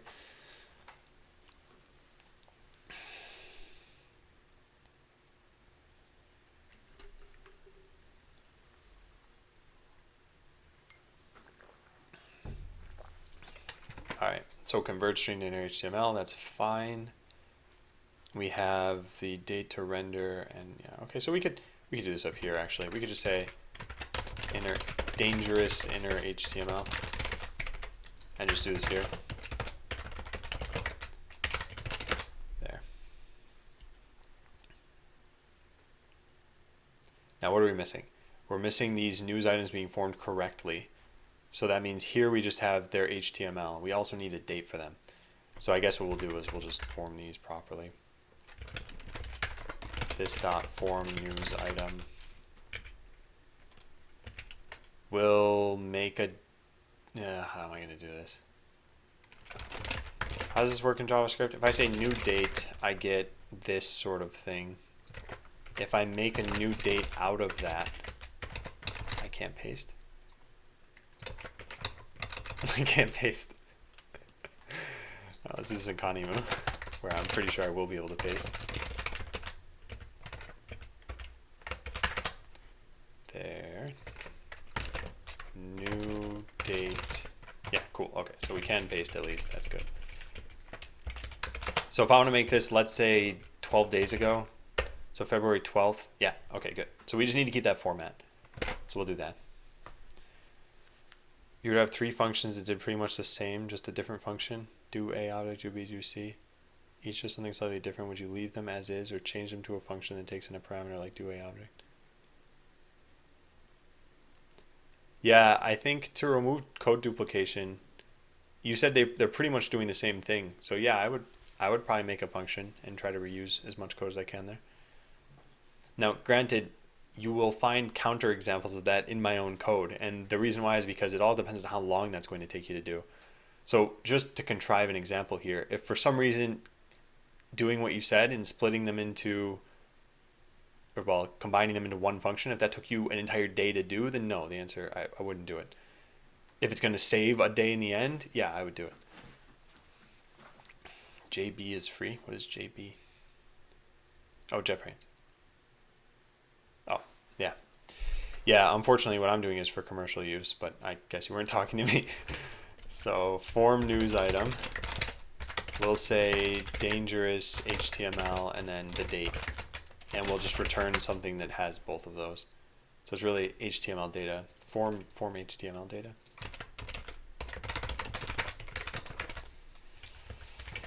Yep, and it's called date time, not date. So we do that.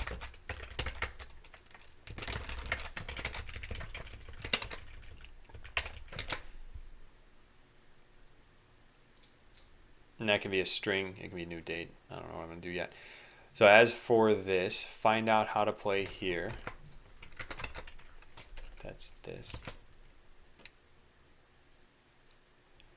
So find out how to play, and we have a date for that, new date.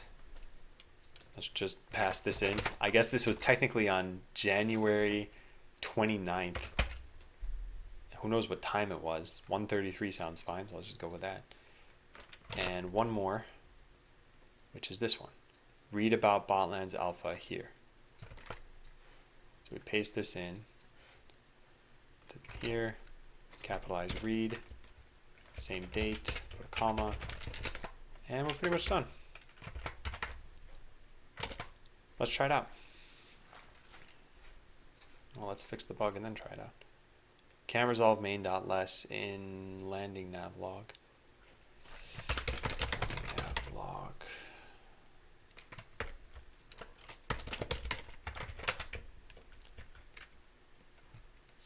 Probably coming from here, actually.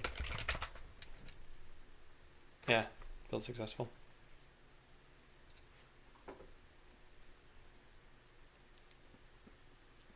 Made a CodePen example of what I need. Alright, so what's the problem? This won't print out the value from the event, but I expect it to.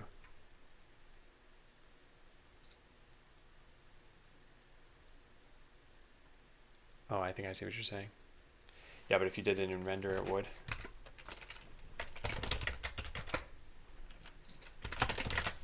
Yeah, I see what you're saying. What happened to the HTML? Where are you at?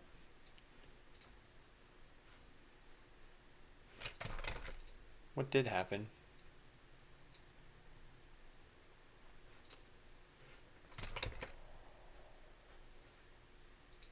How do you get this to... Huh.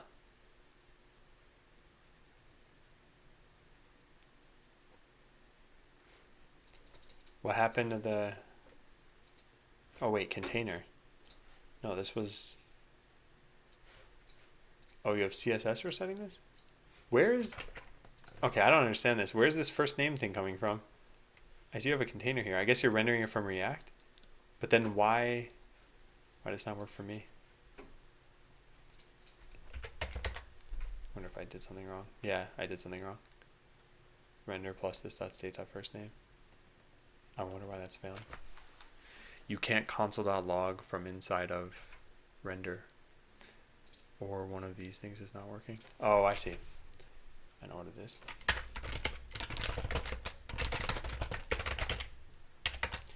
There. There was no default state.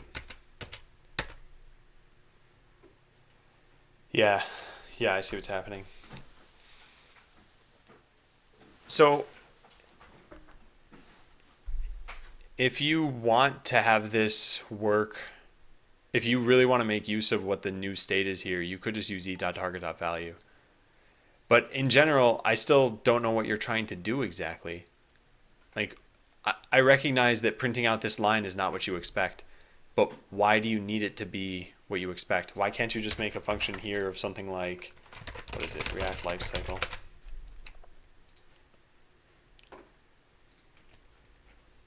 So there's component did update. You could always do component did update and then put this over there and it should be the same thing there. So now when I type test,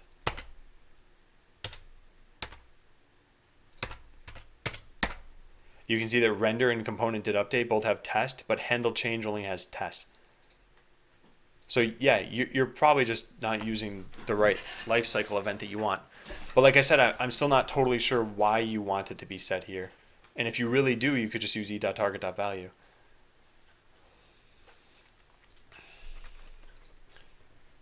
And then Digite link this in. Yeah, I could do something like this. But I'll just form dates this way because I might want the times there eventually. Who knows? This is all probably just going to be temporary because eventually this will get pulled from the database. So let's try this out. Do we finally have news items rendering correctly? 4 weeks ago. Of course not. Well, we're probably closer. So let's take a look. News item is stored there. This is an object, dangerous HTML. We go over to here, we get dangerous inner HTML and dangerous HTML. So let's just put a breakpoint here. See if this is getting set correctly. It could be just a simple mistake. Yeah. And so this function should be called. Perfect. String is set. Yep, we return that. And we call that twice. So where is... Huh, it ended up being an empty span.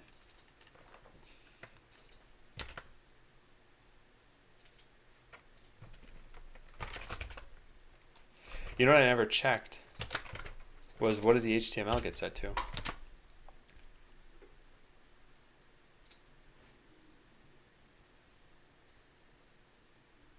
Yeah, that's correct.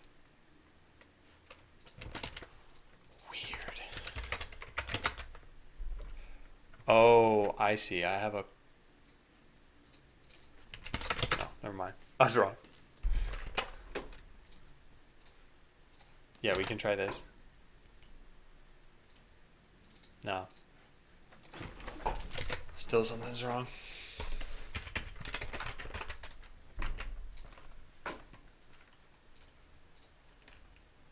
Hey, Tomkus. Yeah, I haven't seen you in a while. I'm doing well. How about you? Dangerously set inner HTML. Huh. What did I do wrong?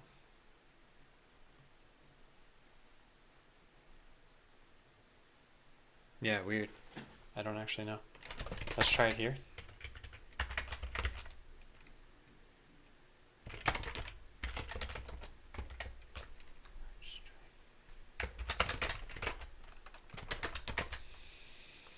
Finally fix your speakers. I don't know if I knew they were broken.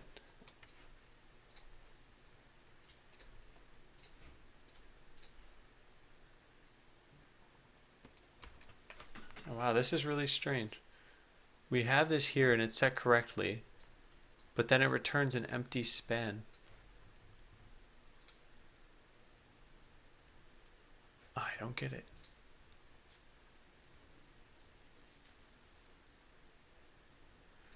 It would mean that I'm not following whatever this contract is correctly. Let's just Control Z this a bunch of times until we get back to how this actually worked. Dangerously set inner HTML. Let's convert this into a string. Yeah, weird. I wasn't doing anything differently. You can play. It's online right now.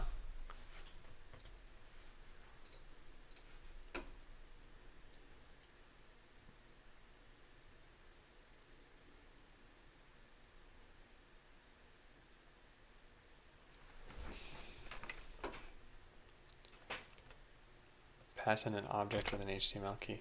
Okay, let's try something different then. Let's try this. Because I'm not sure what I'm doing wrong here. But we'll just pass in an HTML of hello world. If this doesn't work... Oh, wait a sec. Well, let's try this. So if this doesn't print hello world... Yeah, it's not. Then, right. I'm clueless as to what's going wrong here then. Yeah. I wonder if landing nav log entry isn't printing out all children here. It says this.props.children. And the child, there should be one, this div.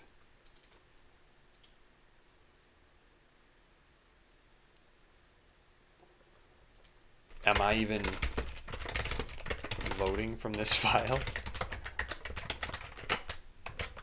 This is some like minor error. I'm making a lot of silly mistakes lately. Ah, here we go. Unknown prop dangerously set inner HTML. How did I name this wrong? This is some silly thing, right? Capitalize HTML. That's what. Silly, silly, silly. All right. There. That entire time I just hadn't capitalized the letters T, M, and L. There we go. Hello world. Great. So we put this back to how it was, and now everything should work fine. That took too long. All right, cool. So find out how to play. So we just need that space back here.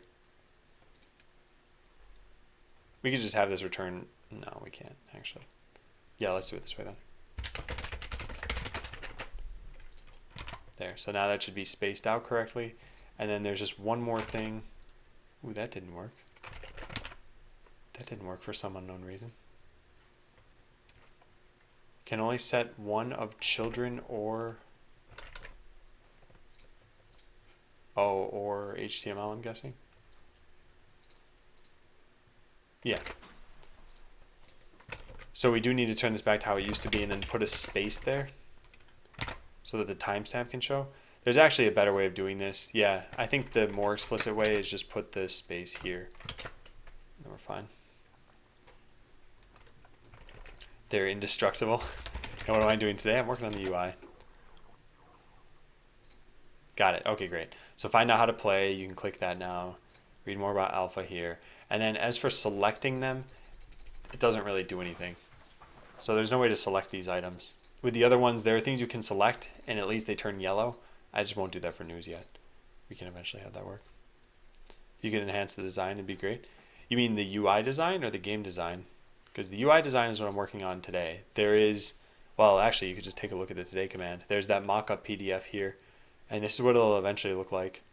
So today, so far, we've gotten this main page to look a little bit closer to that. And I was working on the news items. I just got that working too. This is missing a border for some reason, which means we're pulling the styles from the wrong location, I think. What does that mean? Where's battle log? Here it is.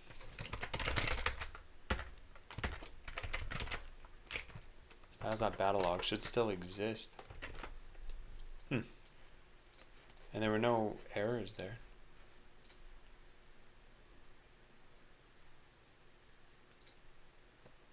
It's this div. This has nothing on it.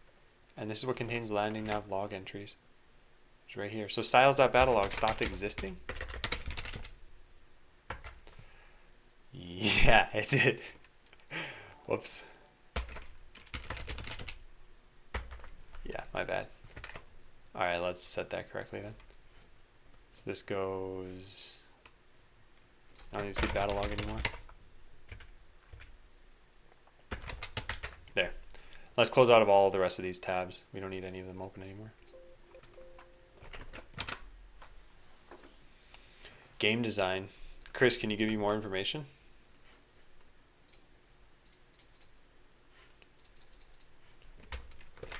Like, what in particular do you want to see? Because there are certain parts of the design that I just haven't finished. So if you take a look at this design doc, there are some things you'll see mentioned here that just aren't in the game, like missions. Missions just don't exist yet. And then there are some things that haven't been fleshed out yet. So for example, when you go to edit your defense, there are only 4 different kinds of chips. Eventually there should be tens of them at least. And yeah, there's only 4. So yeah, you can put in a bunch of regeneration chips if you want, but if you want some more complex strategies, you just can't really do it yet. You could change the cursor to be pointer on the normal one when hovering over the lock. Or the normal one when hovering over it. Actually, I wonder if I ever changed it to maybe, yeah. Yeah, the cursor should change on these. And on here, I don't know what they should be exactly, but yeah, they should definitely change on this. Thanks, Zach. So the battle log contains a bunch of entries. It's here. The entries are things like information log and everything else. So I guess if they have an onSelect function, then the cursor should change on these. And that's this div. So we'll say const class names. Yeah. We'll change this so that in the case that this, oops, can't do that. Yeah, in the case that this thing exists, we'll set this.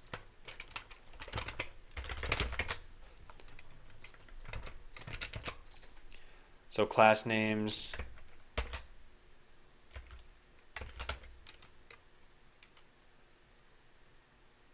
What am I doing? Pointer events. Where is it? Cursor pointer. So cursor pointer is going to be set if is function on select. And then in this particular div, we will use that class name.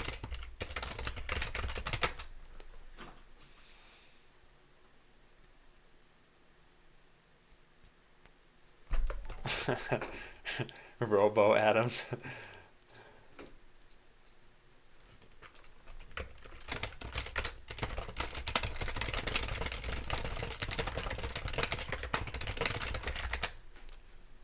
All right. We're passing it in no matter what right now. We can't do that. News log should just pass in nothing. On select equals null. Nothing happens when you select this.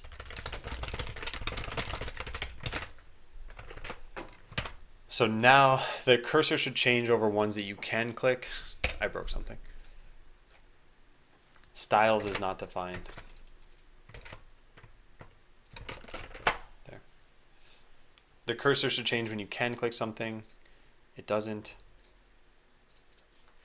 Yep. There is no onSelect function anymore. We gotta change this too then, huh? This dot props on onSelect.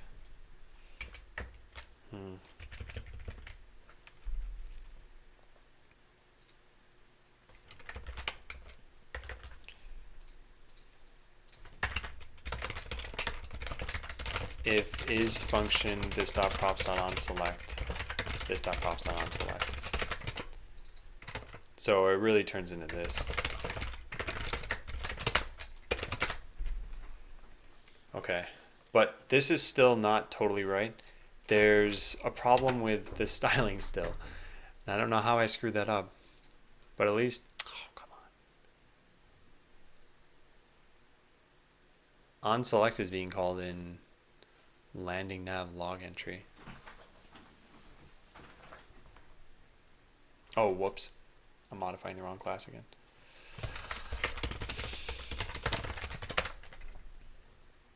Oh, every single thing I did was in the wrong class. Oh, man. Whoops. Yeah, none of this should have been modified. We have class names, we have styles, we need Lodash here. This stuff can all go away, I suppose. Then on select, this can be changed to go here. Cool, cool, great. Then these classes go over to here.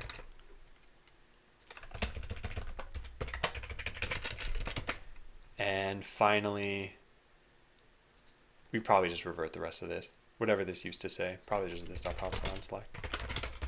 Data sendings.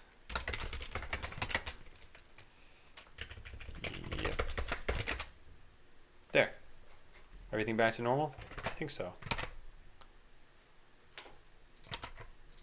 Oh, cool. So we have the right cursor. And over here, we should not have that cursor. Perfect, because you can't click those. Nice. Yeah, looks good. And the news items are now proper news items, and this looks more similar to this UI.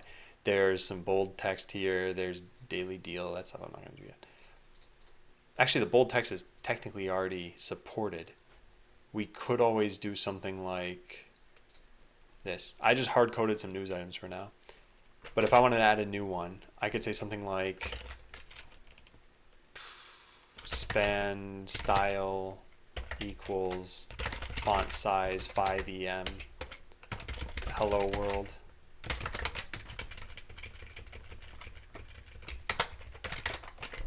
So they should put a new item in giant text up there. Yeah. So I can style this however I want. I don't think there's any reason to do this with the news items yet, other than links. So for now, we want a link to the changes document. Where is that? I was just pasted in the chat earlier. Changes, here we go. Let's turn all these into the Google links. So this is changes. We won't know what they are unless we write next to them because they're short links. This is how to play. And yeah, that's it. Let's just use those. So how to play link, we change it to this. The changes link, change it to this. And then the alpha link, do I have a better document? Yes, perfect. So all these got shorter. I'd like to see a game community be developed so the players help each other out or talk about the game. Every online game has a community. Also, I love your work. Well, thanks. So, okay. I think these two things are not exactly related. In my mind, the design of the game should eventually foster a community, but you don't design the community exactly. So in this particular case, Botland is in alpha. It's by no means complete. I'm not doing anything to market it yet, other than this Twitch stream, if you could count that. And you guys are the only ones playing because it's only online while I'm streaming. But if you go to bot.land, you'll find all the social media links. And eventually, if Botland ever got popular, this subreddit would probably be a pretty good place to talk about strategies or what's imbalanced or how much do you hate me as a person. Really, all that stuff is what happens for every other game subreddit. So I expect the same things to happen there too. Hey again, Vito. It looks like you changed your name. And yeah, I made some progress. So Chris, as far as that goes, I will eventually plan some social features. I don't think they'll be in the game at launch though. I think we've got to see, are people enjoying the game as is? Okay, so we don't have a changes thing. So I'll just write this here.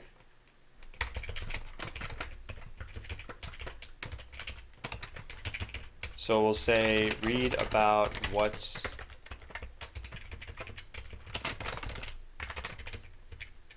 Good, good, good. So this is what's new in Botland. And the date for that is going to be today. So let's just do this. Node new date. Oh, right. We can't copy paste it out of there anyway. Although it's not like I really need to look at that to figure out what today is. So 02, 24, and 21:55. Great. Yeah, Alucard. When's the beta going to be released? I don't think it could be before May. Yeah, so probably about May. So read about what's new in Botland. We click that, we go to the what's new, the changelog. Find out how to play, that goes to how to play, and read more about the alpha. That goes to the alpha. Perfect. And we'll put const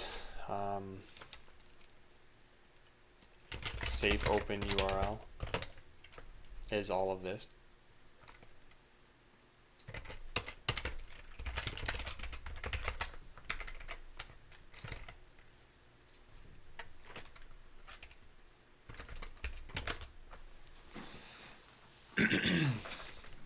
So read about what's new. I think this is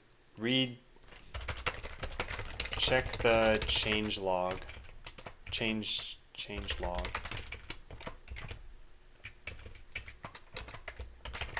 To find out what's new in Botland. I think that is a little bit better. Check the change log to find out what's new in Botland 2 minutes ago. Yeah. Are you using OneNote 2016, a regular one? I don't know. Yeah, I don't know. I just use OneNote. Where do you learn to develop a program? I think it all depends on what you're trying to learn exactly, but I suggest starting with just this for now.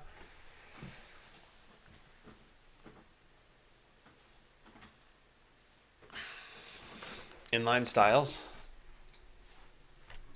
I'm applying this. I wouldn't really consider this a style. There are some inline styles, but in general, no, they're coming from CSS files, Blazor. Pretty new to programming, just recently picked up JavaScript. Want to ask how your scripts get executed? So how they get executed, there is an entry file, which for most people they'll name it index or main or something like that. And then from there, main.js might look like this. It'll say like require bot.js or something along those lines, or require player.js. And you might say this and this. And then afterward, you could say something like my player equals new player. And I don't know if this is the level of detail you wanted exactly, but you can always, if you want, in HTML, how do I do this? There. In HTML, you have script tags. You can always just include different scripts, so jQuery, jQuery UI, your main.js, whatever else you want. And if you're using Node, you can use the require syntax. If you're using Webpack, you can turn this require syntax into something that the browser understands. So there's a lot of different ways you can do this. If you want more information, I do suggest looking up a tutorial online. When the game is completed, are you going to release something like update patches? Yeah, that is planned. And I've actually done a decent amount of work to try to support those in the last week or two. We'll see how that goes.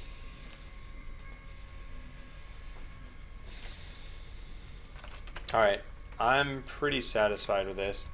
We need to comment this, and we need to check in. Add a news item for the changelog. Yeah, I guess we did that. Let's go comment this. This class is only supposed to be used for log entries that need custom HTML.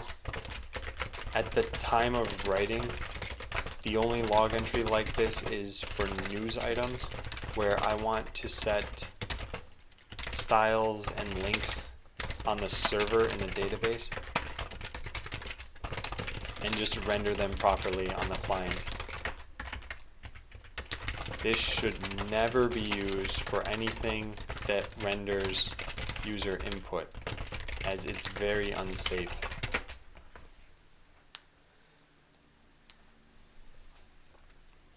Yeah, Alucard, in general, that's all you can do for client-side HTML. What I mentioned about Webpack, all it's doing is it's a shortcut for what you're doing right now. But what's nice is it's easier to write, it's a lot cleaner.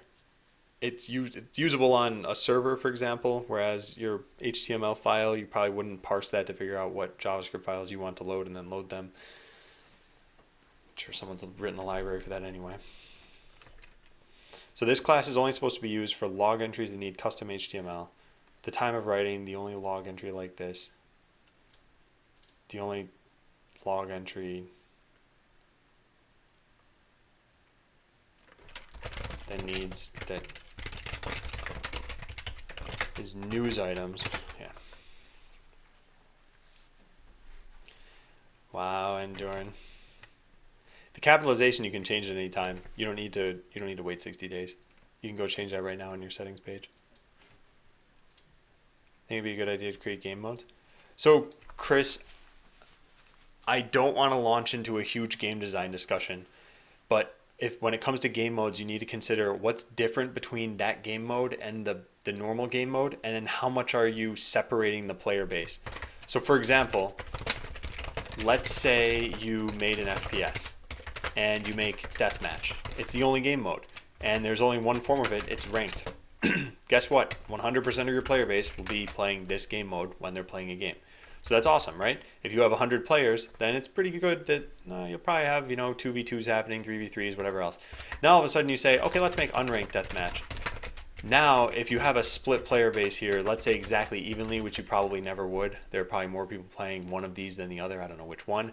Then now you only have maybe 50 players here and 50 players here. And let's say you just keep making up new game modes afterward. Game mode number 3 and game mode number 4 and 5 and 6. You run into a problem that games like StarCraft actually kind of have. If you want to play a custom map in StarCraft 1, you just had to hope that someone was hosting it. And you had to hope that other people were online who wanted to play it. And if not, too bad. No one would join your game. You'd never play it. So other game modes in Botland have to provide something different enough to be distinct and warrant their existence. And the game needs to be popular enough to support that game mode as well. I guess what I'd consider this kind of close to is, imagine if Super Smash Brothers, actually I think they kind of did this, but imagine if it was, you could play any game mode. There were game modes like coin matches where every time you hit someone a coin flew out and you had to collect the coins. No one I knew in real life really played that kind of mode. So if you liked that, then just too bad. You'd never find anyone in real life who wants to play with you. What packages are you running? I don't know what you mean by that, Alucard. You mean Sublime? Or do you mean what kind of libraries? Anyway, we've commented this. Strings must use single quote. Error quotes. Yes, lint. I don't like this error showing up.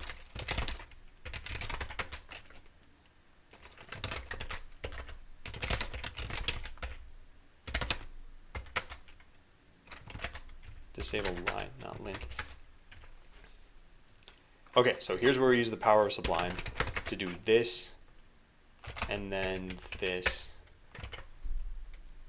and then forget about that actually. Do it this way. There, cool. So no empty, no console, no constant. Where's this coming from? We could just make this double quotes. Not the end of the world. How's the Pixel coming along? I don't know when that ships. So I'm not sure when I'm going to get that.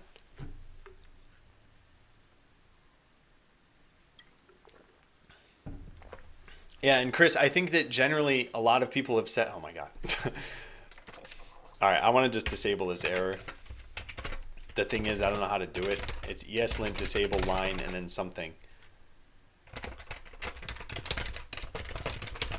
Yeah, I think a lot of people think, oh, hey, variety is good. Let's just add variety into the game. And it can be good. I don't think it's always good. We need to look up the rules here. There's single, no, it's called quotes. Oh, it's just called quotes. That's it. Oh, that's why that was confusing to me. Okay. You're developing a Twitch bot at the moment? No, I'm not R-lated. I am making a game called Botland.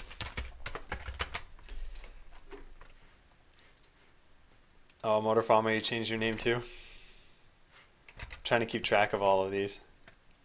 So I guess I'll just call you Motor from now on. Oh boy. At least these are easier to keep track of. But yeah, this is gonna screw up all the quotes. It won't highlight your names anymore. And yeah, Our Lady, you should check out that video. The game is actually online right now if you want to play it. I'll link that in. And you always have access to the today command, excuse me, which describes usually what I'm doing. I mean, I do update it every day, but sometimes I veer a little bit away from that schedule. So I think at this point we're done with this. Oh, your name is the same? I thought those were zeros. Yeah, they are zeros. You're a liar. You're a big fat phony. Alright, so this is done. So some things I did. Update styles of landing nav log. So clickable entries in either the battle log or the news log will now have cursor pointer. The news entries themselves will look like log entries. Yeah, this was all just naming changes that I didn't mean to open. That looks fine. That looks fine. These are the naming changes. That was a rename. That's a name change. That's... where did this go? Oh, into landing nav, which means... yeah, that's fine. Yeah, okay. News items now appear visually... now appear... have a similar style as battle log entries.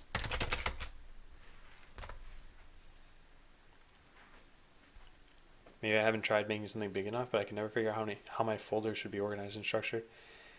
I find that worrying about that is something that is...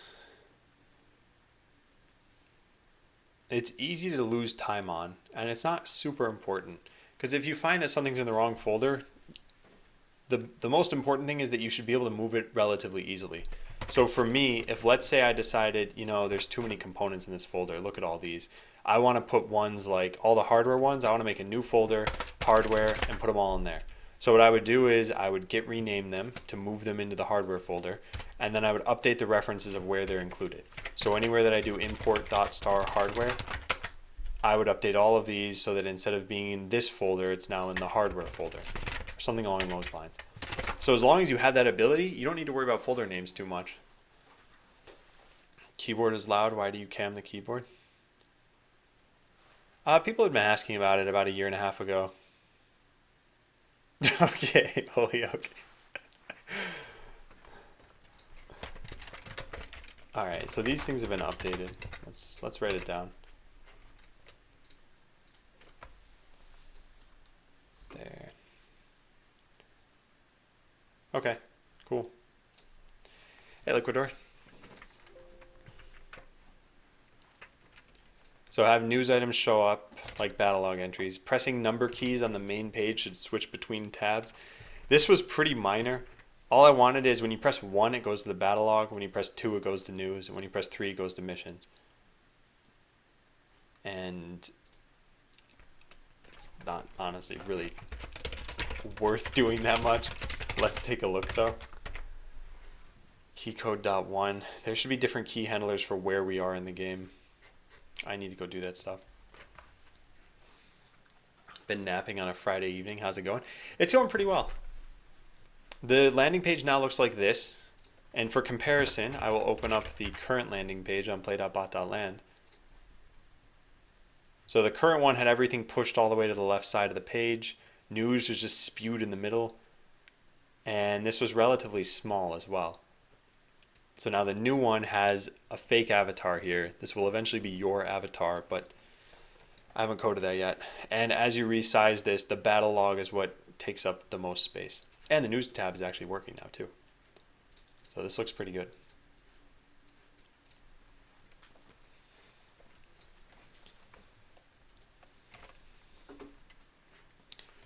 So yeah.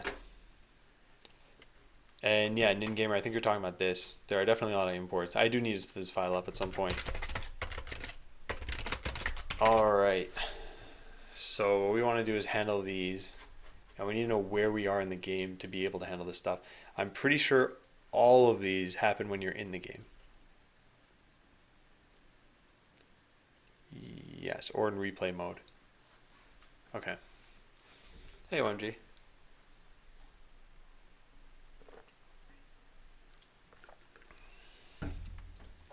So we should have handlers based on where we are.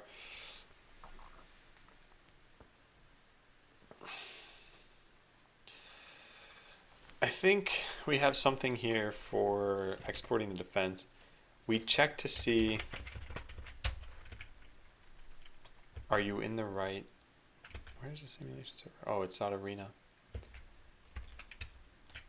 Yeah, we make sure you're actually in the right mode to be able to test it, or export, I should say. There should be some other ones where this happens. Let's take a look. Close UI elements. Set selected blueprint.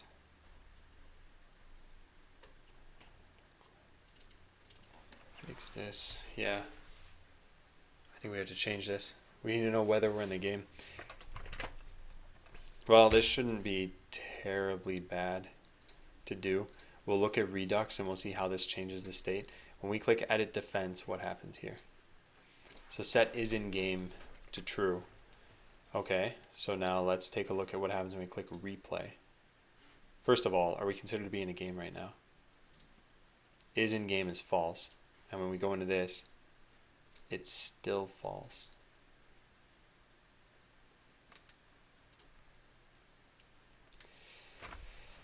Yeah, so is in game is only true when you're in a game, not a replay. Did I write that down? If true, the arena has been set up with players. So I guess I should specify that this is not when you're doing a replay. Edit defense, join game, transition to news page. Yeah. This will not be true when you're watching a replay.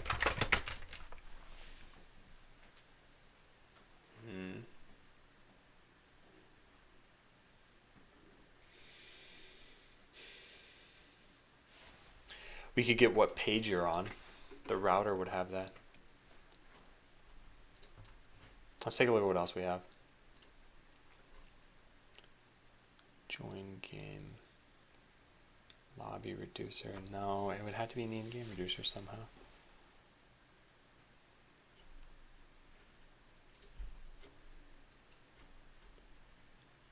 Path name news. No, this isn't going to help us.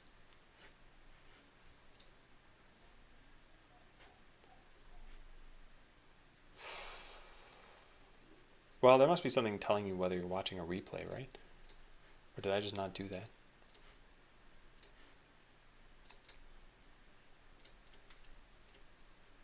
Huh. I think I broke this.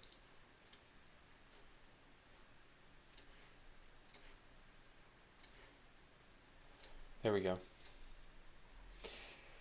Is attacker... Do we have a replay reducer here? That I don't remember. Replay reducer, we do. Is in replay mode. Oh, well, there we have it. Okay. Why do you have a state indicating which area of the game you're in? Don't you have React routers? Or is it to disable and enable actions based on the area codes? So you can be in the game, but also watching a replay. And I don't use React router for splitting that up because they're the same page. Is the email support actually planned, or was it replaced with the GitHub issue handling? Yeah, email support is planned, and it's all been coded. I think I did all of it actually, right? This was so long ago. This was a year ago that I started this work, But I have something, I probably have some functions with email in them. It's gonna be super slow.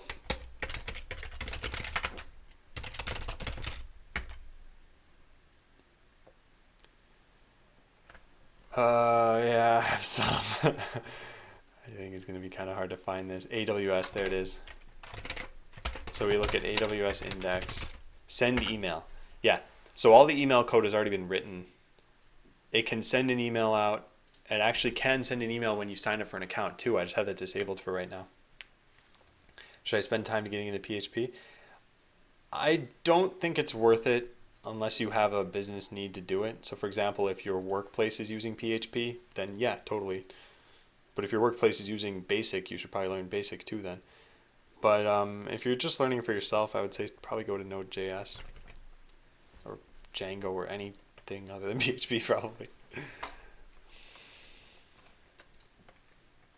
I've never really liked PHP. I find it pretty hard to debug too. Alright, well we kind of know whether you're in the game or not. I guess they're still handling key codes.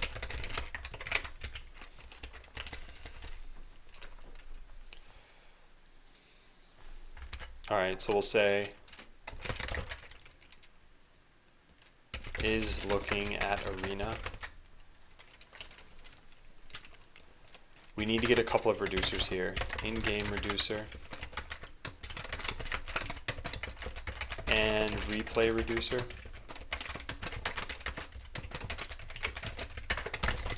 Just say state, sort out get state.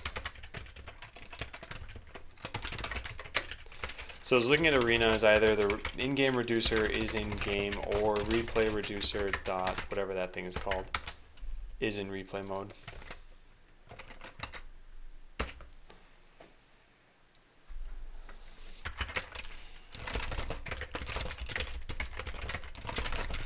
Handle key down for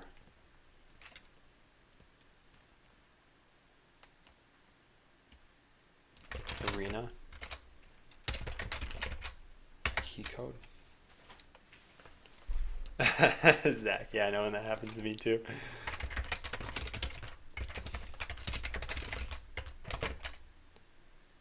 Key code. So then all of this goes into there. There. Otherwise, we want to handle it for handle key down for non-arena for now. Or I'll say for out of game UI. So if you press 1, let's just have it log hello world for now. And then we can have a change between these tabs. So we'll just make sure that I did this correctly. Did this build? Yeah, there we go.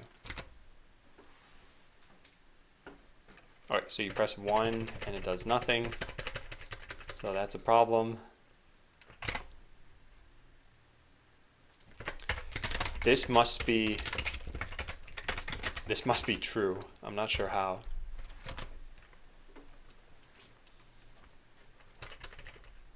Oh, it's just not even getting hit. Huh. On key down must only happen from what, the camera? Why would I do that?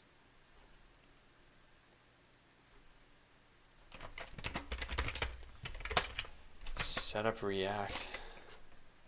Oh, the game has its own key handler thing. Set up. Okay.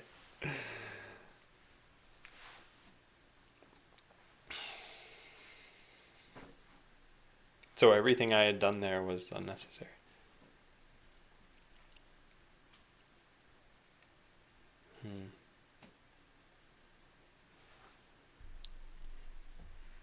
So when you're not in the game, I still need a way for this to be handled. I'm not going to put them on each individual page, although I guess the news page could have this particular one. In fact, it could install its own key handler. So in these cases, you pretty much always have to be looking at the arena.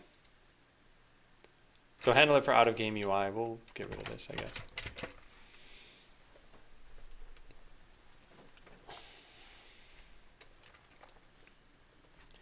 And really, I think this pattern shouldn't be used here either. I should spend some time next week refactoring some of this code. Not necessarily key code, but just in general, reducing the amount of lines in these files, splitting them up into separate files. So on key down, we can keep this here. Keys held. If we ever wanted to do this outside, we wouldn't be able to.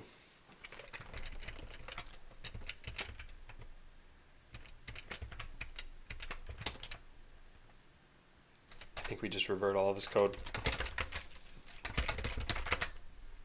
Yeah, I don't think it makes sense. Well, done. That's too bad. Alright, so now the news page has to handle its own. So on key down gets added in game. Key down. Yeah, this. There's got to be one for the news page.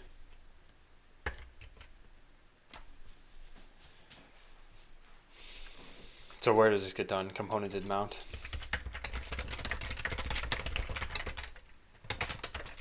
And then component will unmount. We copy paste that in, we get rid of these. It could be a key up handler, but we don't have one right now. And then bound key down handler. And we have on key down in here.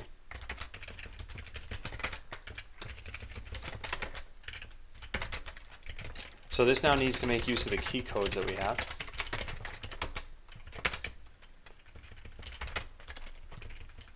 From ... shared. So it's 1, 2, 3, 4, 5. Yeah. Alright, and we do the same thing we did in this, except for we type main correctly. There.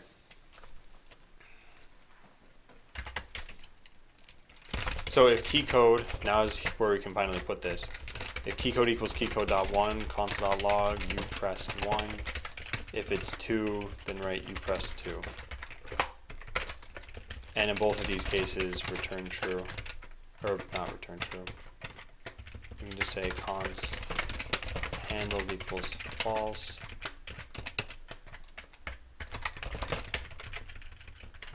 If handled. Okay, let's try that. So we press 1, it says you pressed 1, we press 2, we switch to a new page, and it stops doing that. And then if we did the same thing over here, it switches between our blueprints that we have. Yeah.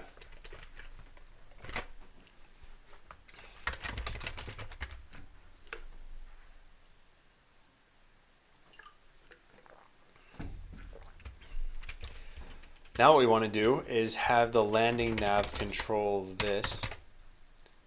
When you change the filter, we say user change nav tabs and pick a different value. This is not going to work, is it?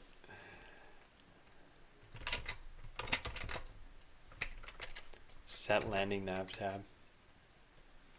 How long are you coding on this already? So what is today exactly? Day 281, yeah. So day 281 of development. As far as number of calendar days, it's however many days it's been since September 8th, 2015. So we're at about, what, a year and a half of calendar days? So 500 something days. I guess I could just do this. Days since September 8th, 2015. Yeah, 535. 1 year, 5 months, 16 days. Someday you'll see here, September 8th, first day Adam started coding Botland. But instead you just find out about scientists and hurricanes, and who cares about that? Alright. So as far as changing nav tabs, this is what's kind of annoying, because we have to actually type out the word battle log here, and here we have to type out the word news. And here we would have to say missions. I don't like this. You wish. Hey, you never know. So we reload and we try pressing the buttons and it works. So 1 goes to battle log, 2 goes to news, 3 goes to missions. Welcome back, Badur. Welcome back. So I don't like having to do this via strings. Set landing nav tab. Ah, it's just a string. I don't like this. Yeah, and it starts as battle log. Ugh. Ugh.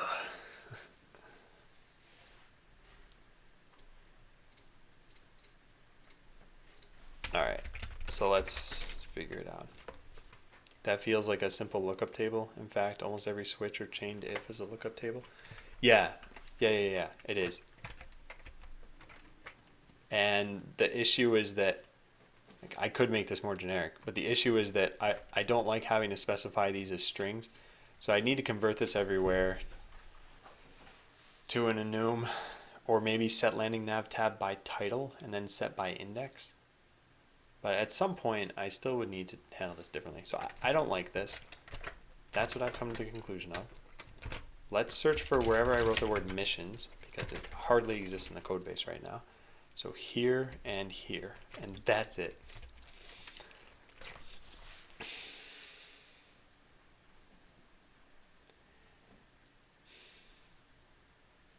Yeah, it's not so bad to just put a constant in here. Or a number. Yeah, a number would be way better. Let's switch to that. I'll write that here. Refactor. What is it? Selected tab. This dot props that selected tab. So that it refers to a numbered list, where this list corresponds to the correct tab order. Wait, Batman, what did your name used to be? Or did you not change your name? I can't tell if you're new in chat or if you... Actually, I can tell. We can just do this. Oh, 12 minutes in chat. Okay, never mind. I thought someone changed their name to Batman. Can we have an update? I'm pretty sure it's only gone up by 500 lines. Yeah, it's 40,794.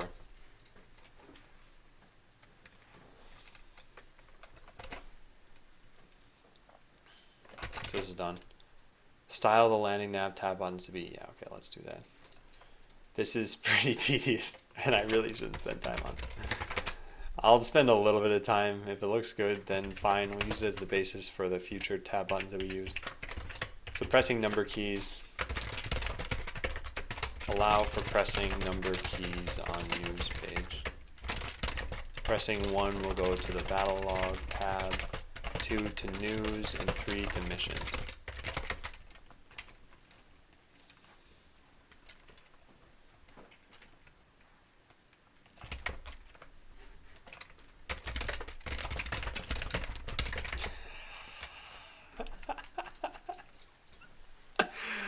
Hideo's gone for like an hour and a half. He comes back and the very first thing is, oh, what's wrong with your username?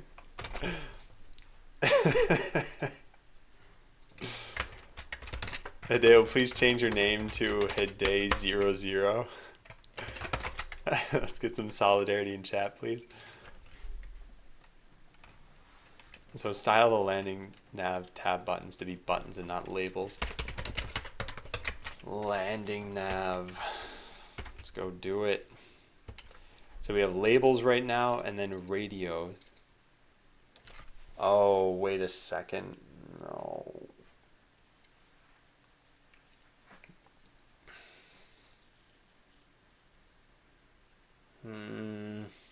I don't think this is going to be easy to fix.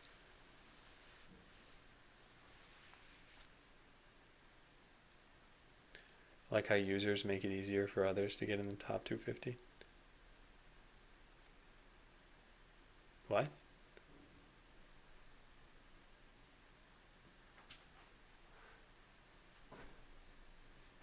Oh, that resets everyone's points. Oh God, this is gonna mess with everybody's bots on all of Twitch that does something like this. Hey, Arath. Oh God, yeah, this is bad. Yeah, I can't check how long Batman's been in chat for. And same thing like Endorn, it says 30 minutes in chat. But Endorn actually has 671 hours in chat. Oh, that is very frustrating. Oh, Twitch.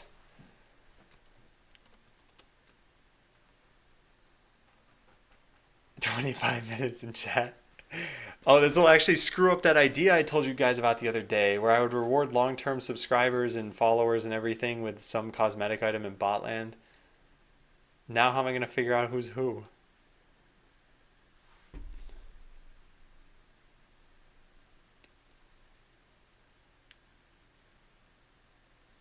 Ah.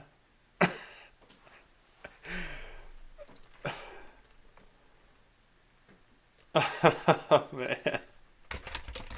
Damn, you're the only one who realized this. Oh, man. Yeah, that's frustrating. Wow. So, does the API have some kind of unique ID per person? Doesn't it have to? I can't imagine Twitch would make a change where you could rename yourself from Adam13531 to Adam13532 and not just give you some user ID that's constant throughout all of this. Because, yeah, how will you tell if someone changed their name or if they're a brand new user? I'm assuming bans work based on Twitch, so it's not a bot thing that I've done. Yeah, Digi, I think links are still broken, or whispers are still broken for you. They didn't expose it, so there's no way for you to account for this unless you know every name change that happened.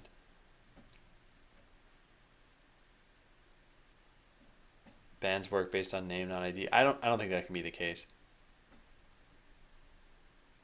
If anyone makes a new account and wants to test this right now, we can. You can make an account. Oh no, you probably can't change your name for the first 60 days of making your account though, huh? I don't know. Whatever. But yeah, whatever. That's tedious. That is quite tedious.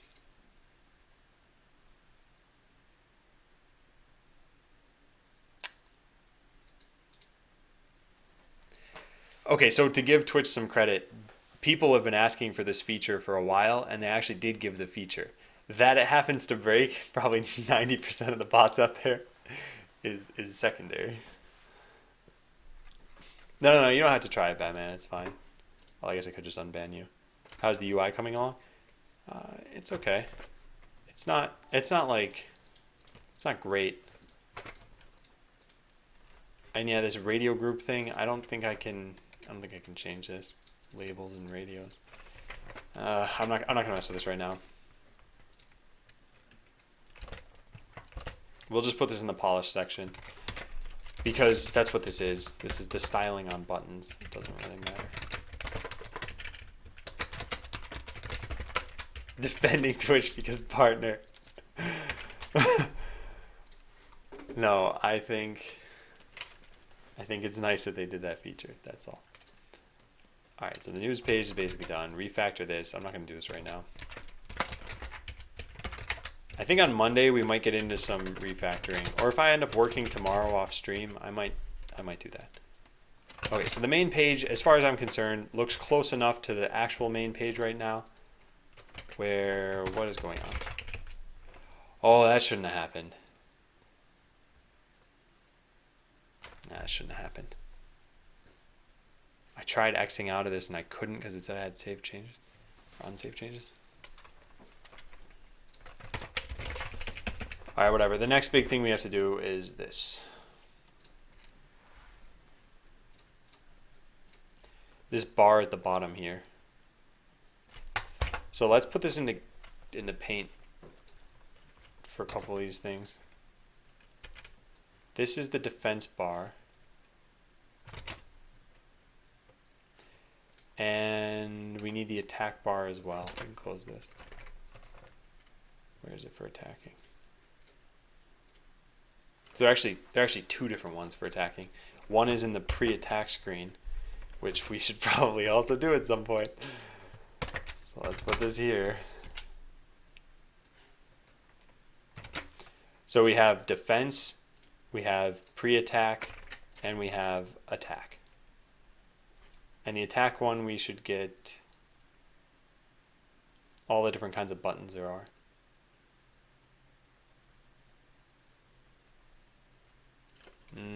Something like this.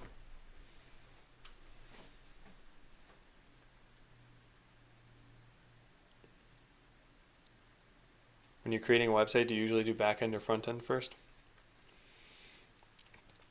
I like doing the back end first because you can, for websites at least, you can use something like Postman to test whether the back end's working without having to make your own UI.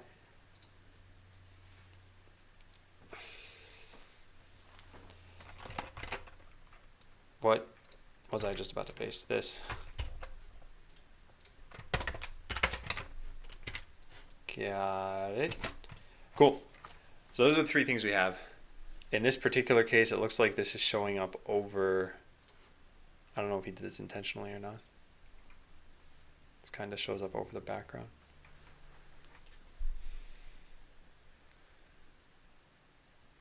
Is it uncomfy to type on that keyboard? No, it's not bad.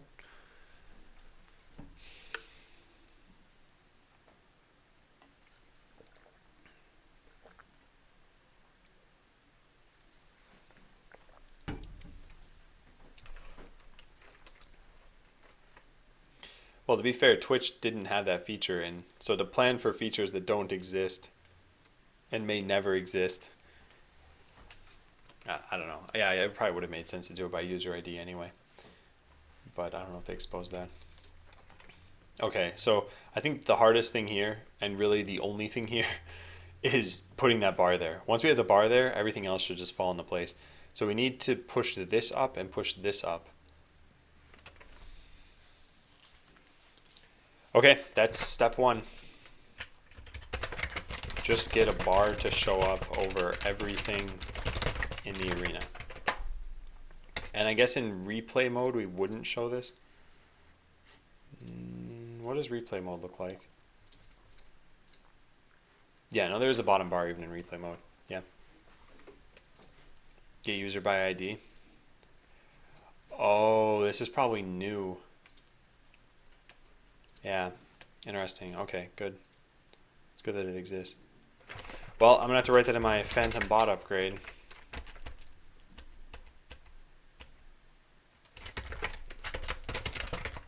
As of now, usernames can be changed, but Phantom bot stores based on the name, not the user ID. So people like Endorn lost their time/point, or rather it was split amongst two users.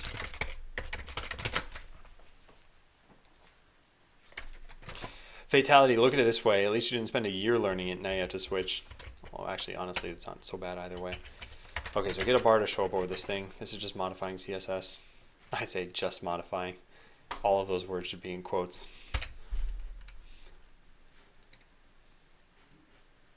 It's more like pulling out your hair, then gluing it back on so you can pull it out a second time. That's how I feel every time I modify CSS. So we have a flex box here that's set up with flex direction row that has the left side and the right side. We need a flex box outside of all of this with column that has the bottom bar. That's all it should take.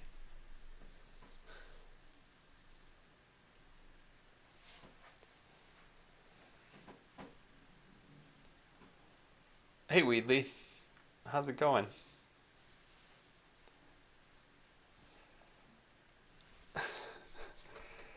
You might not want to do that, Endorn. Like, Digitape probably destroyed his follow age once this bug is fixed. So the follow age on... Oh. Oh, this is bad. Oh, this is really bad. Yeah, this is really bad.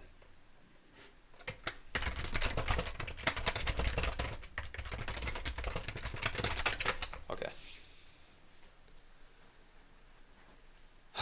How's Botland doing? It's doing pretty well. You want to try it out? Because actually, I haven't taken a look at what's going on in Botland right now. How long do you stand? Hey, Alex. And welcome back. I don't think I've seen you since I mentioned the whole PSO thing behind your username.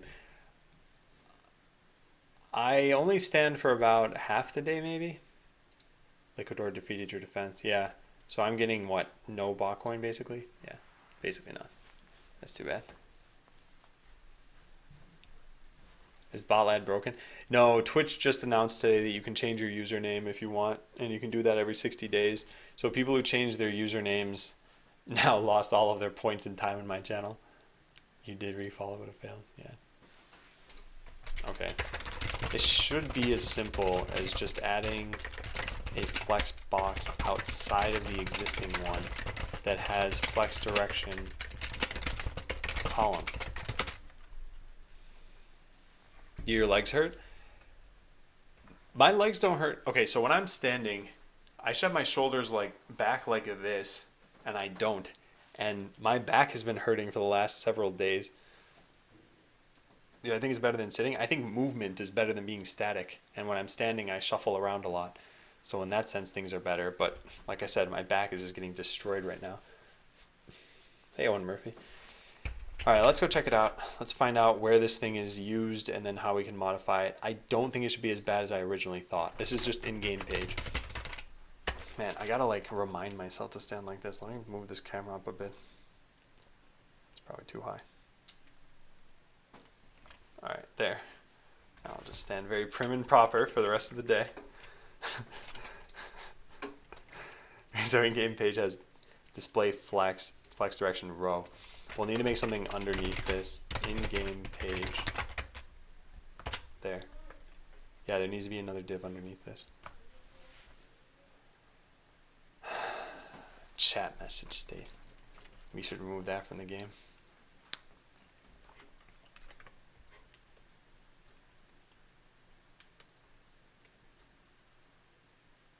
Render replay HUD, render cancel and report bug. The report bug button is just a debug thing. That can stay floating for as long as I care. This should just be done away with. Chat message state. I miss Endor93. He was my favorite chatter.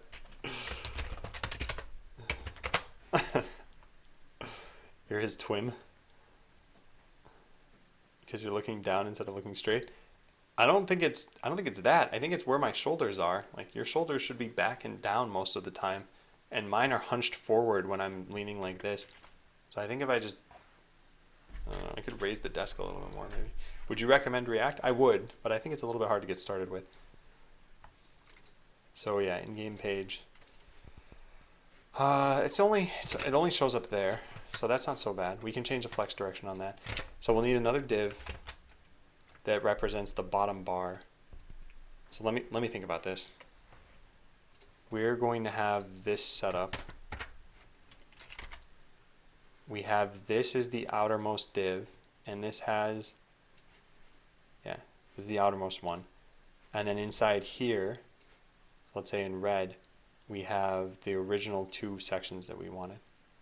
So it's really like this and this.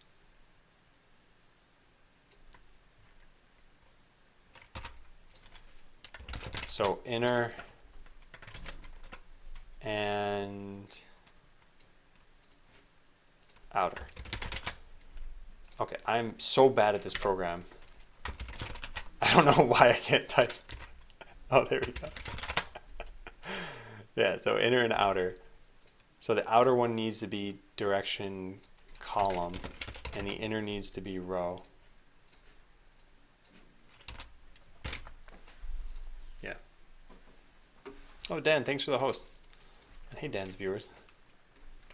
Which language and framework am I using now? I'm using JavaScript as always, and framework is, well, the same as what I've been using too. So WebGL, React, Redux, Pixie. So in-game page, I guess we'll say something like in-game page, main, content, and bottom bar. I don't mind verbose names for this stuff for right now. So we have display flex and flex direction column.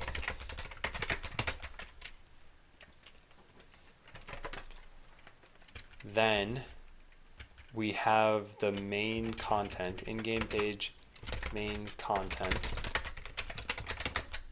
Now the height on that is going to change. That's what might be a little bit tough.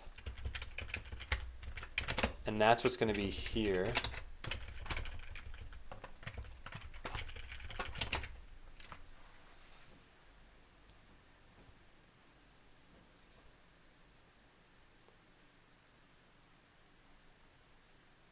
Huh, nice, sick. Yeah, I should just continue to work on that. I mean, you guys could technically help with that. I believe I have a posture command. Or what is it, bad posture? Yeah. I just gotta remember. It's so hard to pay attention to coding and also change how you naturally want to stand. I'll just slowly slide off the side of the screen. Thanks, friend. Thanks, Weedly friend. Okay, so we'll say render main content. And that's what's going to be in this div.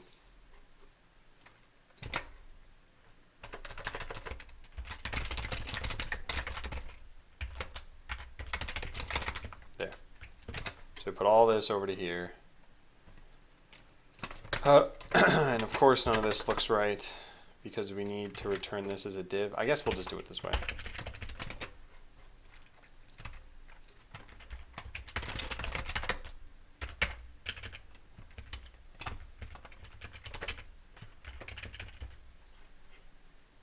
Should have already been tabbed in, right? There. So there's the main content, and now we need to say this dot render bottom bar. I don't have the bottom bar yet, so let's just render a nothing. I don't know.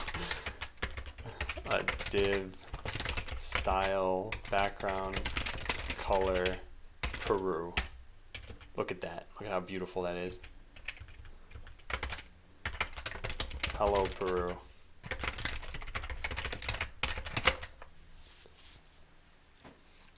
You could always buy a wood plank and nail it to your shoulders so they don't move places.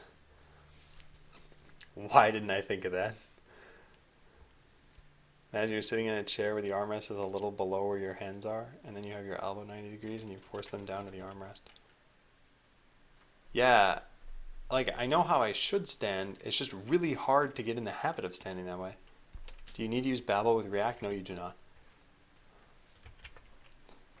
Yeah, God, it's so weird. I keep wanting to settle into what I was just doing. All right, so div main content, good, and then main content and bottom bar. And we have the flex direction and everything set up correctly. Now the bottom bar shouldn't expand. So when we say in-game content, flex auto flex grow 0.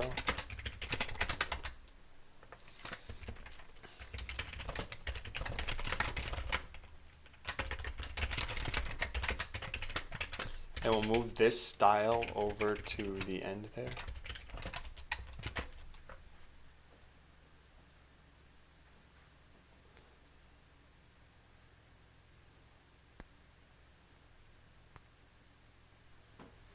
Fatality, whenever that happens to me,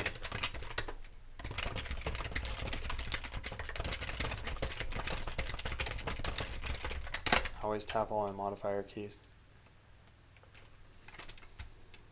Okay. Let's take a look at what this looks like, and let's,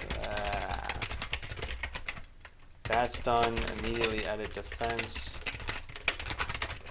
There. So let's refresh the page. That didn't even, it probably broke. It did break. Window height is not defined. It's easy enough to fix. Just put that in here for now. Hi, Babs. How many people have changed their Twitch name so far? Well, on my channel, probably 4 or 5 people made it known to me that they changed it.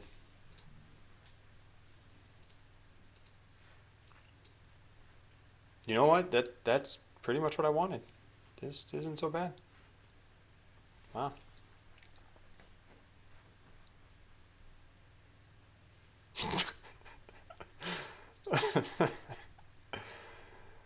Alright, nice. Cool. Hello, Peru, indeed. So let's find out how big this was over here. We should load this up in GIMP. Oh. Yeah. Babs, I think I like your new name better than I liked Extreme Bean.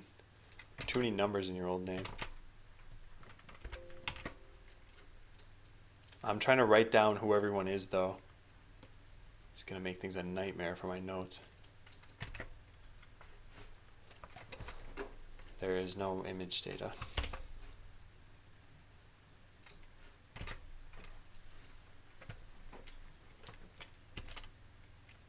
Okay, so rectangle tool, crop to selection.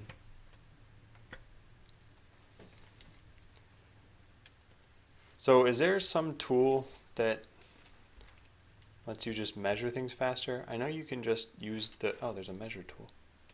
Measure distances and angles. How does this work? Oh, cool.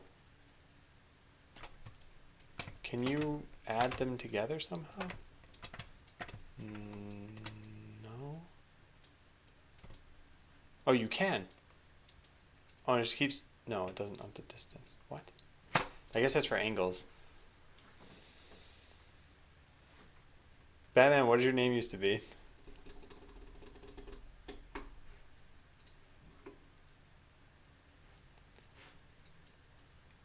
What is this, Cucumber Owl? First time noticing this? The toolbar for scripts is in a weird location.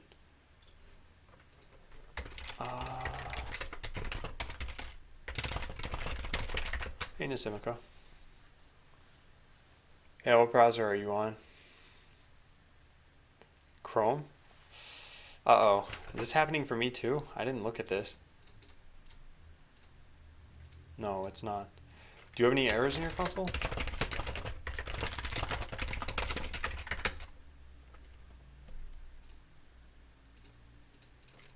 Vito Potato, you're saying you used to be Mega Kenhao? I don't know who's who, and there's no way for me to know whether these people are actually telling the truth or not. Anyone could come in here and say, yeah, I'm this person, and the only way I would know is if I knew when they signed up for their account. That's it, right? It does seem like the screen size is quite small. Oh, yeah, if that's... Oh, that could be it. Yeah, maybe it's the screen size. No, this should... Oh, Batman used to be? How do you know that though?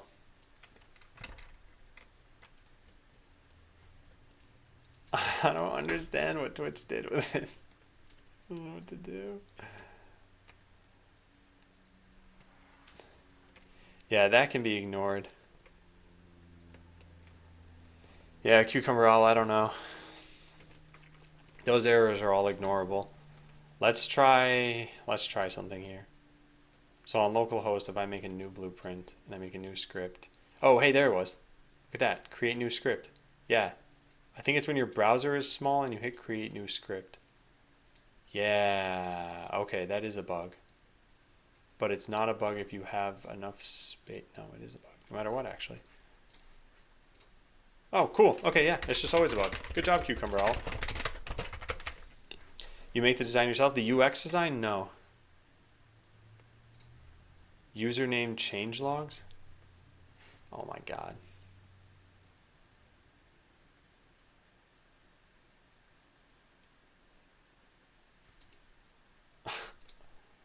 Okay, thanks for that, Simon on Demand.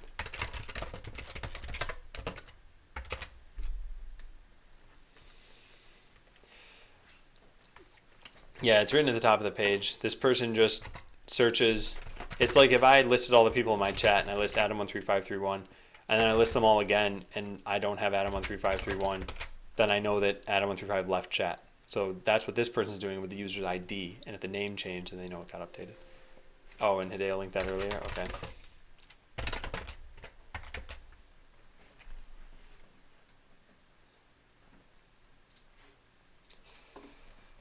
Alright, so this is a real bug. that Cucumber Owl found. Cucumber Owl found a bug where making a new Blockly script will push the toolbar up above the bot icon so that it looks like this.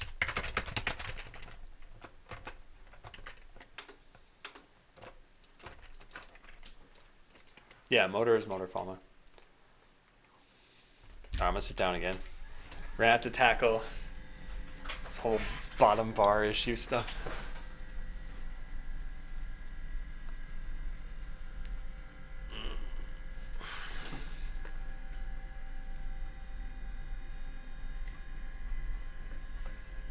What can I do with points again? Thanks to do. Yeah, there are only two things. Okay. Well, I wanted to measure this and figure out how many pixels is this. How do you draw a straight line? Oh, God. There. Okay, so this is like 64 pixels? No. 67 out of 733. So it's about 10%. So we'll just start it at 10% and we'll say that it can't go above a certain amount.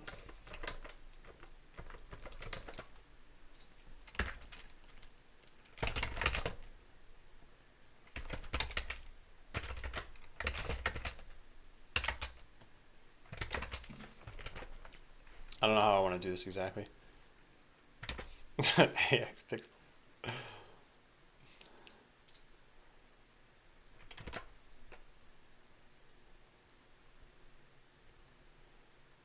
Okay, this is perhaps too much. Because I don't think the buttons need to be that big. This is 67 pixels? No, it's 10%. Oh, yeah, no, I wanted it to be that way. But then I want to set the max height to about 70 pixels, something like that. Will we ever be able to use your points in the stream in Botland? I don't know, Simon on Demand. I don't think so. I think that instead, if I were to do any rewards, it would be based on time. That way you guys aren't penalized for spending them without knowing that there was a reward at the end.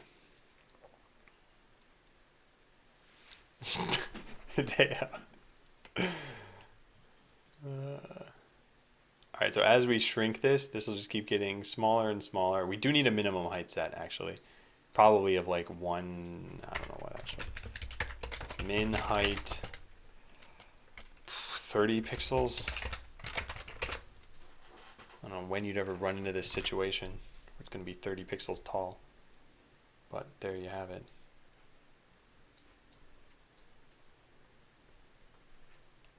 And this is 70? I don't believe this. I'm just gonna open this in MS Paint.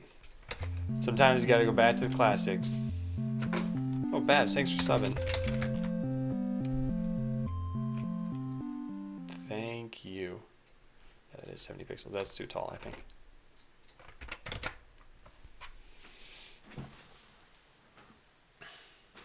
So if you were subscribed, username changing doesn't modify that, which is good. But it screwed up my bot. Alright, so now we have this bottom bar. We can just throw these buttons onto the bottom bar. It's sort of a resub, even though it's been a few months. Well, still, thank you. And here, I'll do the welcome back.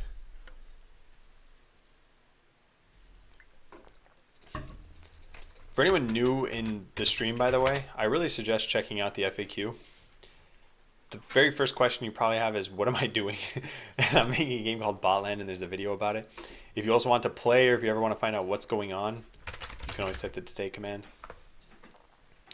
Shouldn't be a bar like this have a fixed height. Why would you want percent for something only having indicators and buttons but no content? I thought if you have a smaller browser, it'll take up to a few pixels smaller. Might be nice. Like the difference here is, and by the way, I'm not a designer, but the difference here is 30 pixels. So if you have a very large browser, it'll be set to 60. If you have a very small browser, it'll be set to 30. I think having that bit of a difference might matter so that you can see as much of the arena as possible. Shouldn't bottom bar be of a fixed size? Control content does not really benefit from exercise in high res. Yeah, it is the same thing. So fine, I can just set it to the same size everywhere. Yeah. Well, what, 30 pixels then? I guess you can change our names in the database. I can, but that's not a really good solution. I'll have to work on it. Yeah, I just don't know what to set this height to exactly. I think for large enough buttons, you want it the size of this test button. So whatever this is, that's what we want the height to be. Yeah, so 60, I guess. Let's just do that. So height 60 pixels. And it'll just always be 60 pixels. So thanks, guys.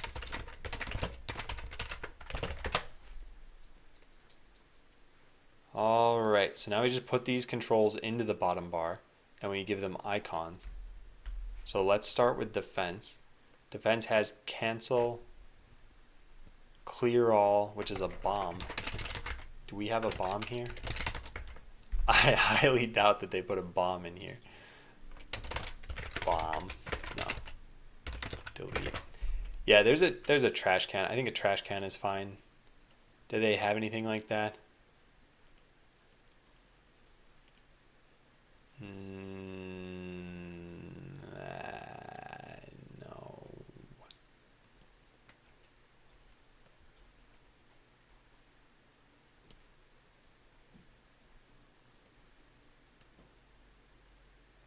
I'm not going to look at this. Let's just use a trash can. Or you can use a fast trash can. Look at this one. It's moving to the left at a high rate of speed. Wow. Trash bot. Yeah, I don't know about the rest of them.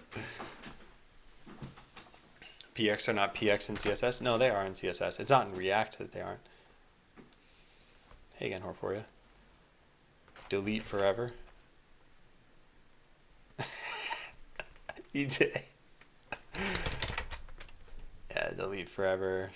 Delete. Yeah, probably this one. Hey, the Flocks. So just get the bottom bar to show. Add all icons. Just delete forever.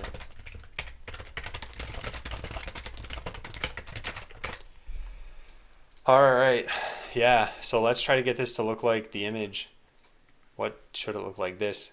Cancel, clear all, then a whole bunch of controls, test and update. And when you click test, what happens?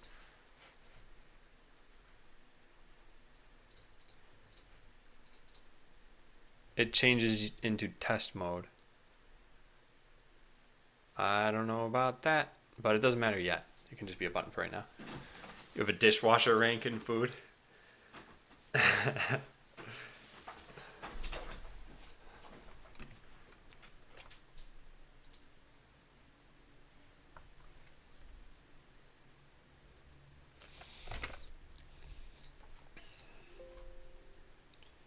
Okay, let's do it. Let's do it. So we'll start with just defense. There's defense, there's attack, there's replay, and there's pre-attack.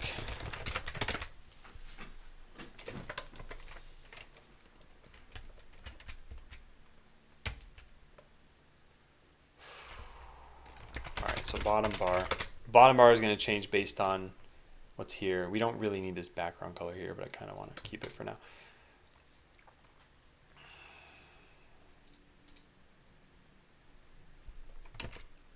So what do we have? We have a test button. Where does that come from? Here.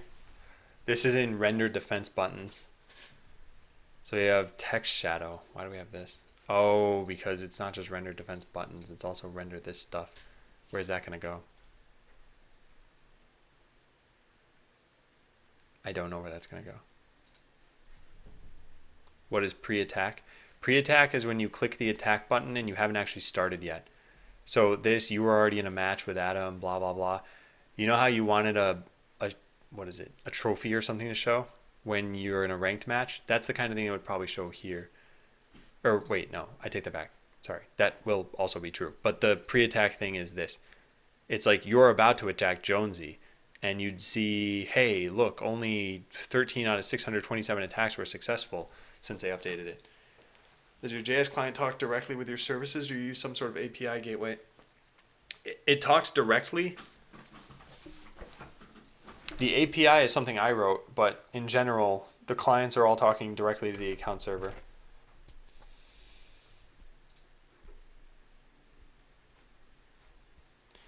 The lengths of CSS. Oh, it defaults to pixels, but that doesn't mean that's a good idea to not write what it is. Like, it's like in JavaScript. I think this is valid JavaScript, but every linter will tell you you should write it like this, 0.4. So my CSS linter, if I say width 5, it tells me no, you should write it like this, 5px. So yeah, why not? I think you're correct, but I think that it's a linting problem for me. So out of curiosity, what are we at here? Yeah, not many games were played today on Botland. Okay, so here are all the defense buttons. And we used to render this, yeah, just at the bottom. We're gonna have to do this better. We're gonna have to make these consistent styles. Oh, device pixels, interesting. That part I didn't know about. Oh, whoops, did I say why not? Anyway, I think I said the wrong names when I was responding to you guys, but you get the idea. All right, so render bottom bar. We need to know where we are here and how we want to render this exactly. Let's just copy paste this.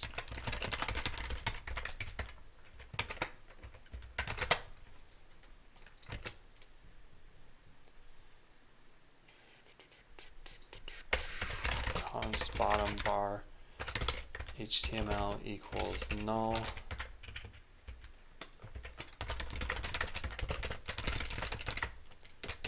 Defense bottom bar.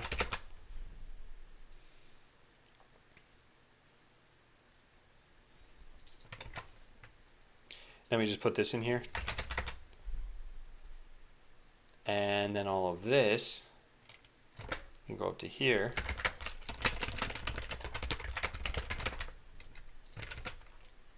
So we don't want the positions here. Render upgrade UI. Oh man. Oh man. We're just gonna do this one step at a time. We're building a brick wall, and I'm just gonna lay this down brick by brick. That's how I'm gonna convince myself to do this. I feel how Godik feels about this, which is that this is what I'd love to pass off to another developer and just be like, you do it. Here's a document, but I don't have the money to do that, so I have to do it. So we don't need text, shadow, color, and this stuff. Numbots place, we don't need that. Disable save button, that's fine. All right, and then we need proper styles on these things. But if I do this, we should see defense buttons print out as they normally did. So everything should look exactly the same. It does. Okay, cool.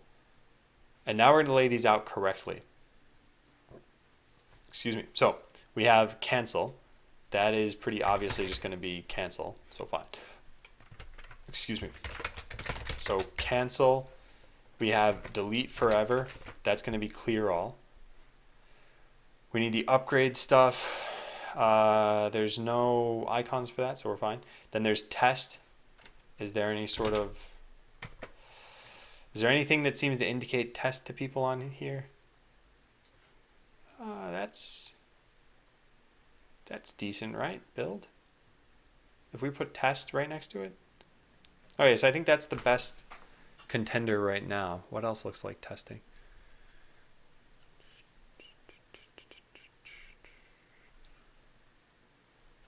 Oh God. Rowing a boat, a test boat.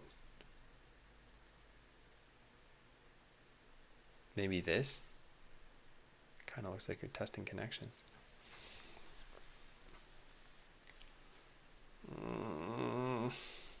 I kind of want to go with that. I don't know. What's the difference between these two? Composite and component. Is there even a... I can't even tell what the difference is between these icons. They look exactly the same to me.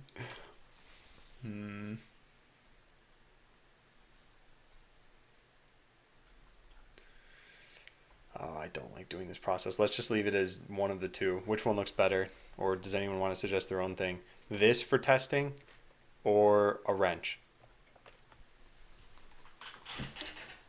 Cast your votes now and free me from this. Then what else do we want? An update button. Update probably has a like a confirm or an accept or a okay. Come on, all we want is a check mark. IC playlist add check. How do I search for that? Can you link to it? Are those totally free to use if I'd like to use them? Yeah, I can link you to the thing. Rent is for settings, so maybe go with the other one.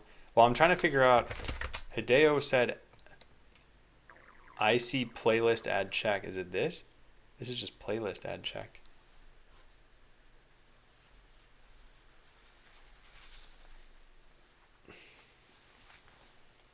Hammer sounds more like testing. Do we have a hammer here though? Also, I don't think I've ever seen a hammer in a normal UI, have I? Is this the only icons you can choose from? I could eventually switch to other ones. This for testing. Yeah, this wouldn't be so bad. Then I just need an OK button.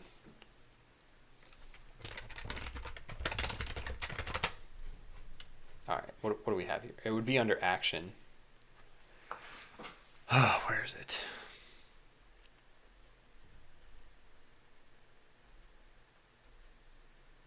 Maybe this, thumb up. No, that doesn't seem right. He used it to check mark. I saw the hammer when you listed ID, but did not notice the name.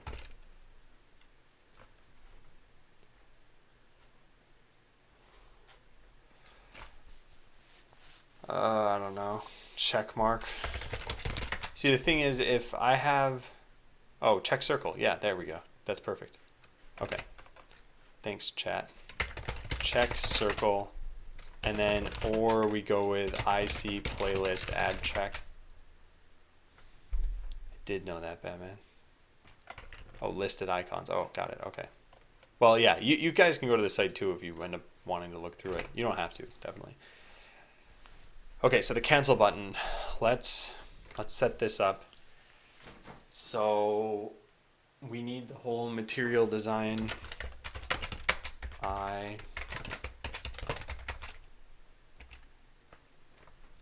It's this. And all of that's contained inside of a div. Oh boy. Try true or done.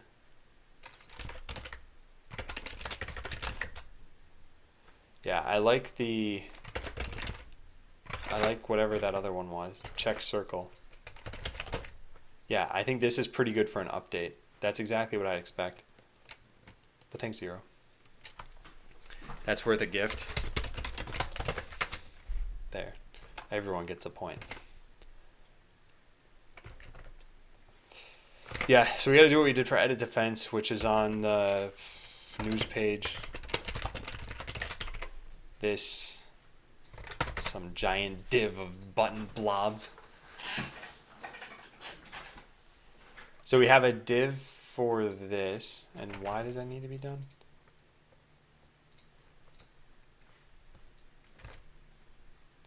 So that it looks like this. Oh, because this div had a background to make everything circular. We could do that. Yeah, we could do that. Adam is actually doing UI.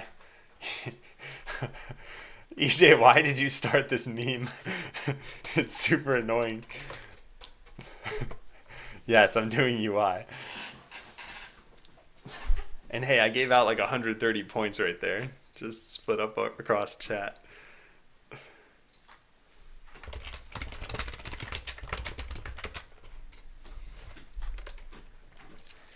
So I should make a component out of this. Resentment. Do points reset? No, they don't. So if you want, I can show you this.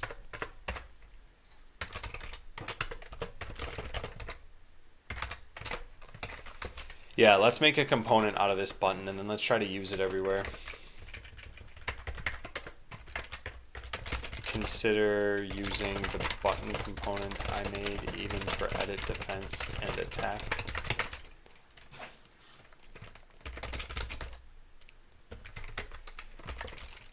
Okay, React component.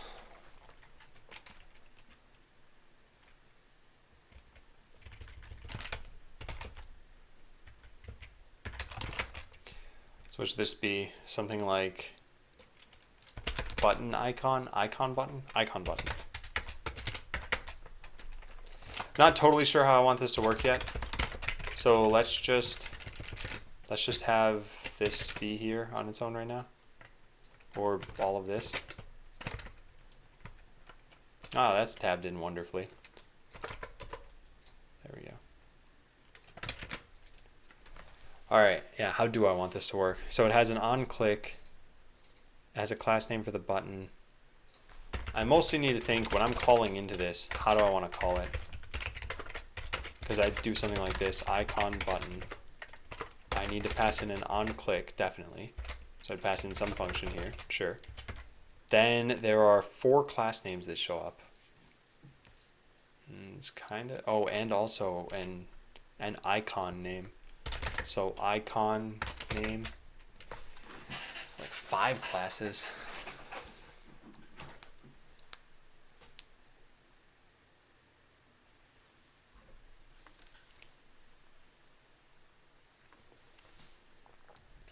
Oh yeah, they do when you change username for now, because the bot didn't know about handling that.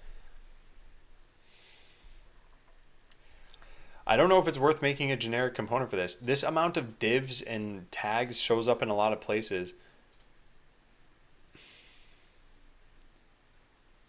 Like icon name here would be verified user. What else do we have here? We have 1, 2, 3, 4 class names. So the edit defense button, what does this look like? This is where to position the outermost div.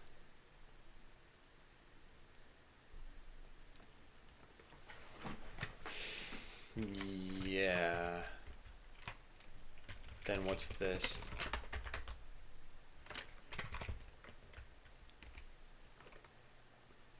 News, big nav button. Border radius, flex auto, margin bottom, padding.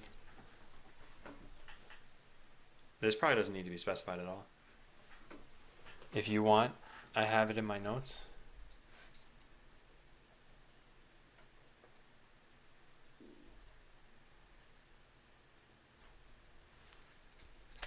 Well, thanks, Hideo. Let me take a look at this. Also, the alternative text and tooltip. Yeah, that's a good idea. Make sure this button has alt text / tooltip.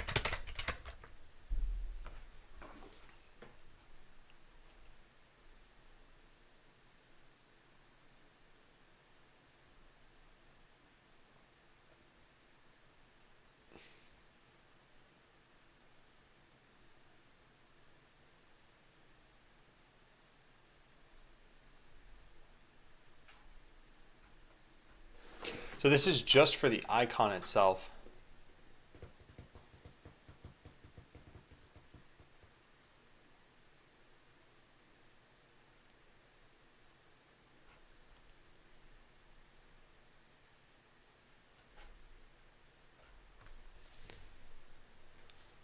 Huh. I'm just not sure because what the icon is just, so let's take this as an example.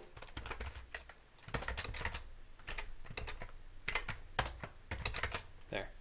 The icon is just this part. And this is actually 4 different things. There's a div around all of this. Then there's a div for just this circle here. Then there's the icon itself inside there, and then there's another div for this. So there's 4 different geometric shapes I just drew in order to get this to render. And this shows up all over my UI. So you can see over here there's one there, one there, one there, one there. It sounds like I'm just going to need to pass in a bunch of class names unless I want some standard sizing or something on here. Oh man, I wonder if people can do that on Twitch. If 2 people can change names to each other. I guess it would take 60 days for that to work, right? Because you need to do like temp equals A equals B equals temp.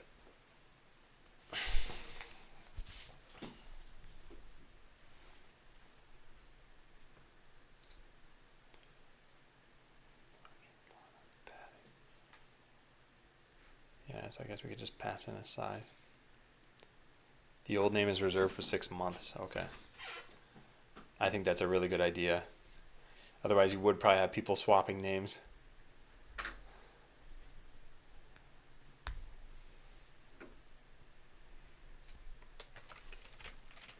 So I could say like outer class name.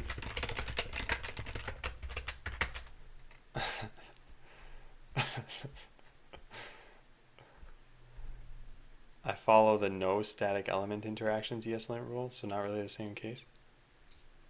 What is this?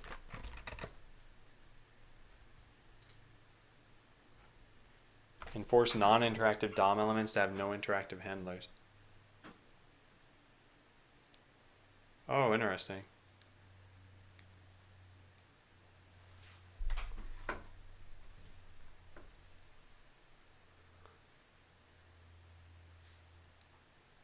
Oh, I like this rule. Yeah, I should use this too. Why isn't the surrounding circle part of the icon for scaling? Wouldn't that still make the cross in the middle seem low res if so? I don't know if I could do it a different way. Yeah, I could try.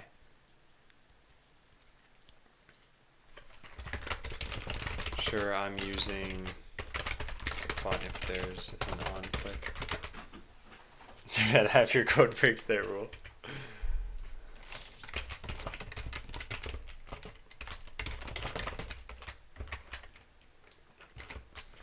This is Call of Duty 4 Killer Venom.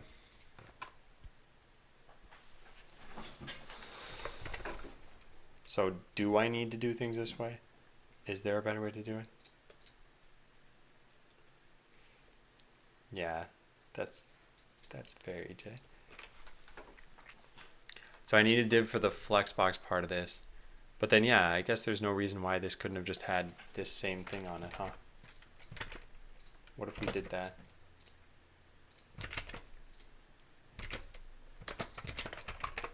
Because that would definitely simplify things. So let's see, if the edit defense button looks the same, then I think we're good. Nope, I totally broke it. Okay. How did I break it that badly though? I guess because this thing, oh whoops, that's why. I'm not following anything here. Just nothing.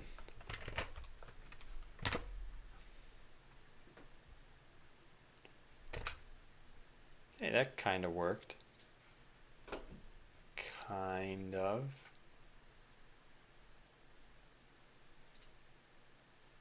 Okay, so it's just the padding that was ridiculous. Huh.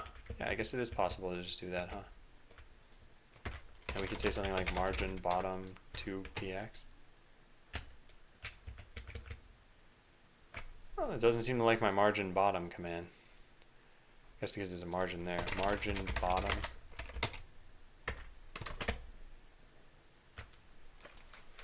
Yeah, nice.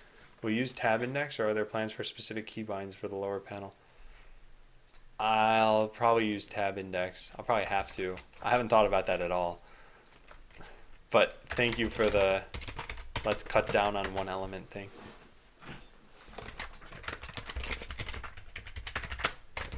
Make sure everything is tab accessible.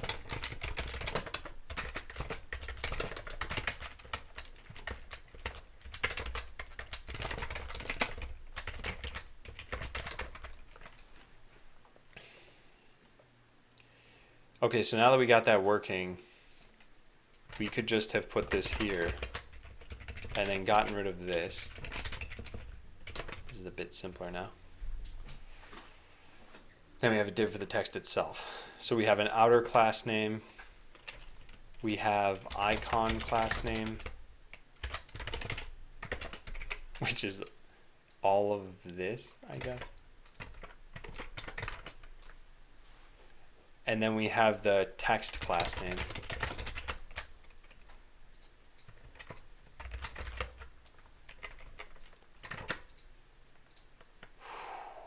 Okay, so this changes to icon. This changes to text. I guess it's this dot props.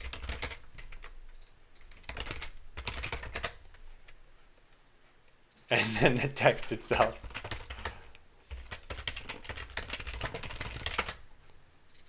So this is this dot props dot icon name.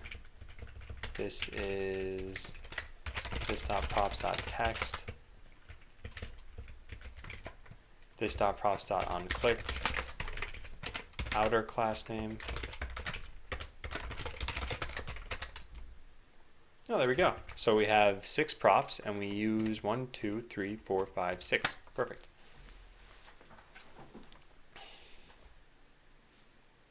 All right, that's only a little obnoxious.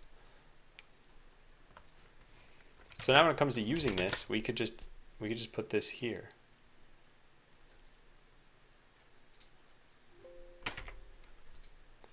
What is it, Killer Venom? What could it possibly be?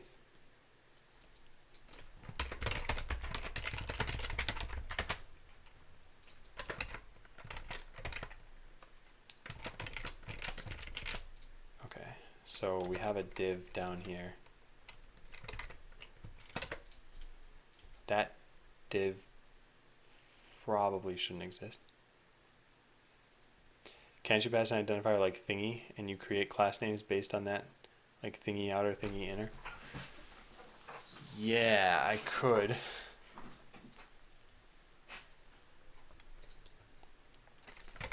Are you suggesting I do something like this? Just say class name equals something like foo, and then dot foo has something, and then dot foo, what, like div? Is this what you're suggesting? To fill it in like that?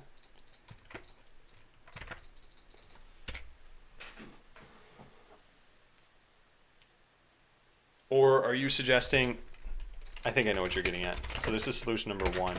Solution number 2 would be, I have dot foo outer, I have dot foo inner, whatever else, and then I just pass foo and it concatenates inner and outer.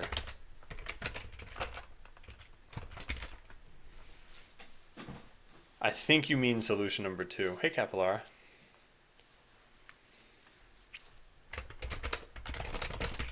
You were suggesting number 2. Okay. Yeah. The problem is if I ever look in my, if I'm looking at a less file and I'm like, hey, where do I use this in the code? And I search for it, I won't find anything. So one string pass as a prop, and there we go. Add inner switch to outer in your Twitch plugin. Yeah, I don't know how frequently I ever have to do that. I could do that. I think you mean Sublime plugin, by the way. Yeah, that's the only thing I'm worried about with this solution. The other solution, though, solution number 0, I guess, which is passing in like outer class equals styles dot whatever, and then inner class, and then some other sideways class. This is verbose. This isn't easily searchable. This assumes the structure of the HTML.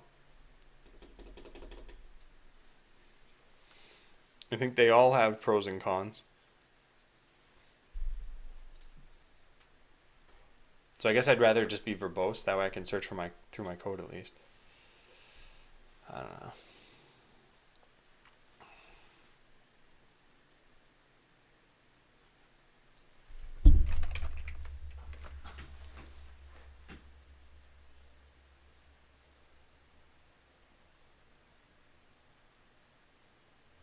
Yeah, let's try things for this way, at least for right now. So we're gonna have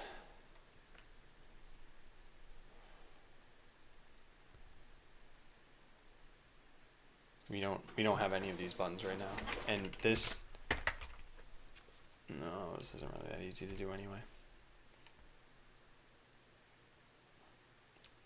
The outer one always needs display flex on it, so we shouldn't worry about that. And same thing, display flex, flex direction. Have you seen that classes module, class names? Yeah, I have. I'm using it. I just need to use it for this. I'll write that down. Make sure I'm using class names.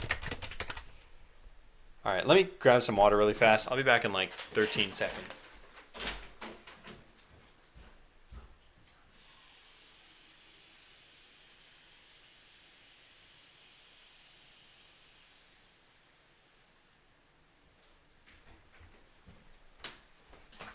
Good thing I have that hallway sink.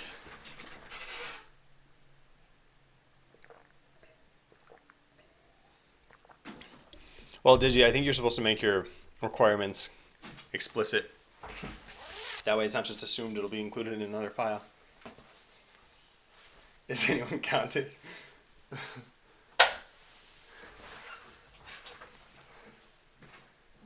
Want the mesh to follow a routine, kind of like creating my own engine in the bots? Any suggestions?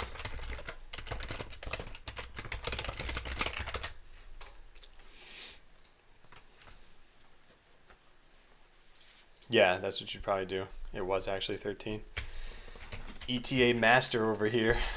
Alright, we need to give this thing... let's go make a new component.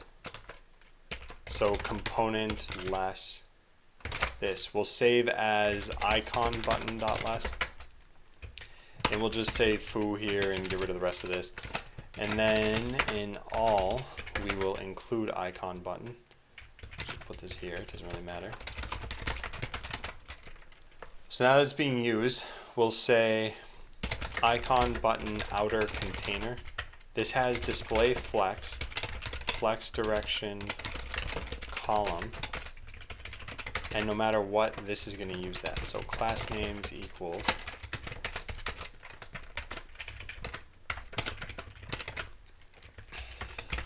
outer class name. Let me use this here.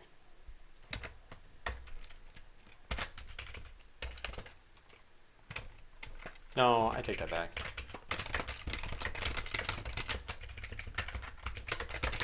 Outer class names equals this. And we'll have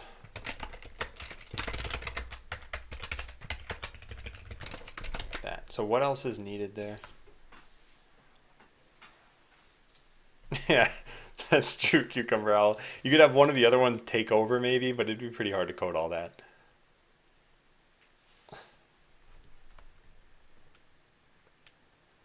Alright. So we go back to this, edit defense button. And figure out what other parts of this are going to be needed. Cursor pointer, yes, definitely that. And yeah, probably just that.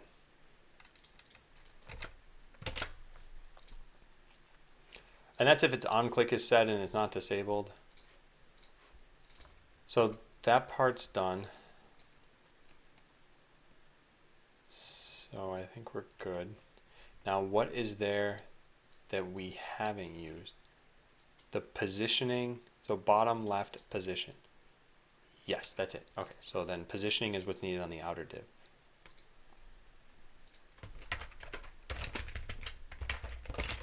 Outer class is for positioning. So for now, let's make a new, we'll just make some test class here.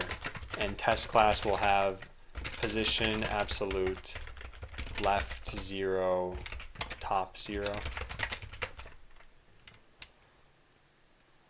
Okay, so then the icon class, what do we need for that? So there's icon class name. That used to be,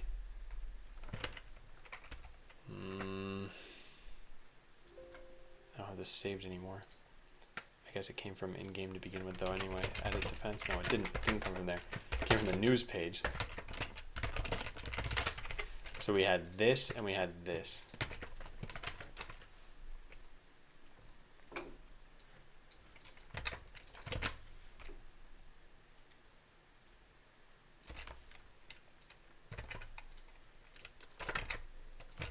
And this one. No, that's pretty hard, Capillara. I think so. Thanks, Motor. I'll check it out later. So this has a background color, and it has some other properties. What are the other properties? Border. Yeah, so the border radius, flex auto, those are all things that are going to need to be here. Icon button, icon. Hey, Hagerman and Programmer D. Thanks, Programmer D. You have a hallway sync. No, no one has a hallway sync. They don't exist. So these could be overridden, I should say. But the margin, the flex,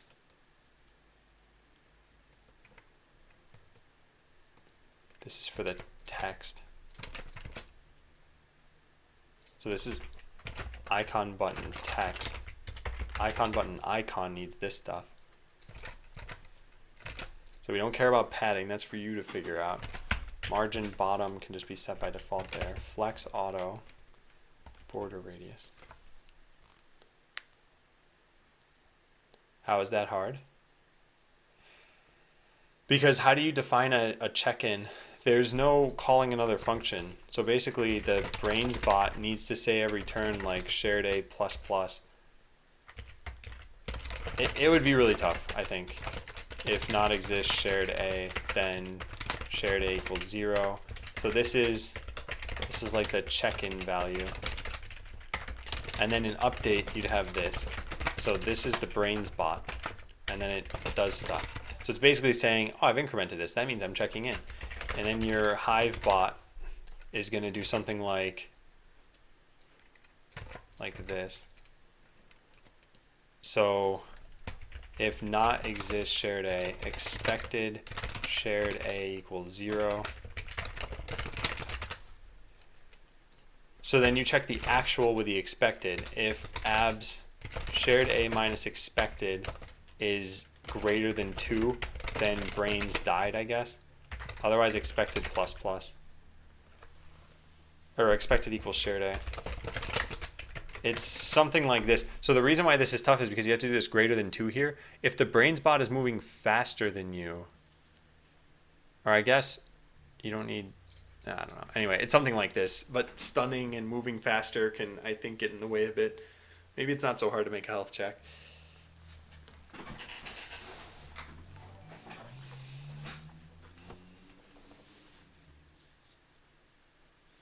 Me, probably. You know what? This hallway could use a couch, a TV, a sink. Let's put all of the interesting things in the house directly in the hallway. Yeah, I think the rest of this is fine. So now this test class, this is really like test outer. This is crazy. So test outer class. We'll just keep spamming this stuff over here. Then there's going to be test icon class.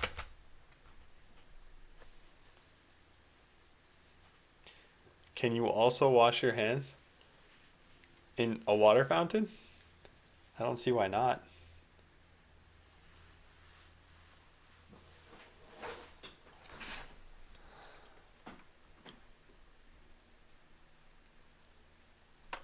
So icon class name. And that's for this, and that's where we used to have, oh, I shouldn't have closed that. The background color, the padding, probably need some default padding on here.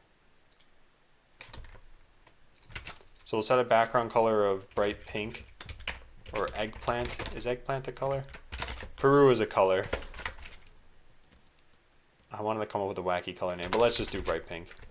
2550255. So test icon class we now have. So we just pass that in.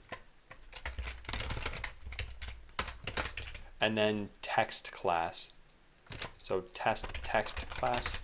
And the text used to be this. So we had a font size, a color. Alright, let's just set the color to, what's the most obnoxious thing? Let's just pick lime. Yeah, that's pretty obnoxious. We just want this to stand out for now so we can try this. So we're going to say this is the testeroni button, and we're just going to pick some random icon here. Let's stop there. So checkbox. Okay. Yeah, let's try it out. Of course, I have a bug here somewhere. Oh, I forgot the equal sign.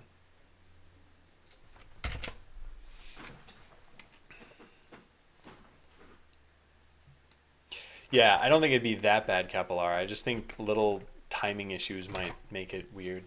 But yeah, it would probably work fine.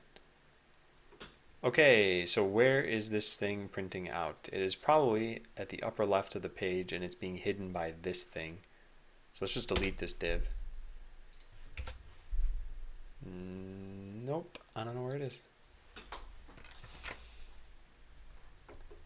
A spy bot that tries to send messages to the enemies in order to disrupt them is a fun idea too.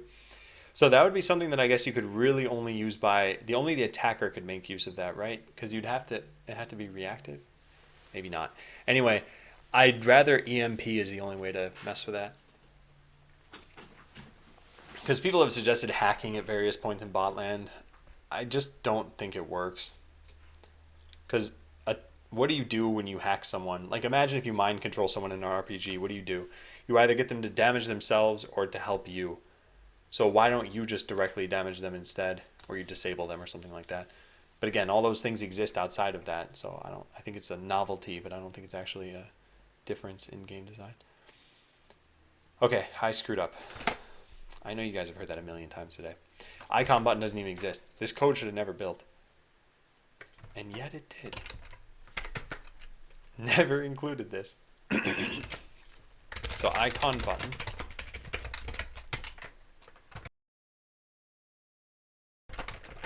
Excuse me.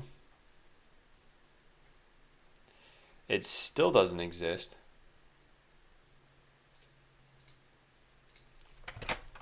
What is going on here?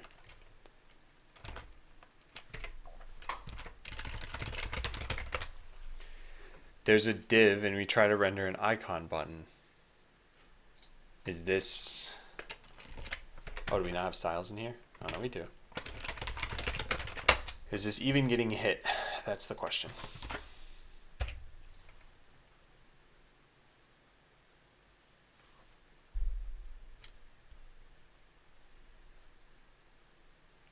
It's not. Why not? How is this not getting hit and there's no error? That means this is never getting hit? Oh. Yeah, that's never getting hit. So if you're not the attacker and you're not in replay mode, then render the thing. Yeah.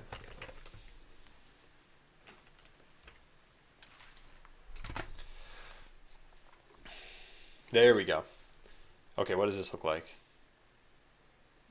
Nothing. Did it at least try to render? Yeah, it tried to. Oh, it's up there. Okay, cool. So if we just move this over, like, a lot. Yeah, there it is. Our testosterone button. So we should actually set a z-index here of just something higher. And then this could be 0 if we want. Yeah, so let's set a z-index of 5 on the outer container. Doesn't Chrome skip debugger if DevTools are closed? It does, yes. You were right, Exonerate, but I was just being silly there. This code was never getting called.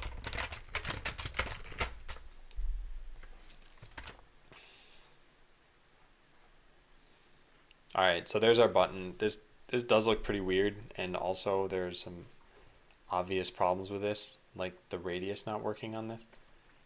It should be, oh, I never combined it. Oh man. So icon, button, text, and icon. I never did this. Yeah. So const icon class names equals class names. This dot props dot icon class name, comma styles dot that. Let's just save ourselves the trouble here. Text class names is, that's not even named correctly. Text class name plus that, then we use those over here. Oh, and also material icons. So this turns into this, and this turns into this.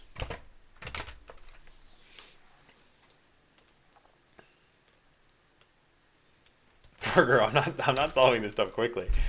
This is why if you look back at what I got done today, it's like a minor amount of UI work over 8 hours. I think if I were doing this stuff quickly, I'd have made a lot more progress by now. Okay, so this icon has a border radius of 50%, but it's not actually, no, it is doing something. Guess we need to copy the rest of these, huh? Font size 4EM. That was for what, the icon? Test icon class. Font size 4EM. Yeah, that's when it starts to look better. But even then, this is a square in a circle. What does the mock-up look like? They don't have a square inside any of these circles. I guess it's just a check mark. So instead of check box, let's use... Can't use a circle inside another circle. We'll just use check. Yeah, so get rid of that.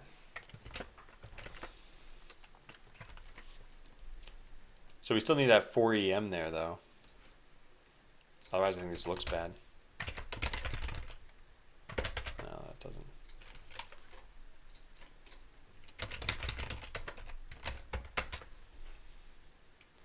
So that's not bad. And then maybe set the color to white.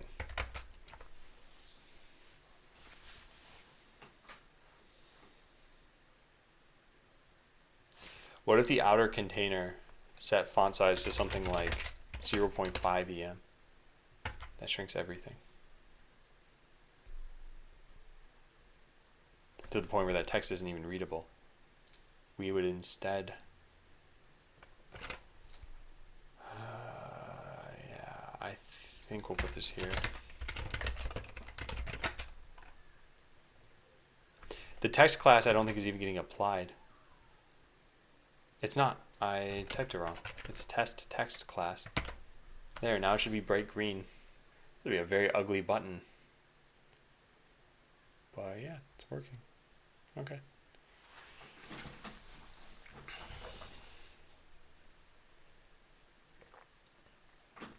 So now we just line these up on the bottom, and it should be pretty much fine. So let's try it out. The first one, text is going to be cancel. This is going to be cancel. On click is going to be this dot props dot route dot test event. No, wait, no. No. This dot props dot route dot cancel game.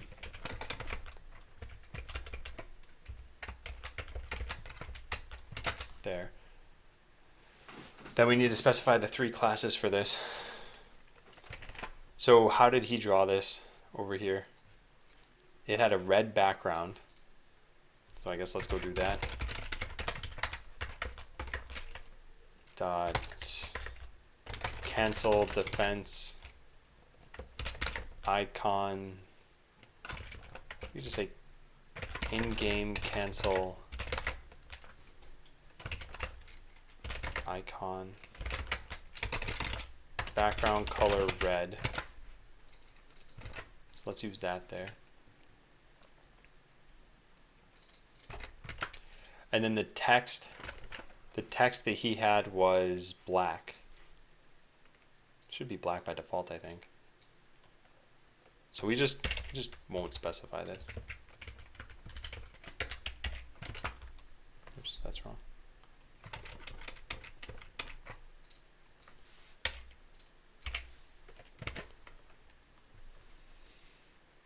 Try white for the tick and different color for the circle. What is that color? 29, 202, 255?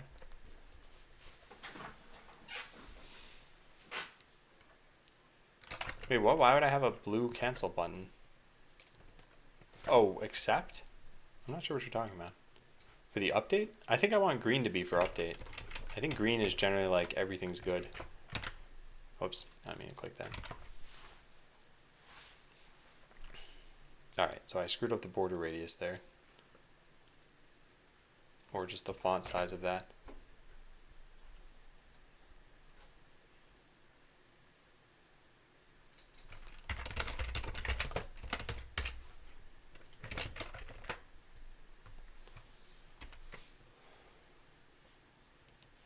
I wonder what happens if you have two font sizes set up for this. It can't have that. No, it'll get overwritten. So this looks horribly wrong. I don't know why it looks so wrong. I think because I'm using divs. I think this should have a display of inline block. Inline block. Ugh. Hey, perfect. Well, almost perfect. Also, this should be considered a button. An outer class name, we want display flex. Oh, we can't have flex and inline block, can we? So we need a div containing all of this. Man, this is annoying. There's so much I have to do here. So there's an outer container. Icon button outer container has display inline block. Then there'd be flex container, which has display flex. So now we use these things here.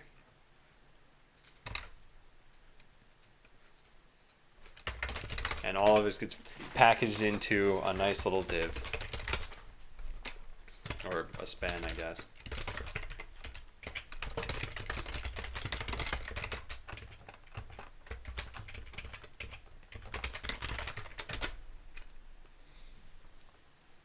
If you try to move it into CloakBot, it'll uncloak it. If you fire a laser in direction and hits a CloakBot, it'll hurt it. It won't uncloak it.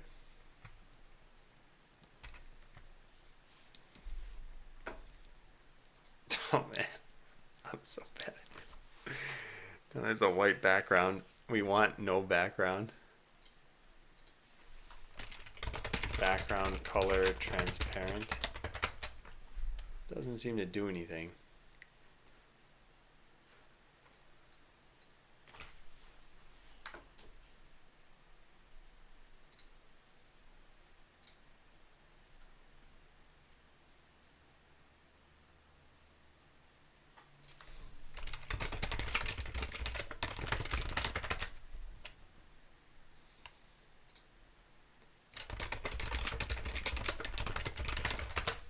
Oh, it's because of the button that I have here. This whole thing looks like a button now.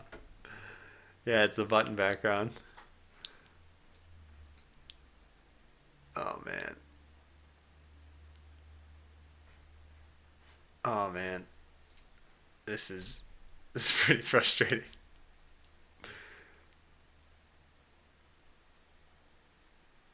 Maybe I put the on click on just the text and then on the eye is the button. Can't you use inherit?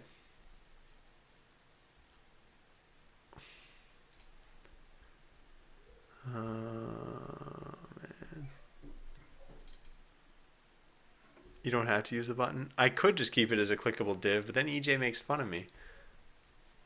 Can you use an A tag rather than a button? I mean, when this was a div, it looked fine.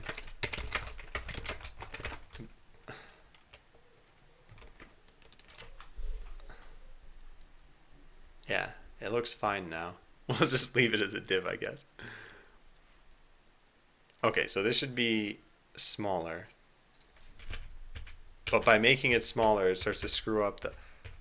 Oh, I see why it does that. It's because then the text goes beyond the width. And this is size... Oh, man. Man. That's probably why I needed that outer div.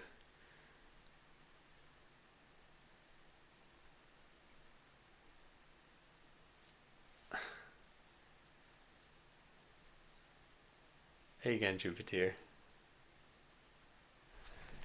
Shouldn't there be some reset CSS somewhere to remove the default button behavior? Yeah, probably. I just want my icons to look right. Let's get them looking good enough. Yeah, so the problem I'm going to run into here is there is no size that makes this work really. We probably need to give this some breathing room. Yeah. Okay, so let's look up in-game less. Bottom bar 70. 67 even. Just 7 more pixels is probably all I need.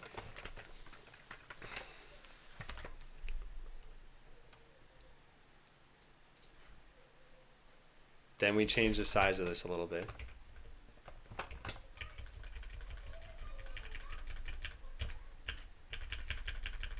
Oh, I see how this works. It's gotta be like 2.3 EM.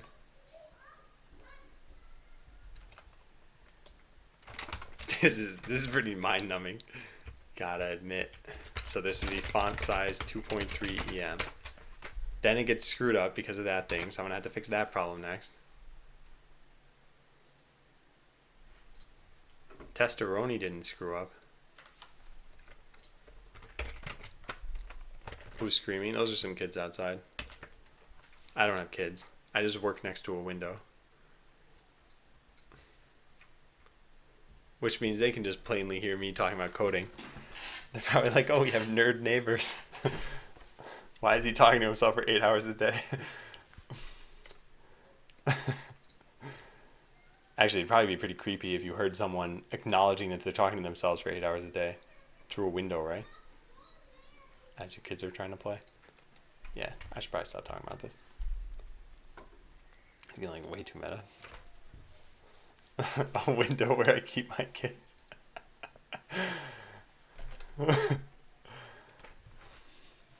So I think the only way we can really fix this is by putting a div inside here that is sized just so that it's big enough to fit this button. Making a JS fiddle for this is probably a good idea.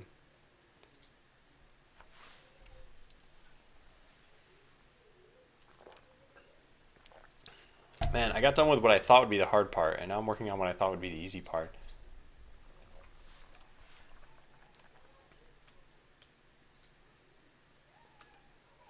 I think we just need to set a max width on this thing. 3px. Yeah. That way the background size doesn't get to be larger than what the icon is. I think this is why it's good to have a parent div.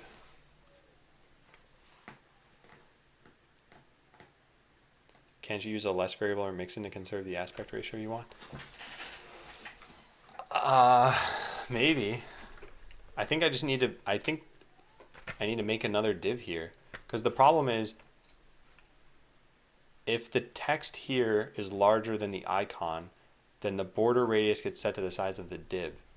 And then it looks like an ellipse instead of a circle. So what really needs to happen is, this icon needs to be centered inside of another div. So I think I need to put a div here.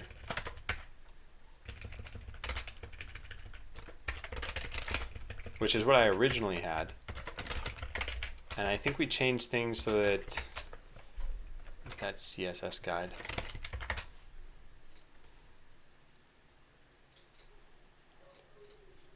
Text align dash center.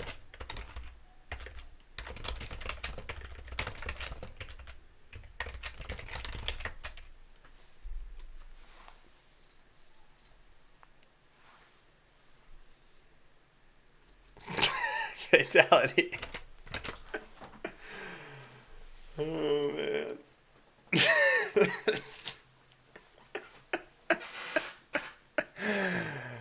Oh, that's funny to me. Most people have very bad intentions when they're trying to lure people with candy, but if it was to get people to play your video game, is that such a bad intention? Is it like, hey, I'm a broke game developer, you kids, please go tell your friends about this? Please get your parents to spend money. Actually, I guess that's really what happens with a lot of free-to-play games, right? They're just cash grabs that kids get addicted to, or at least like spending cash on. Then they ask their parents for money. I guess it's funnier when the developer comes up to you in person.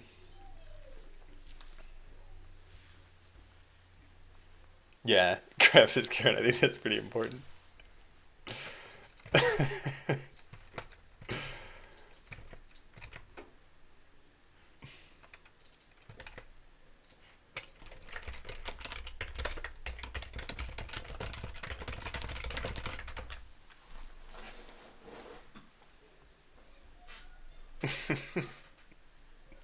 I mean, everyone's happy, right? The parents don't have to be with the kids for a bit.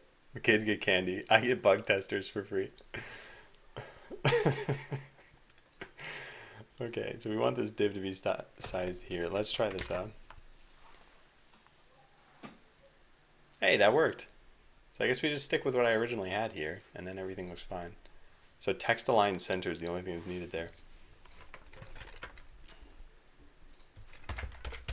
Icon button, icon container. God, this is the worst.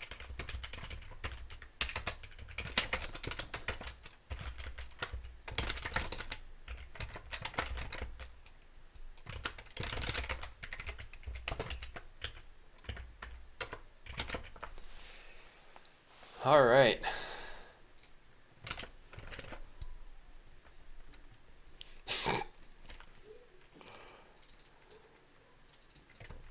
The login page is PC13 already. Can you imagine the bug report from a 6-year-old?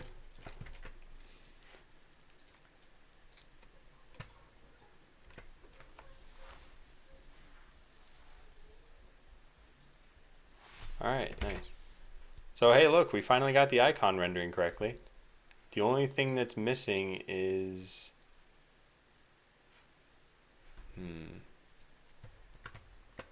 So in the case of, where is this? In the case of cancel, I believe is what I'm using.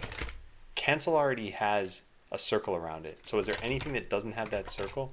That's just an X? Of course not. Of course not, Google. Oh, come on. Oh, there it is. It's a gavel. You could use the gavel for that.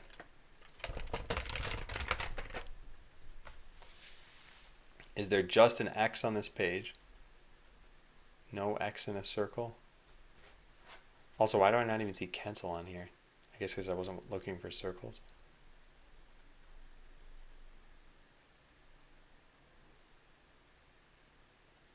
Oh, it's because cancel isn't here. It's not considered an action, apparently. AV, communication, content. Oh, clear. Nice. Perfect. We'll use that.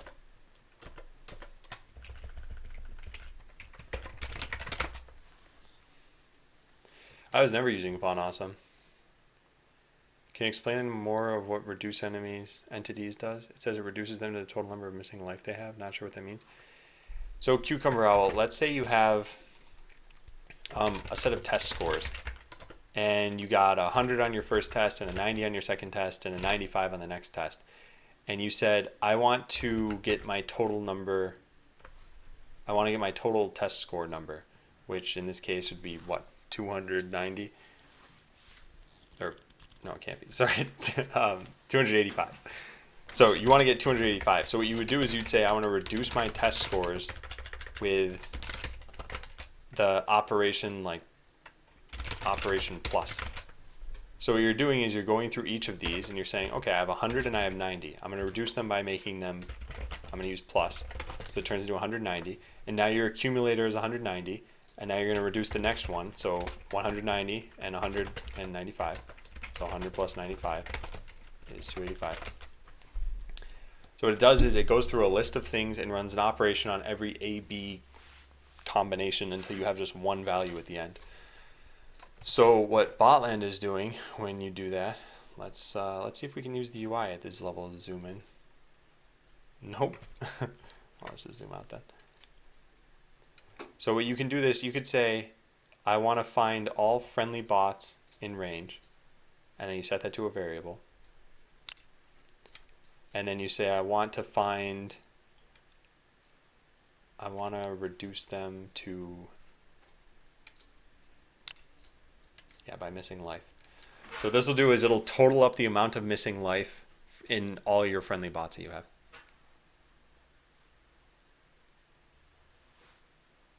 All right, whatever. I typed a bunch of things wrong. Guys, it's been a long day. Okay. I'm just going to use that excuse.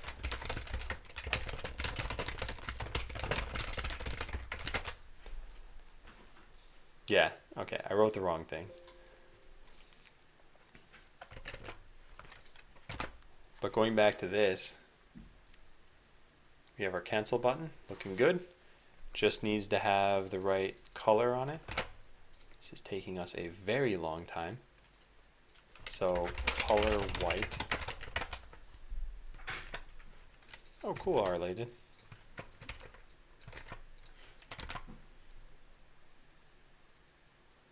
Cool, so we have one button, and clicking it works. Nice. Now this one's gigantic. I'll have to fix that eventually. All right, so that means we can get rid of the cancel button that was there. So this can go away. Class name, cursor pointer, font size, blah, blah, blah. Well, that wasn't even the cancel button. Well, the cancel button comes from somewhere else. Well, time to get rid of that too. Yeah, the cancel button rendered no matter what. So for now, let's just throw this at the top of the screen, because we don't need that.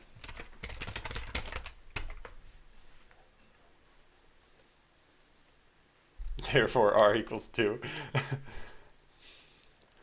Yeah, I mean, I'm basically making the same mistakes over here, so I shouldn't laugh.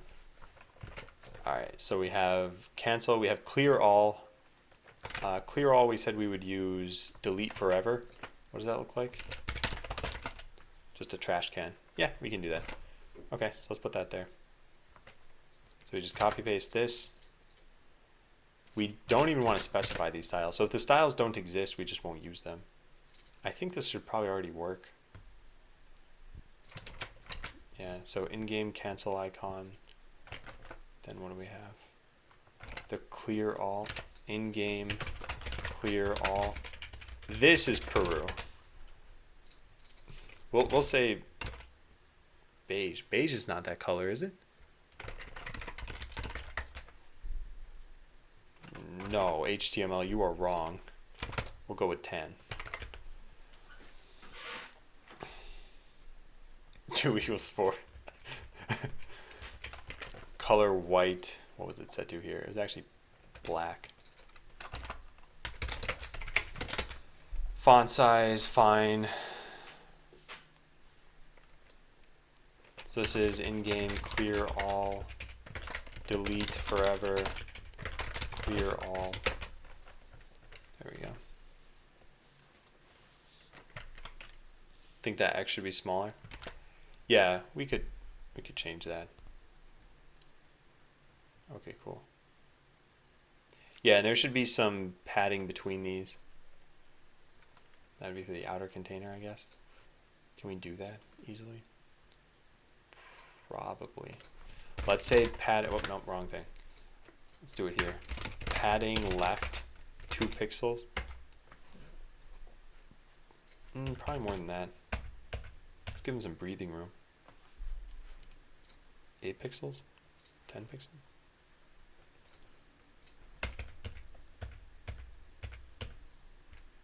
That's pretty good, right? I think it looks nice. I think it needs some padding from the top as well. Padding top 2 pixels. Yeah, the problem is as I increase this, it's pushing that bar up. I don't know why that happens. This is some weird thing with Flexboxes. Don't ask P3D images. Alright, so padding top, I guess we'll put a little bit of it on. And this will go, it's for the outer container. In-game bottom bar buttons. Padding left 15 pixels. Padding top 2 pixels. So now this goes here as what? Outer class name.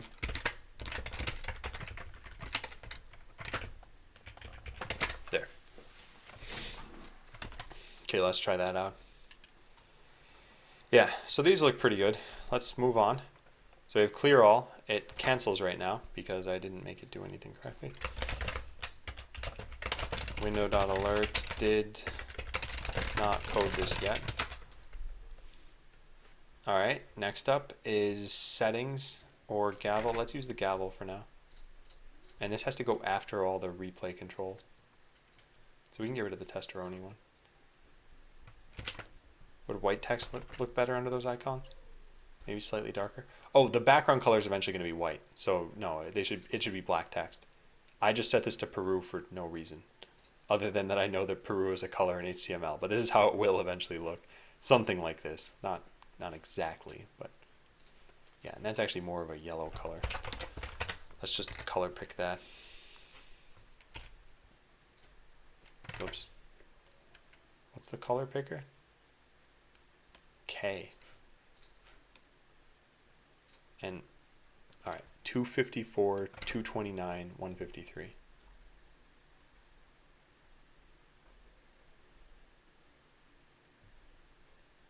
Yeah.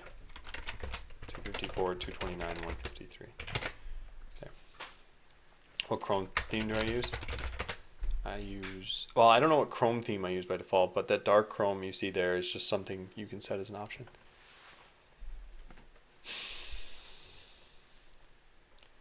All right, next up, we want a test button after the upgrade UI. So we put this here. Then we put the test button. So this is test defense. Icon name is going to be gavel. We'll say test. Outer class name is fine. In-game cancel icon. What did this look like over there? It had a more yellow background. I don't know if these were thoughtfully picked colors or not. It doesn't really matter to me because we can change them so easily. But let's use our newly found K keyboard shortcut, 254, 153. 254, 153. And font color is white on that.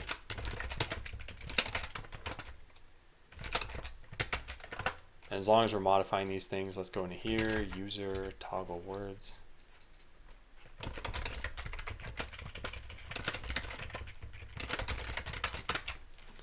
All right.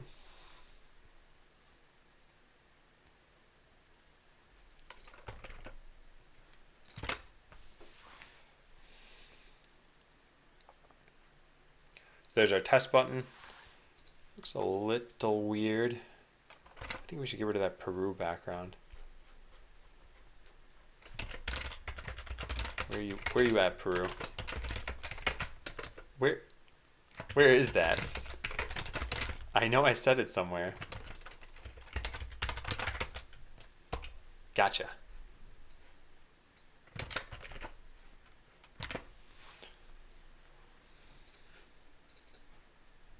Error. Oh, did I accidentally delete more than I should have? No, I didn't delete enough. Yeah, it's a little bit harder to see. I think because of the padding here on the inside of this.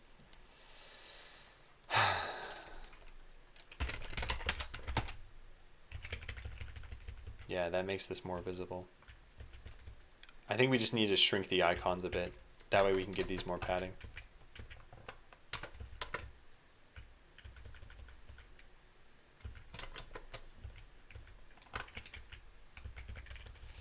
No, there's no real way to make this look good, is there? Unless we make the icons really small. No, that's not bad. Font size 1.6, padding 7.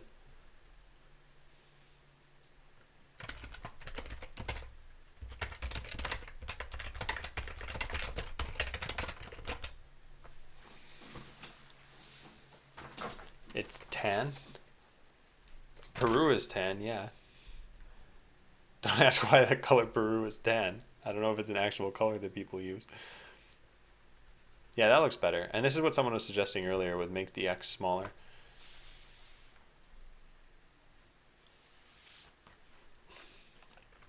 Okay, and then the last icon is the update icon, and that's going to be some green color.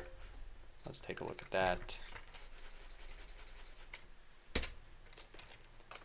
0, 158, 17. 0, 158, 17. This will be the, what, update icon? Update defense icon at the very least. So now we go put that over here.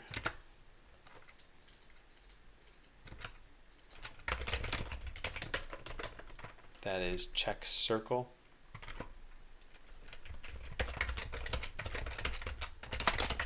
Except for it already has a circle, so we really just want the check mark, which I don't know where that is. There, check. and that's going to be export defense. And it says save.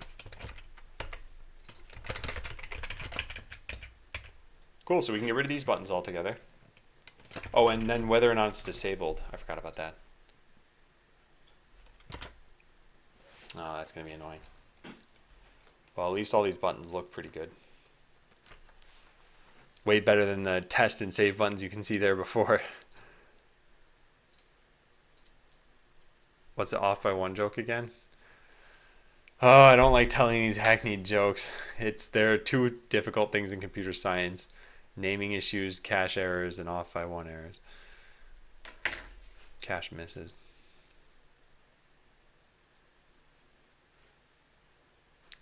For you. How to drive a person insane by linking them food images. There, I figured it out.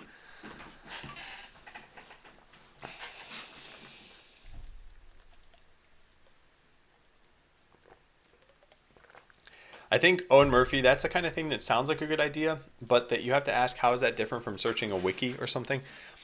I think in general, it's something that needs to be maintained, because now people need to go into the chatbot code and update it, as opposed to just go to a wiki and update a link. So just consider that. So disable save button. If this is disabled, so for example, how do we even disable this? I don't know. Let's just go to play.bot.land and find out. Excuse me. Hey, Cucumber Owl defeated my defense. So I believe it's disabled if you have no bots there. No, what? Let's just take a look at what it is. Oh, if you're testing your defense. Okay, yeah. So what does a disabled button look like over here? Yeah, so you can't click this, but it's not obvious that it's disabled. So what we could do is we could change the background to gray when it's disabled. Like, we just make it lose its color a bit. That's not bad, actually. But it's not really obvious that it's disabled.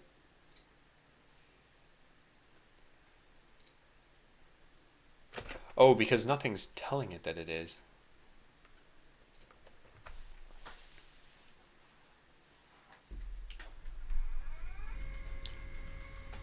Oh, I see Owen Murphy. Yeah, if it makes sense, then definitely try it out.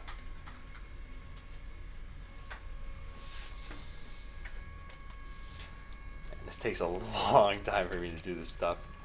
Once I've got something set up, though, then it shouldn't take so long to just copy paste a bunch of buttons afterwards. So if this is disabled, we want to show that it's disabled. I'm not sure how we'll do that. If it's disabled, the on-click shouldn't work. And yeah, we used to have a button there. Cursor disabled and decrease. What is cursor disabled? Cursor disabled. Is that a Mac thing? Oh no, I can't. Invalid property value. Is there not allowed? Yeah, not allowed maybe. So cursor not allowed and decrease opacity. Yeah, maybe decreasing the opacity is all that's necessary. Yeah, I could try that. Also less space between play and test compared to the rest.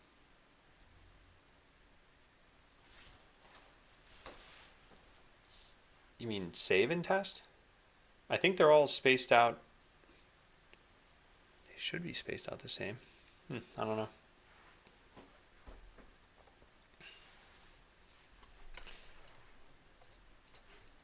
What if I set the opacity on this entire div? If this is disabled, opacity 0.5. No, it would really only be the icon, I think. Yeah, it would just be the icon probably, and then change the cursor. Yeah, alright, let's try that then. So const disabled equals this.tops dot disabled. And if it's disabled, we want to set the opacity of the icon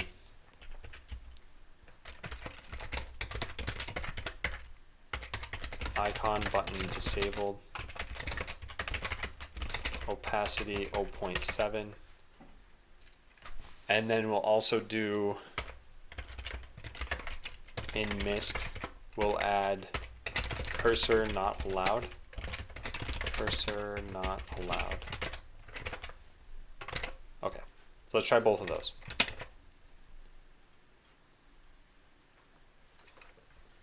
So outer class names needs to now be an object that sets these to true.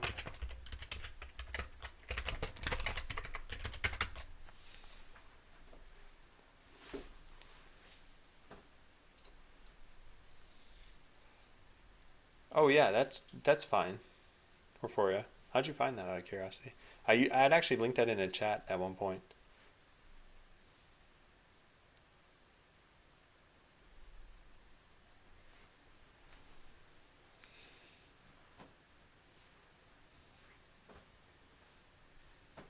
They are not, since a clear all divs width is defined. Oh, I see.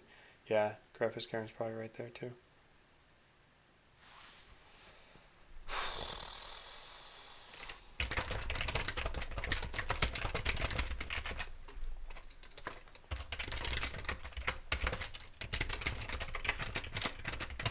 And then in the case that this one's disabled, so the icon class name, we're gonna have to change this too. So material icons, true, this, true, this is true. And then we have styles dot this. There. And then the on click shouldn't work if this is disabled. Oh man, on click. If not this dot props dot disabled, this dot props dot on click.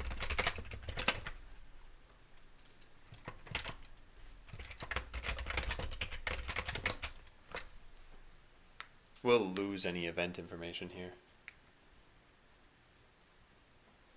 if we don't just bind this.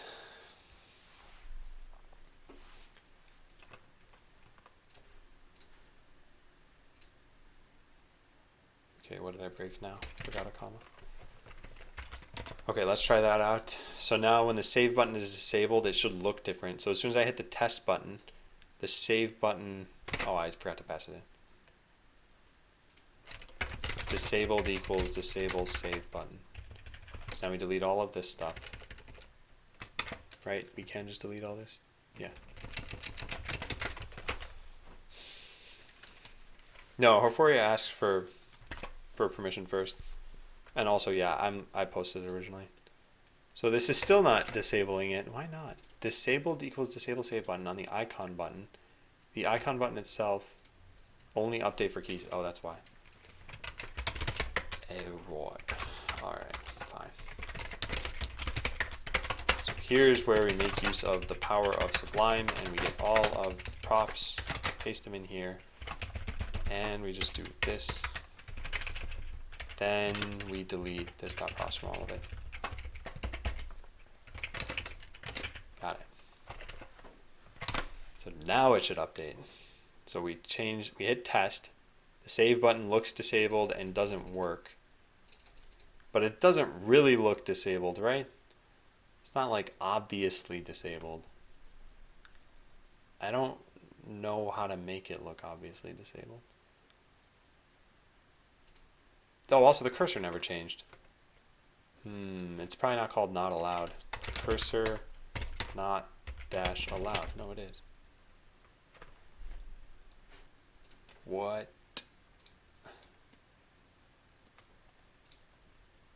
Yeah, what? Where's the cursor set on these things? Cursor pointer. Oh, it should be in the outer container. Oh my god. Never stops. Cursor pointer goes in the outer container. And that way we can update on the outer container. Yeah, cursor not allowed. Change the color to gray. Need more difference? Okay, yeah, I can do that. Alright, so yeah, now there's a not allowed. I can zoom in on that. Oh, no, can't do that. Gray instead of green.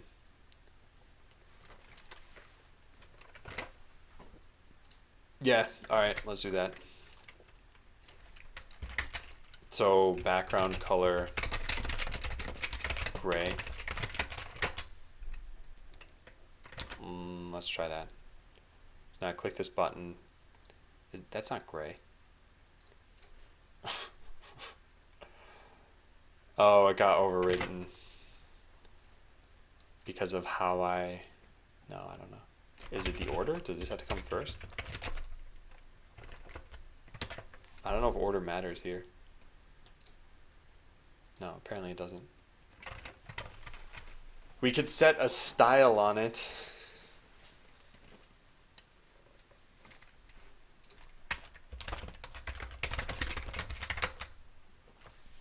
There's an option to grayscale an image, but this is just a background. Use this filter grayscale. Can you do that for anything? Also, how... Yeah, that works, but how intense is this? Like, can every browser use this? Filter. Edge. Partial support. Not the URL function. Opera Mini, Android, and IE.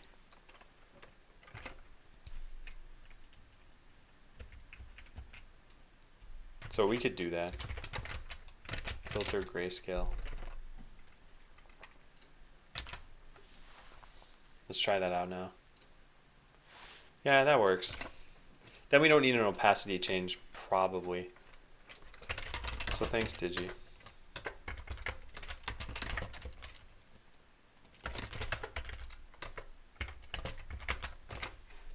And Natsu. Okay, great. So we are slowly working our way back over to this. Oh, whoops. Sorry. So now we can get rid of the test button that is obnoxiously large over there, which I thought I'd already gotten rid of. There it is. Oh yeah, render defense buttons is still getting hit. So we can get rid of test and save. And disable save button isn't used now. Okay, good.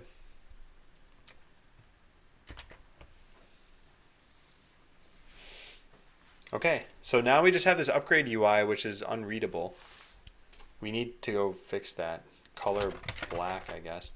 That's the first thing we can start with. Then there wouldn't need to be a text shadow either.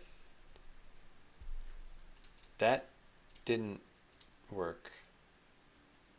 Oh, that's not... Oops. Wrong thing. There's upgrade UI. Render upgrade UI. Here it is. Yeah, color white at the very least. We have to change it to black. But then there's going to be more to it than that. Yeah, so it says level 10 at max level. We want to render this as an inline block component that will go in between the clear all and the test button. And then there's a whole bunch of centering nonsense we're going to have to do. Hey there, Chromium. You can use natively the disabled CSS selector versus adding one class. Oh, I see what you're saying.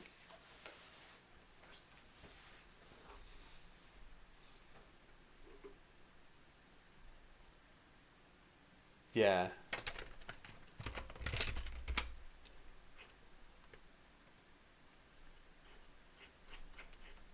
Let me just scroll through chat for a second.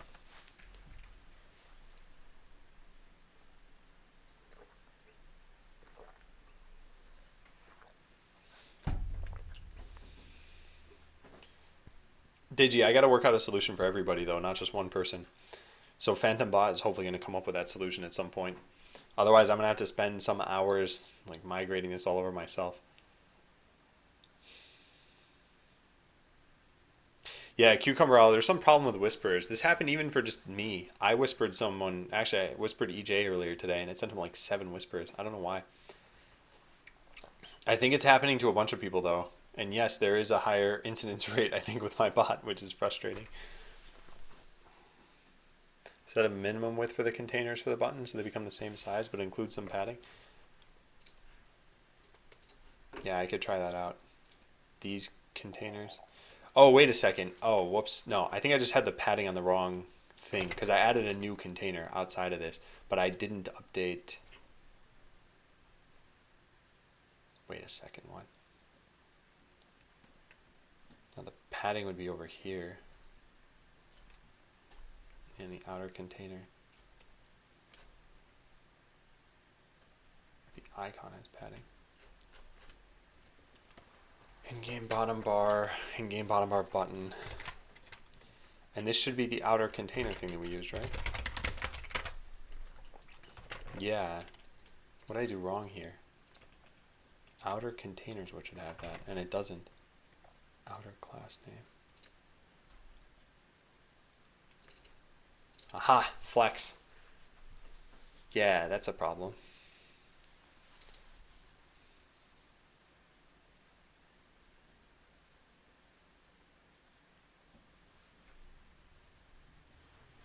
Yeah, I screwed this up.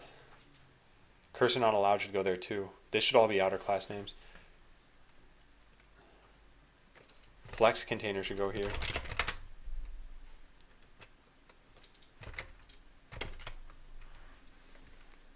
Hey, Itch Slap. Man, I'm making decent progress, I think, but it's so frustrating. Okay, that screwed up everything. What did I just do? Oh, flex container's still there. There should be outer container or whatever it used to be. Yeah, outer container.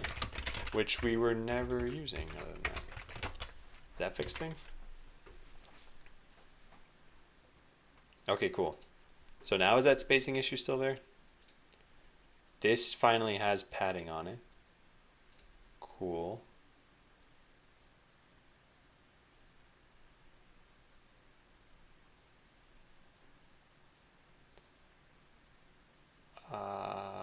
Yeah, it does have a problem, I see.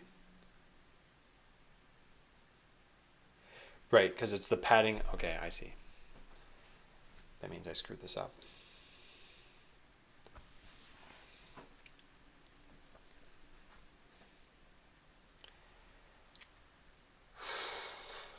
So Kravis Karen said, set a minimum width for the containers for the buttons so they become the same size but include some padding.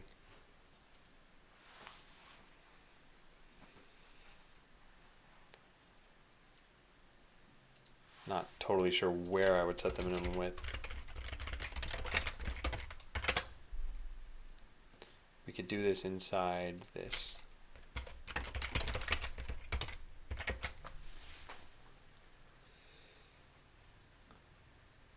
Oh, I think I see. I think I could set this on just the text even. Yeah. Not that I probably would want to set it on the text, but if I set this to have a minimum width of, let's say, 100 pixels. Whoops, wrong place. I keep doing that.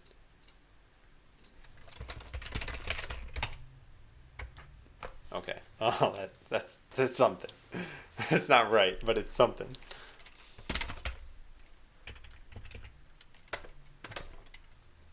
How do you center text? Text align?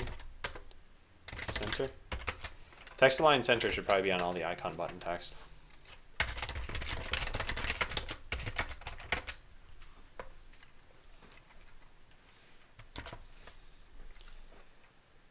Can you see the actual pixels of the containers by inspecting the elements? Yeah. Yeah, so for clear all, what's happening is the container holding this, you can see it's including the text. So I think what I could do is I could say that the text has a minimum width is one way I could do this at least. So if I say min width here of 100 pixels now it'll space them all at the right, at equal spacings.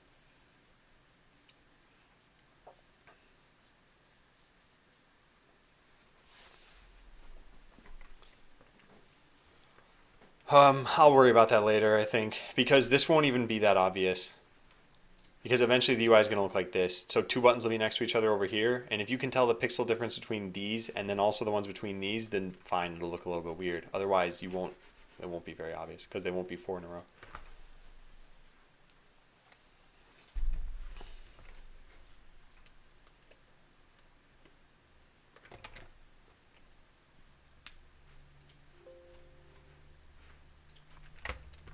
Hey, Blueberry King, can you take your bot out of chat?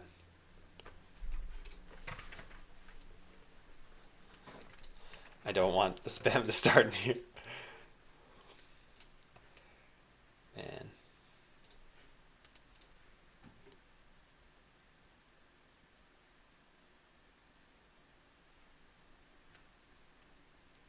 Yeah, so these buttons all work at least. And yeah, I like that grayscale property. That's pretty nice. There's also justify content space between. Wonder what that does. Because that would be on the Flexbox that I have.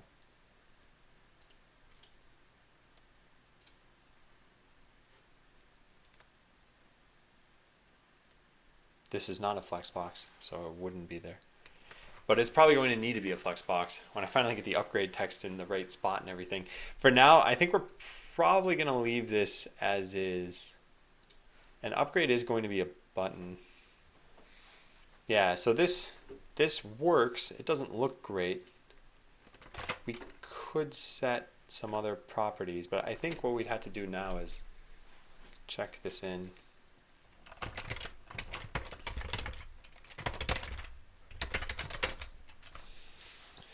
Man, I'm gonna have to spend some time on the weekend getting some of this stuff done. Window width is assigned a value but is never used.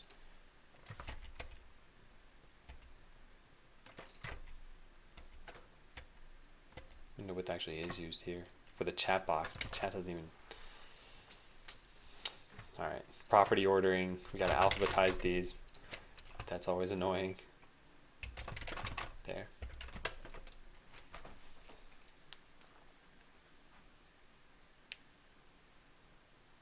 Especially for creating a separator component to separate the block of buttons.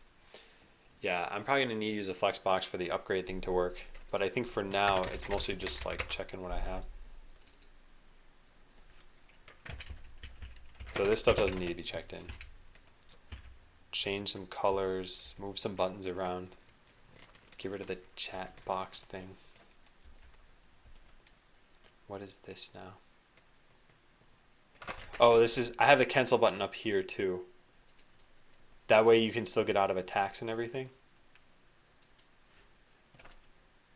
Yeah, because if I get rid of this, all right, let's move that over so you can still tell where it is. And that way I can see that I have to delete it. We'll set the left to 600. Why are you not using border box? I'm not a CSS wizard by any means. So a lot of the time I just rely on chat being very loud with how they give me feedback, and then I incorporate it. In general, my goal is to get this closer to the design doc that I have, and then worry about polished stuff later. And actually, a bunch of people, really thank you guys for this, have offered to help with the CSS when I get to that. And you've been helping in chat, definitely. But there might be a day where I'm like, hey, I need to get your email addresses and ask how to do this thing. Why does Webpack take so long? This might just be the first time that it's doing this. And the reason why it would take this long for a 14-line file is probably because one of your lines requires some large package. And this probably requires a bunch of other packages and so on and so forth. So you can set in your Webpack config, I think there's some caching thing. Cache directory. I at least have this here. So look into this option in Webpack. Because the first time I run Webpack, yeah, it takes a long time. The next times I run it, it's not so bad. So we need to comment all of this. Outer classes for positioning.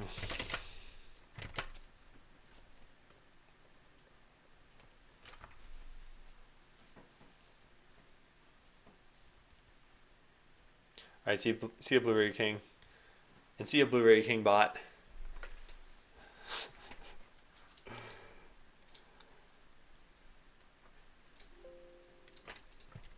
Okay, looks good. Render bottom bar, sure. Yeah, the rest of that is fine. We really need to comment the new class that I made. This, what is this doing here?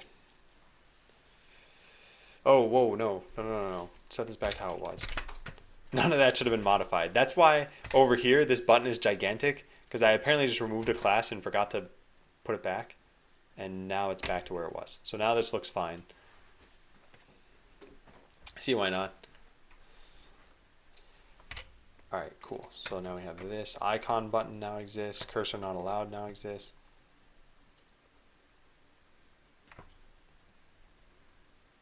Cool, all those things look fine.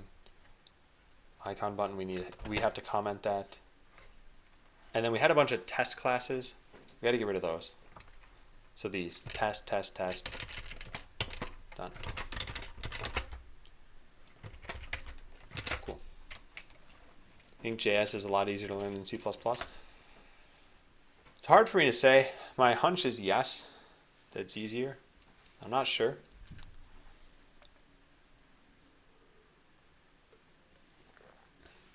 How much longer is Botland going to be online for? Probably another 10 minutes. I don't think many games were played today. Yeah, 198. So this is a relatively low stat considering it's 0.01 games per second.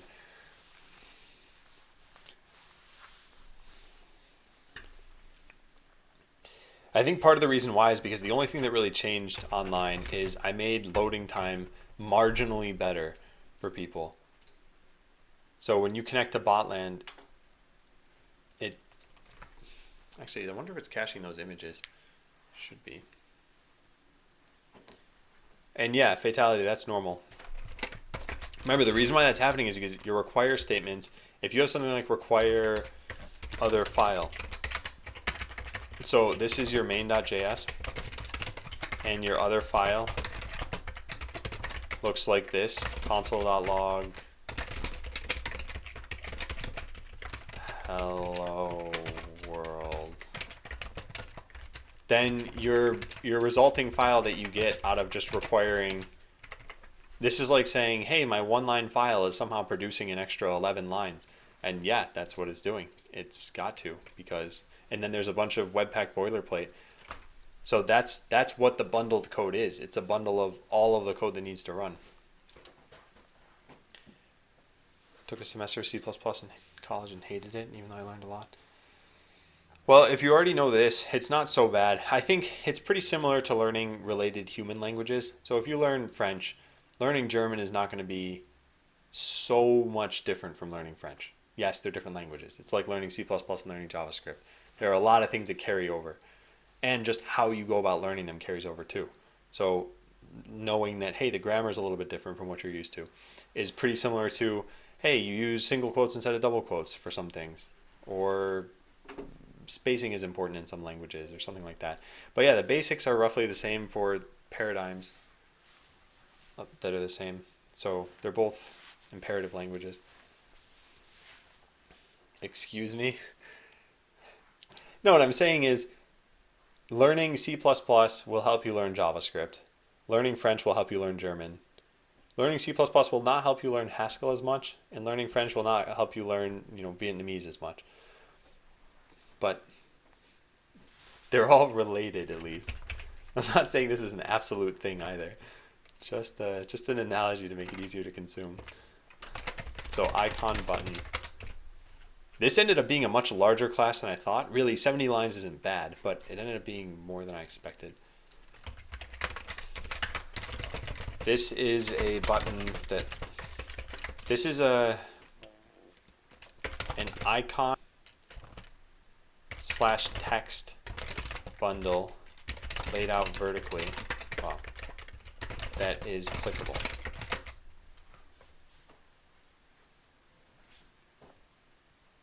Yeah, I'm saying Haskell is Vietnamese. That is exactly what I'm saying.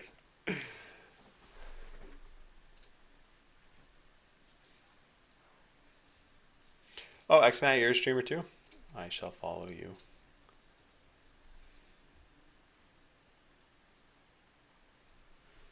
No, my uncle, I don't agree with that. Like, they all stemmed from the same languages originally, and there are a lot of words that are going to be very similar. There are probably some other similarities between them. I don't know German, so I can't really comment on the exact things.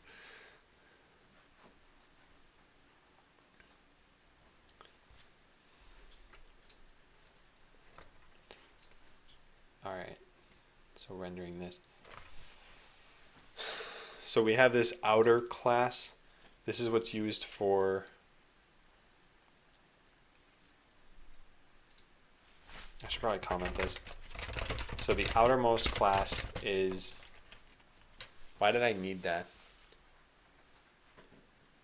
I couldn't just use. Oh yeah, so the outermost class is to contain our flexbox so that you could, the outermost span, so that you can use something like padding on it.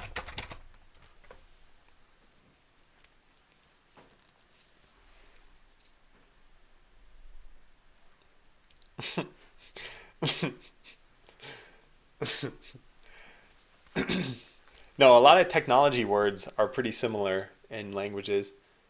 Like I'm pretty sure in Russian, internet is a close enough word to what I'm saying right now, internet. So yeah, I'm not sure how in French it got to be what it is, but a lot of tech words are just loan words.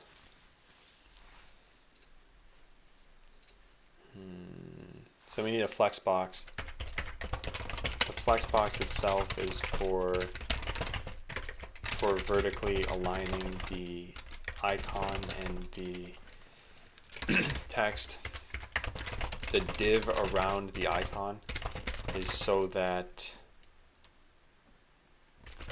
the border radius can apply to the icon without being impacted by the length of the text, which leads to ellipses for backgrounds.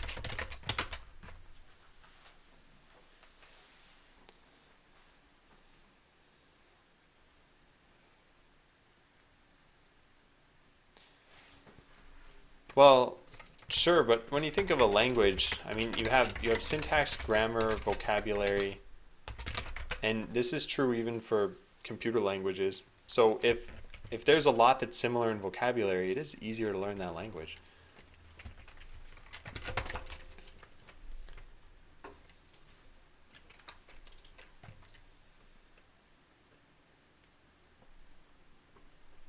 I mean, if you gave me German text, for example, and I don't speak German, let's say you wrote out 1,000 words of just like normal conversation. Chances are I'd understand more than 0 of the words without even knowing German. I don't know how many, but I don't think it'd be 0.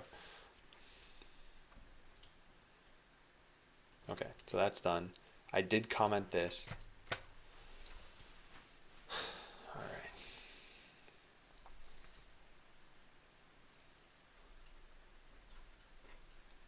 Okay, yeah, I think that's good. So let's try running this one more time.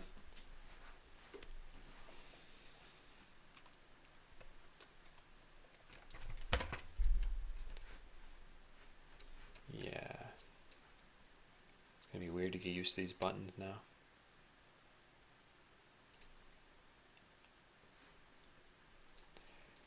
All right, well, let's show all the work that got done today. So let's log in. Here's what things used to look like. So you would log in and you'd be looking at this page, and I will make this take up just enough so that my face doesn't block everything. So you used to look at the page like this, small battle log, news didn't do anything. It was always over here, just taking up space. And there was a pink border on every page at the top there that you can barely see because it's 1 pixel. But now it looks like this. So you have a placeholder for your avatar, you have a larger battle log, news is actually in the news section. I added a new bit of news here. The buttons are laid out correctly, this is taller. And then the only other thing I really got to work on was if we go into edit defense. So here's what this used to look like. It used to be that we just had buttons spewed across the bottom of the page and like white text here on a whatever background. Sometimes it would be a gray background and you can read it. Sometimes it'd be a green background and you couldn't. A large test button for using on tablet. And just generally, if you resize this window, it would just smush everything on top of itself. Now it's got a dedicated bottom bar. Eventually these will be laid out differently. The upgrade is still kind of screwed up too, but we got icons here. We can eventually use these icons for something like this too. So that can be a reusable component. And that's about it. That's what took me 8 hours today. So yeah. Does clear all show a warning? Yes, it does. It says did not code this yet. But yeah, eventually I think it will show you a warning saying you're going to remove all your bots. Are you sure? Yes, no. You click yes, it removes them.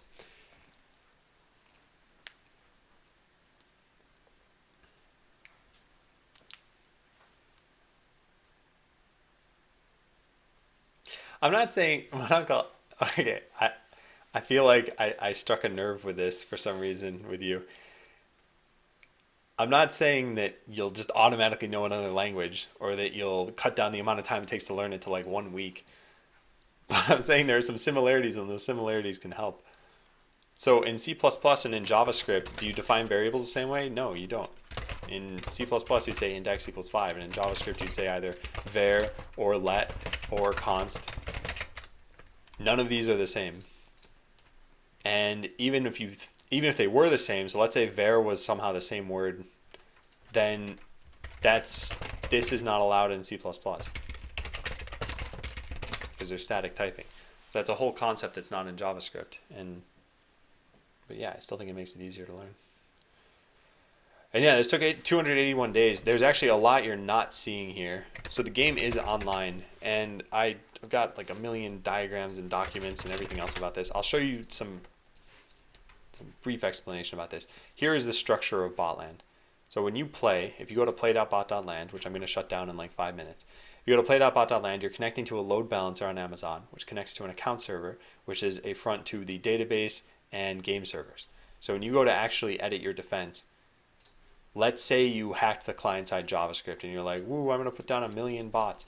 Something's got to validate that you can't do that. And let's say that machine went offline, something's got to bring it back online or alert me about that. When you sign up for an account, it's got to send out an email. Something's got to actually simulate out these matches and see that you're playing the game or that you're winning, persist the results of the database.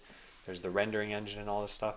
So there are a lot of different sections, and I didn't really use an existing game engine. So it took me quite a long time to do this stuff. And we are still far from done.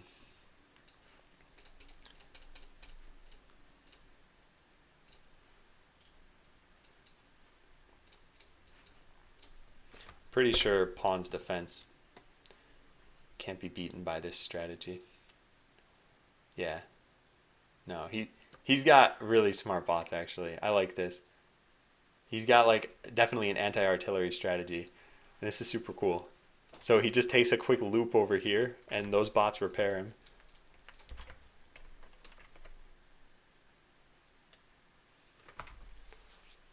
Although I guess if I put it closer then he can't get in repair range.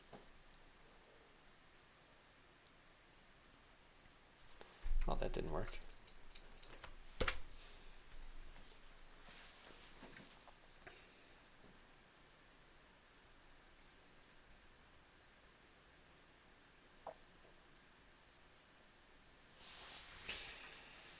Yeah, I think it is sometimes tough to... Oh yeah, that's right. This is just going to be a stalemate now because I can't break through his shields. Oh, that was stupid. I should have put down a melee bot. But now I just lose. Well.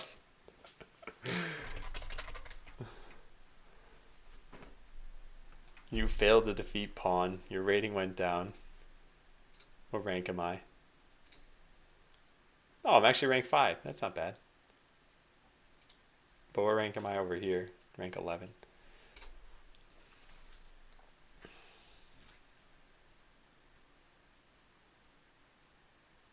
You just want to rant about French? Okay.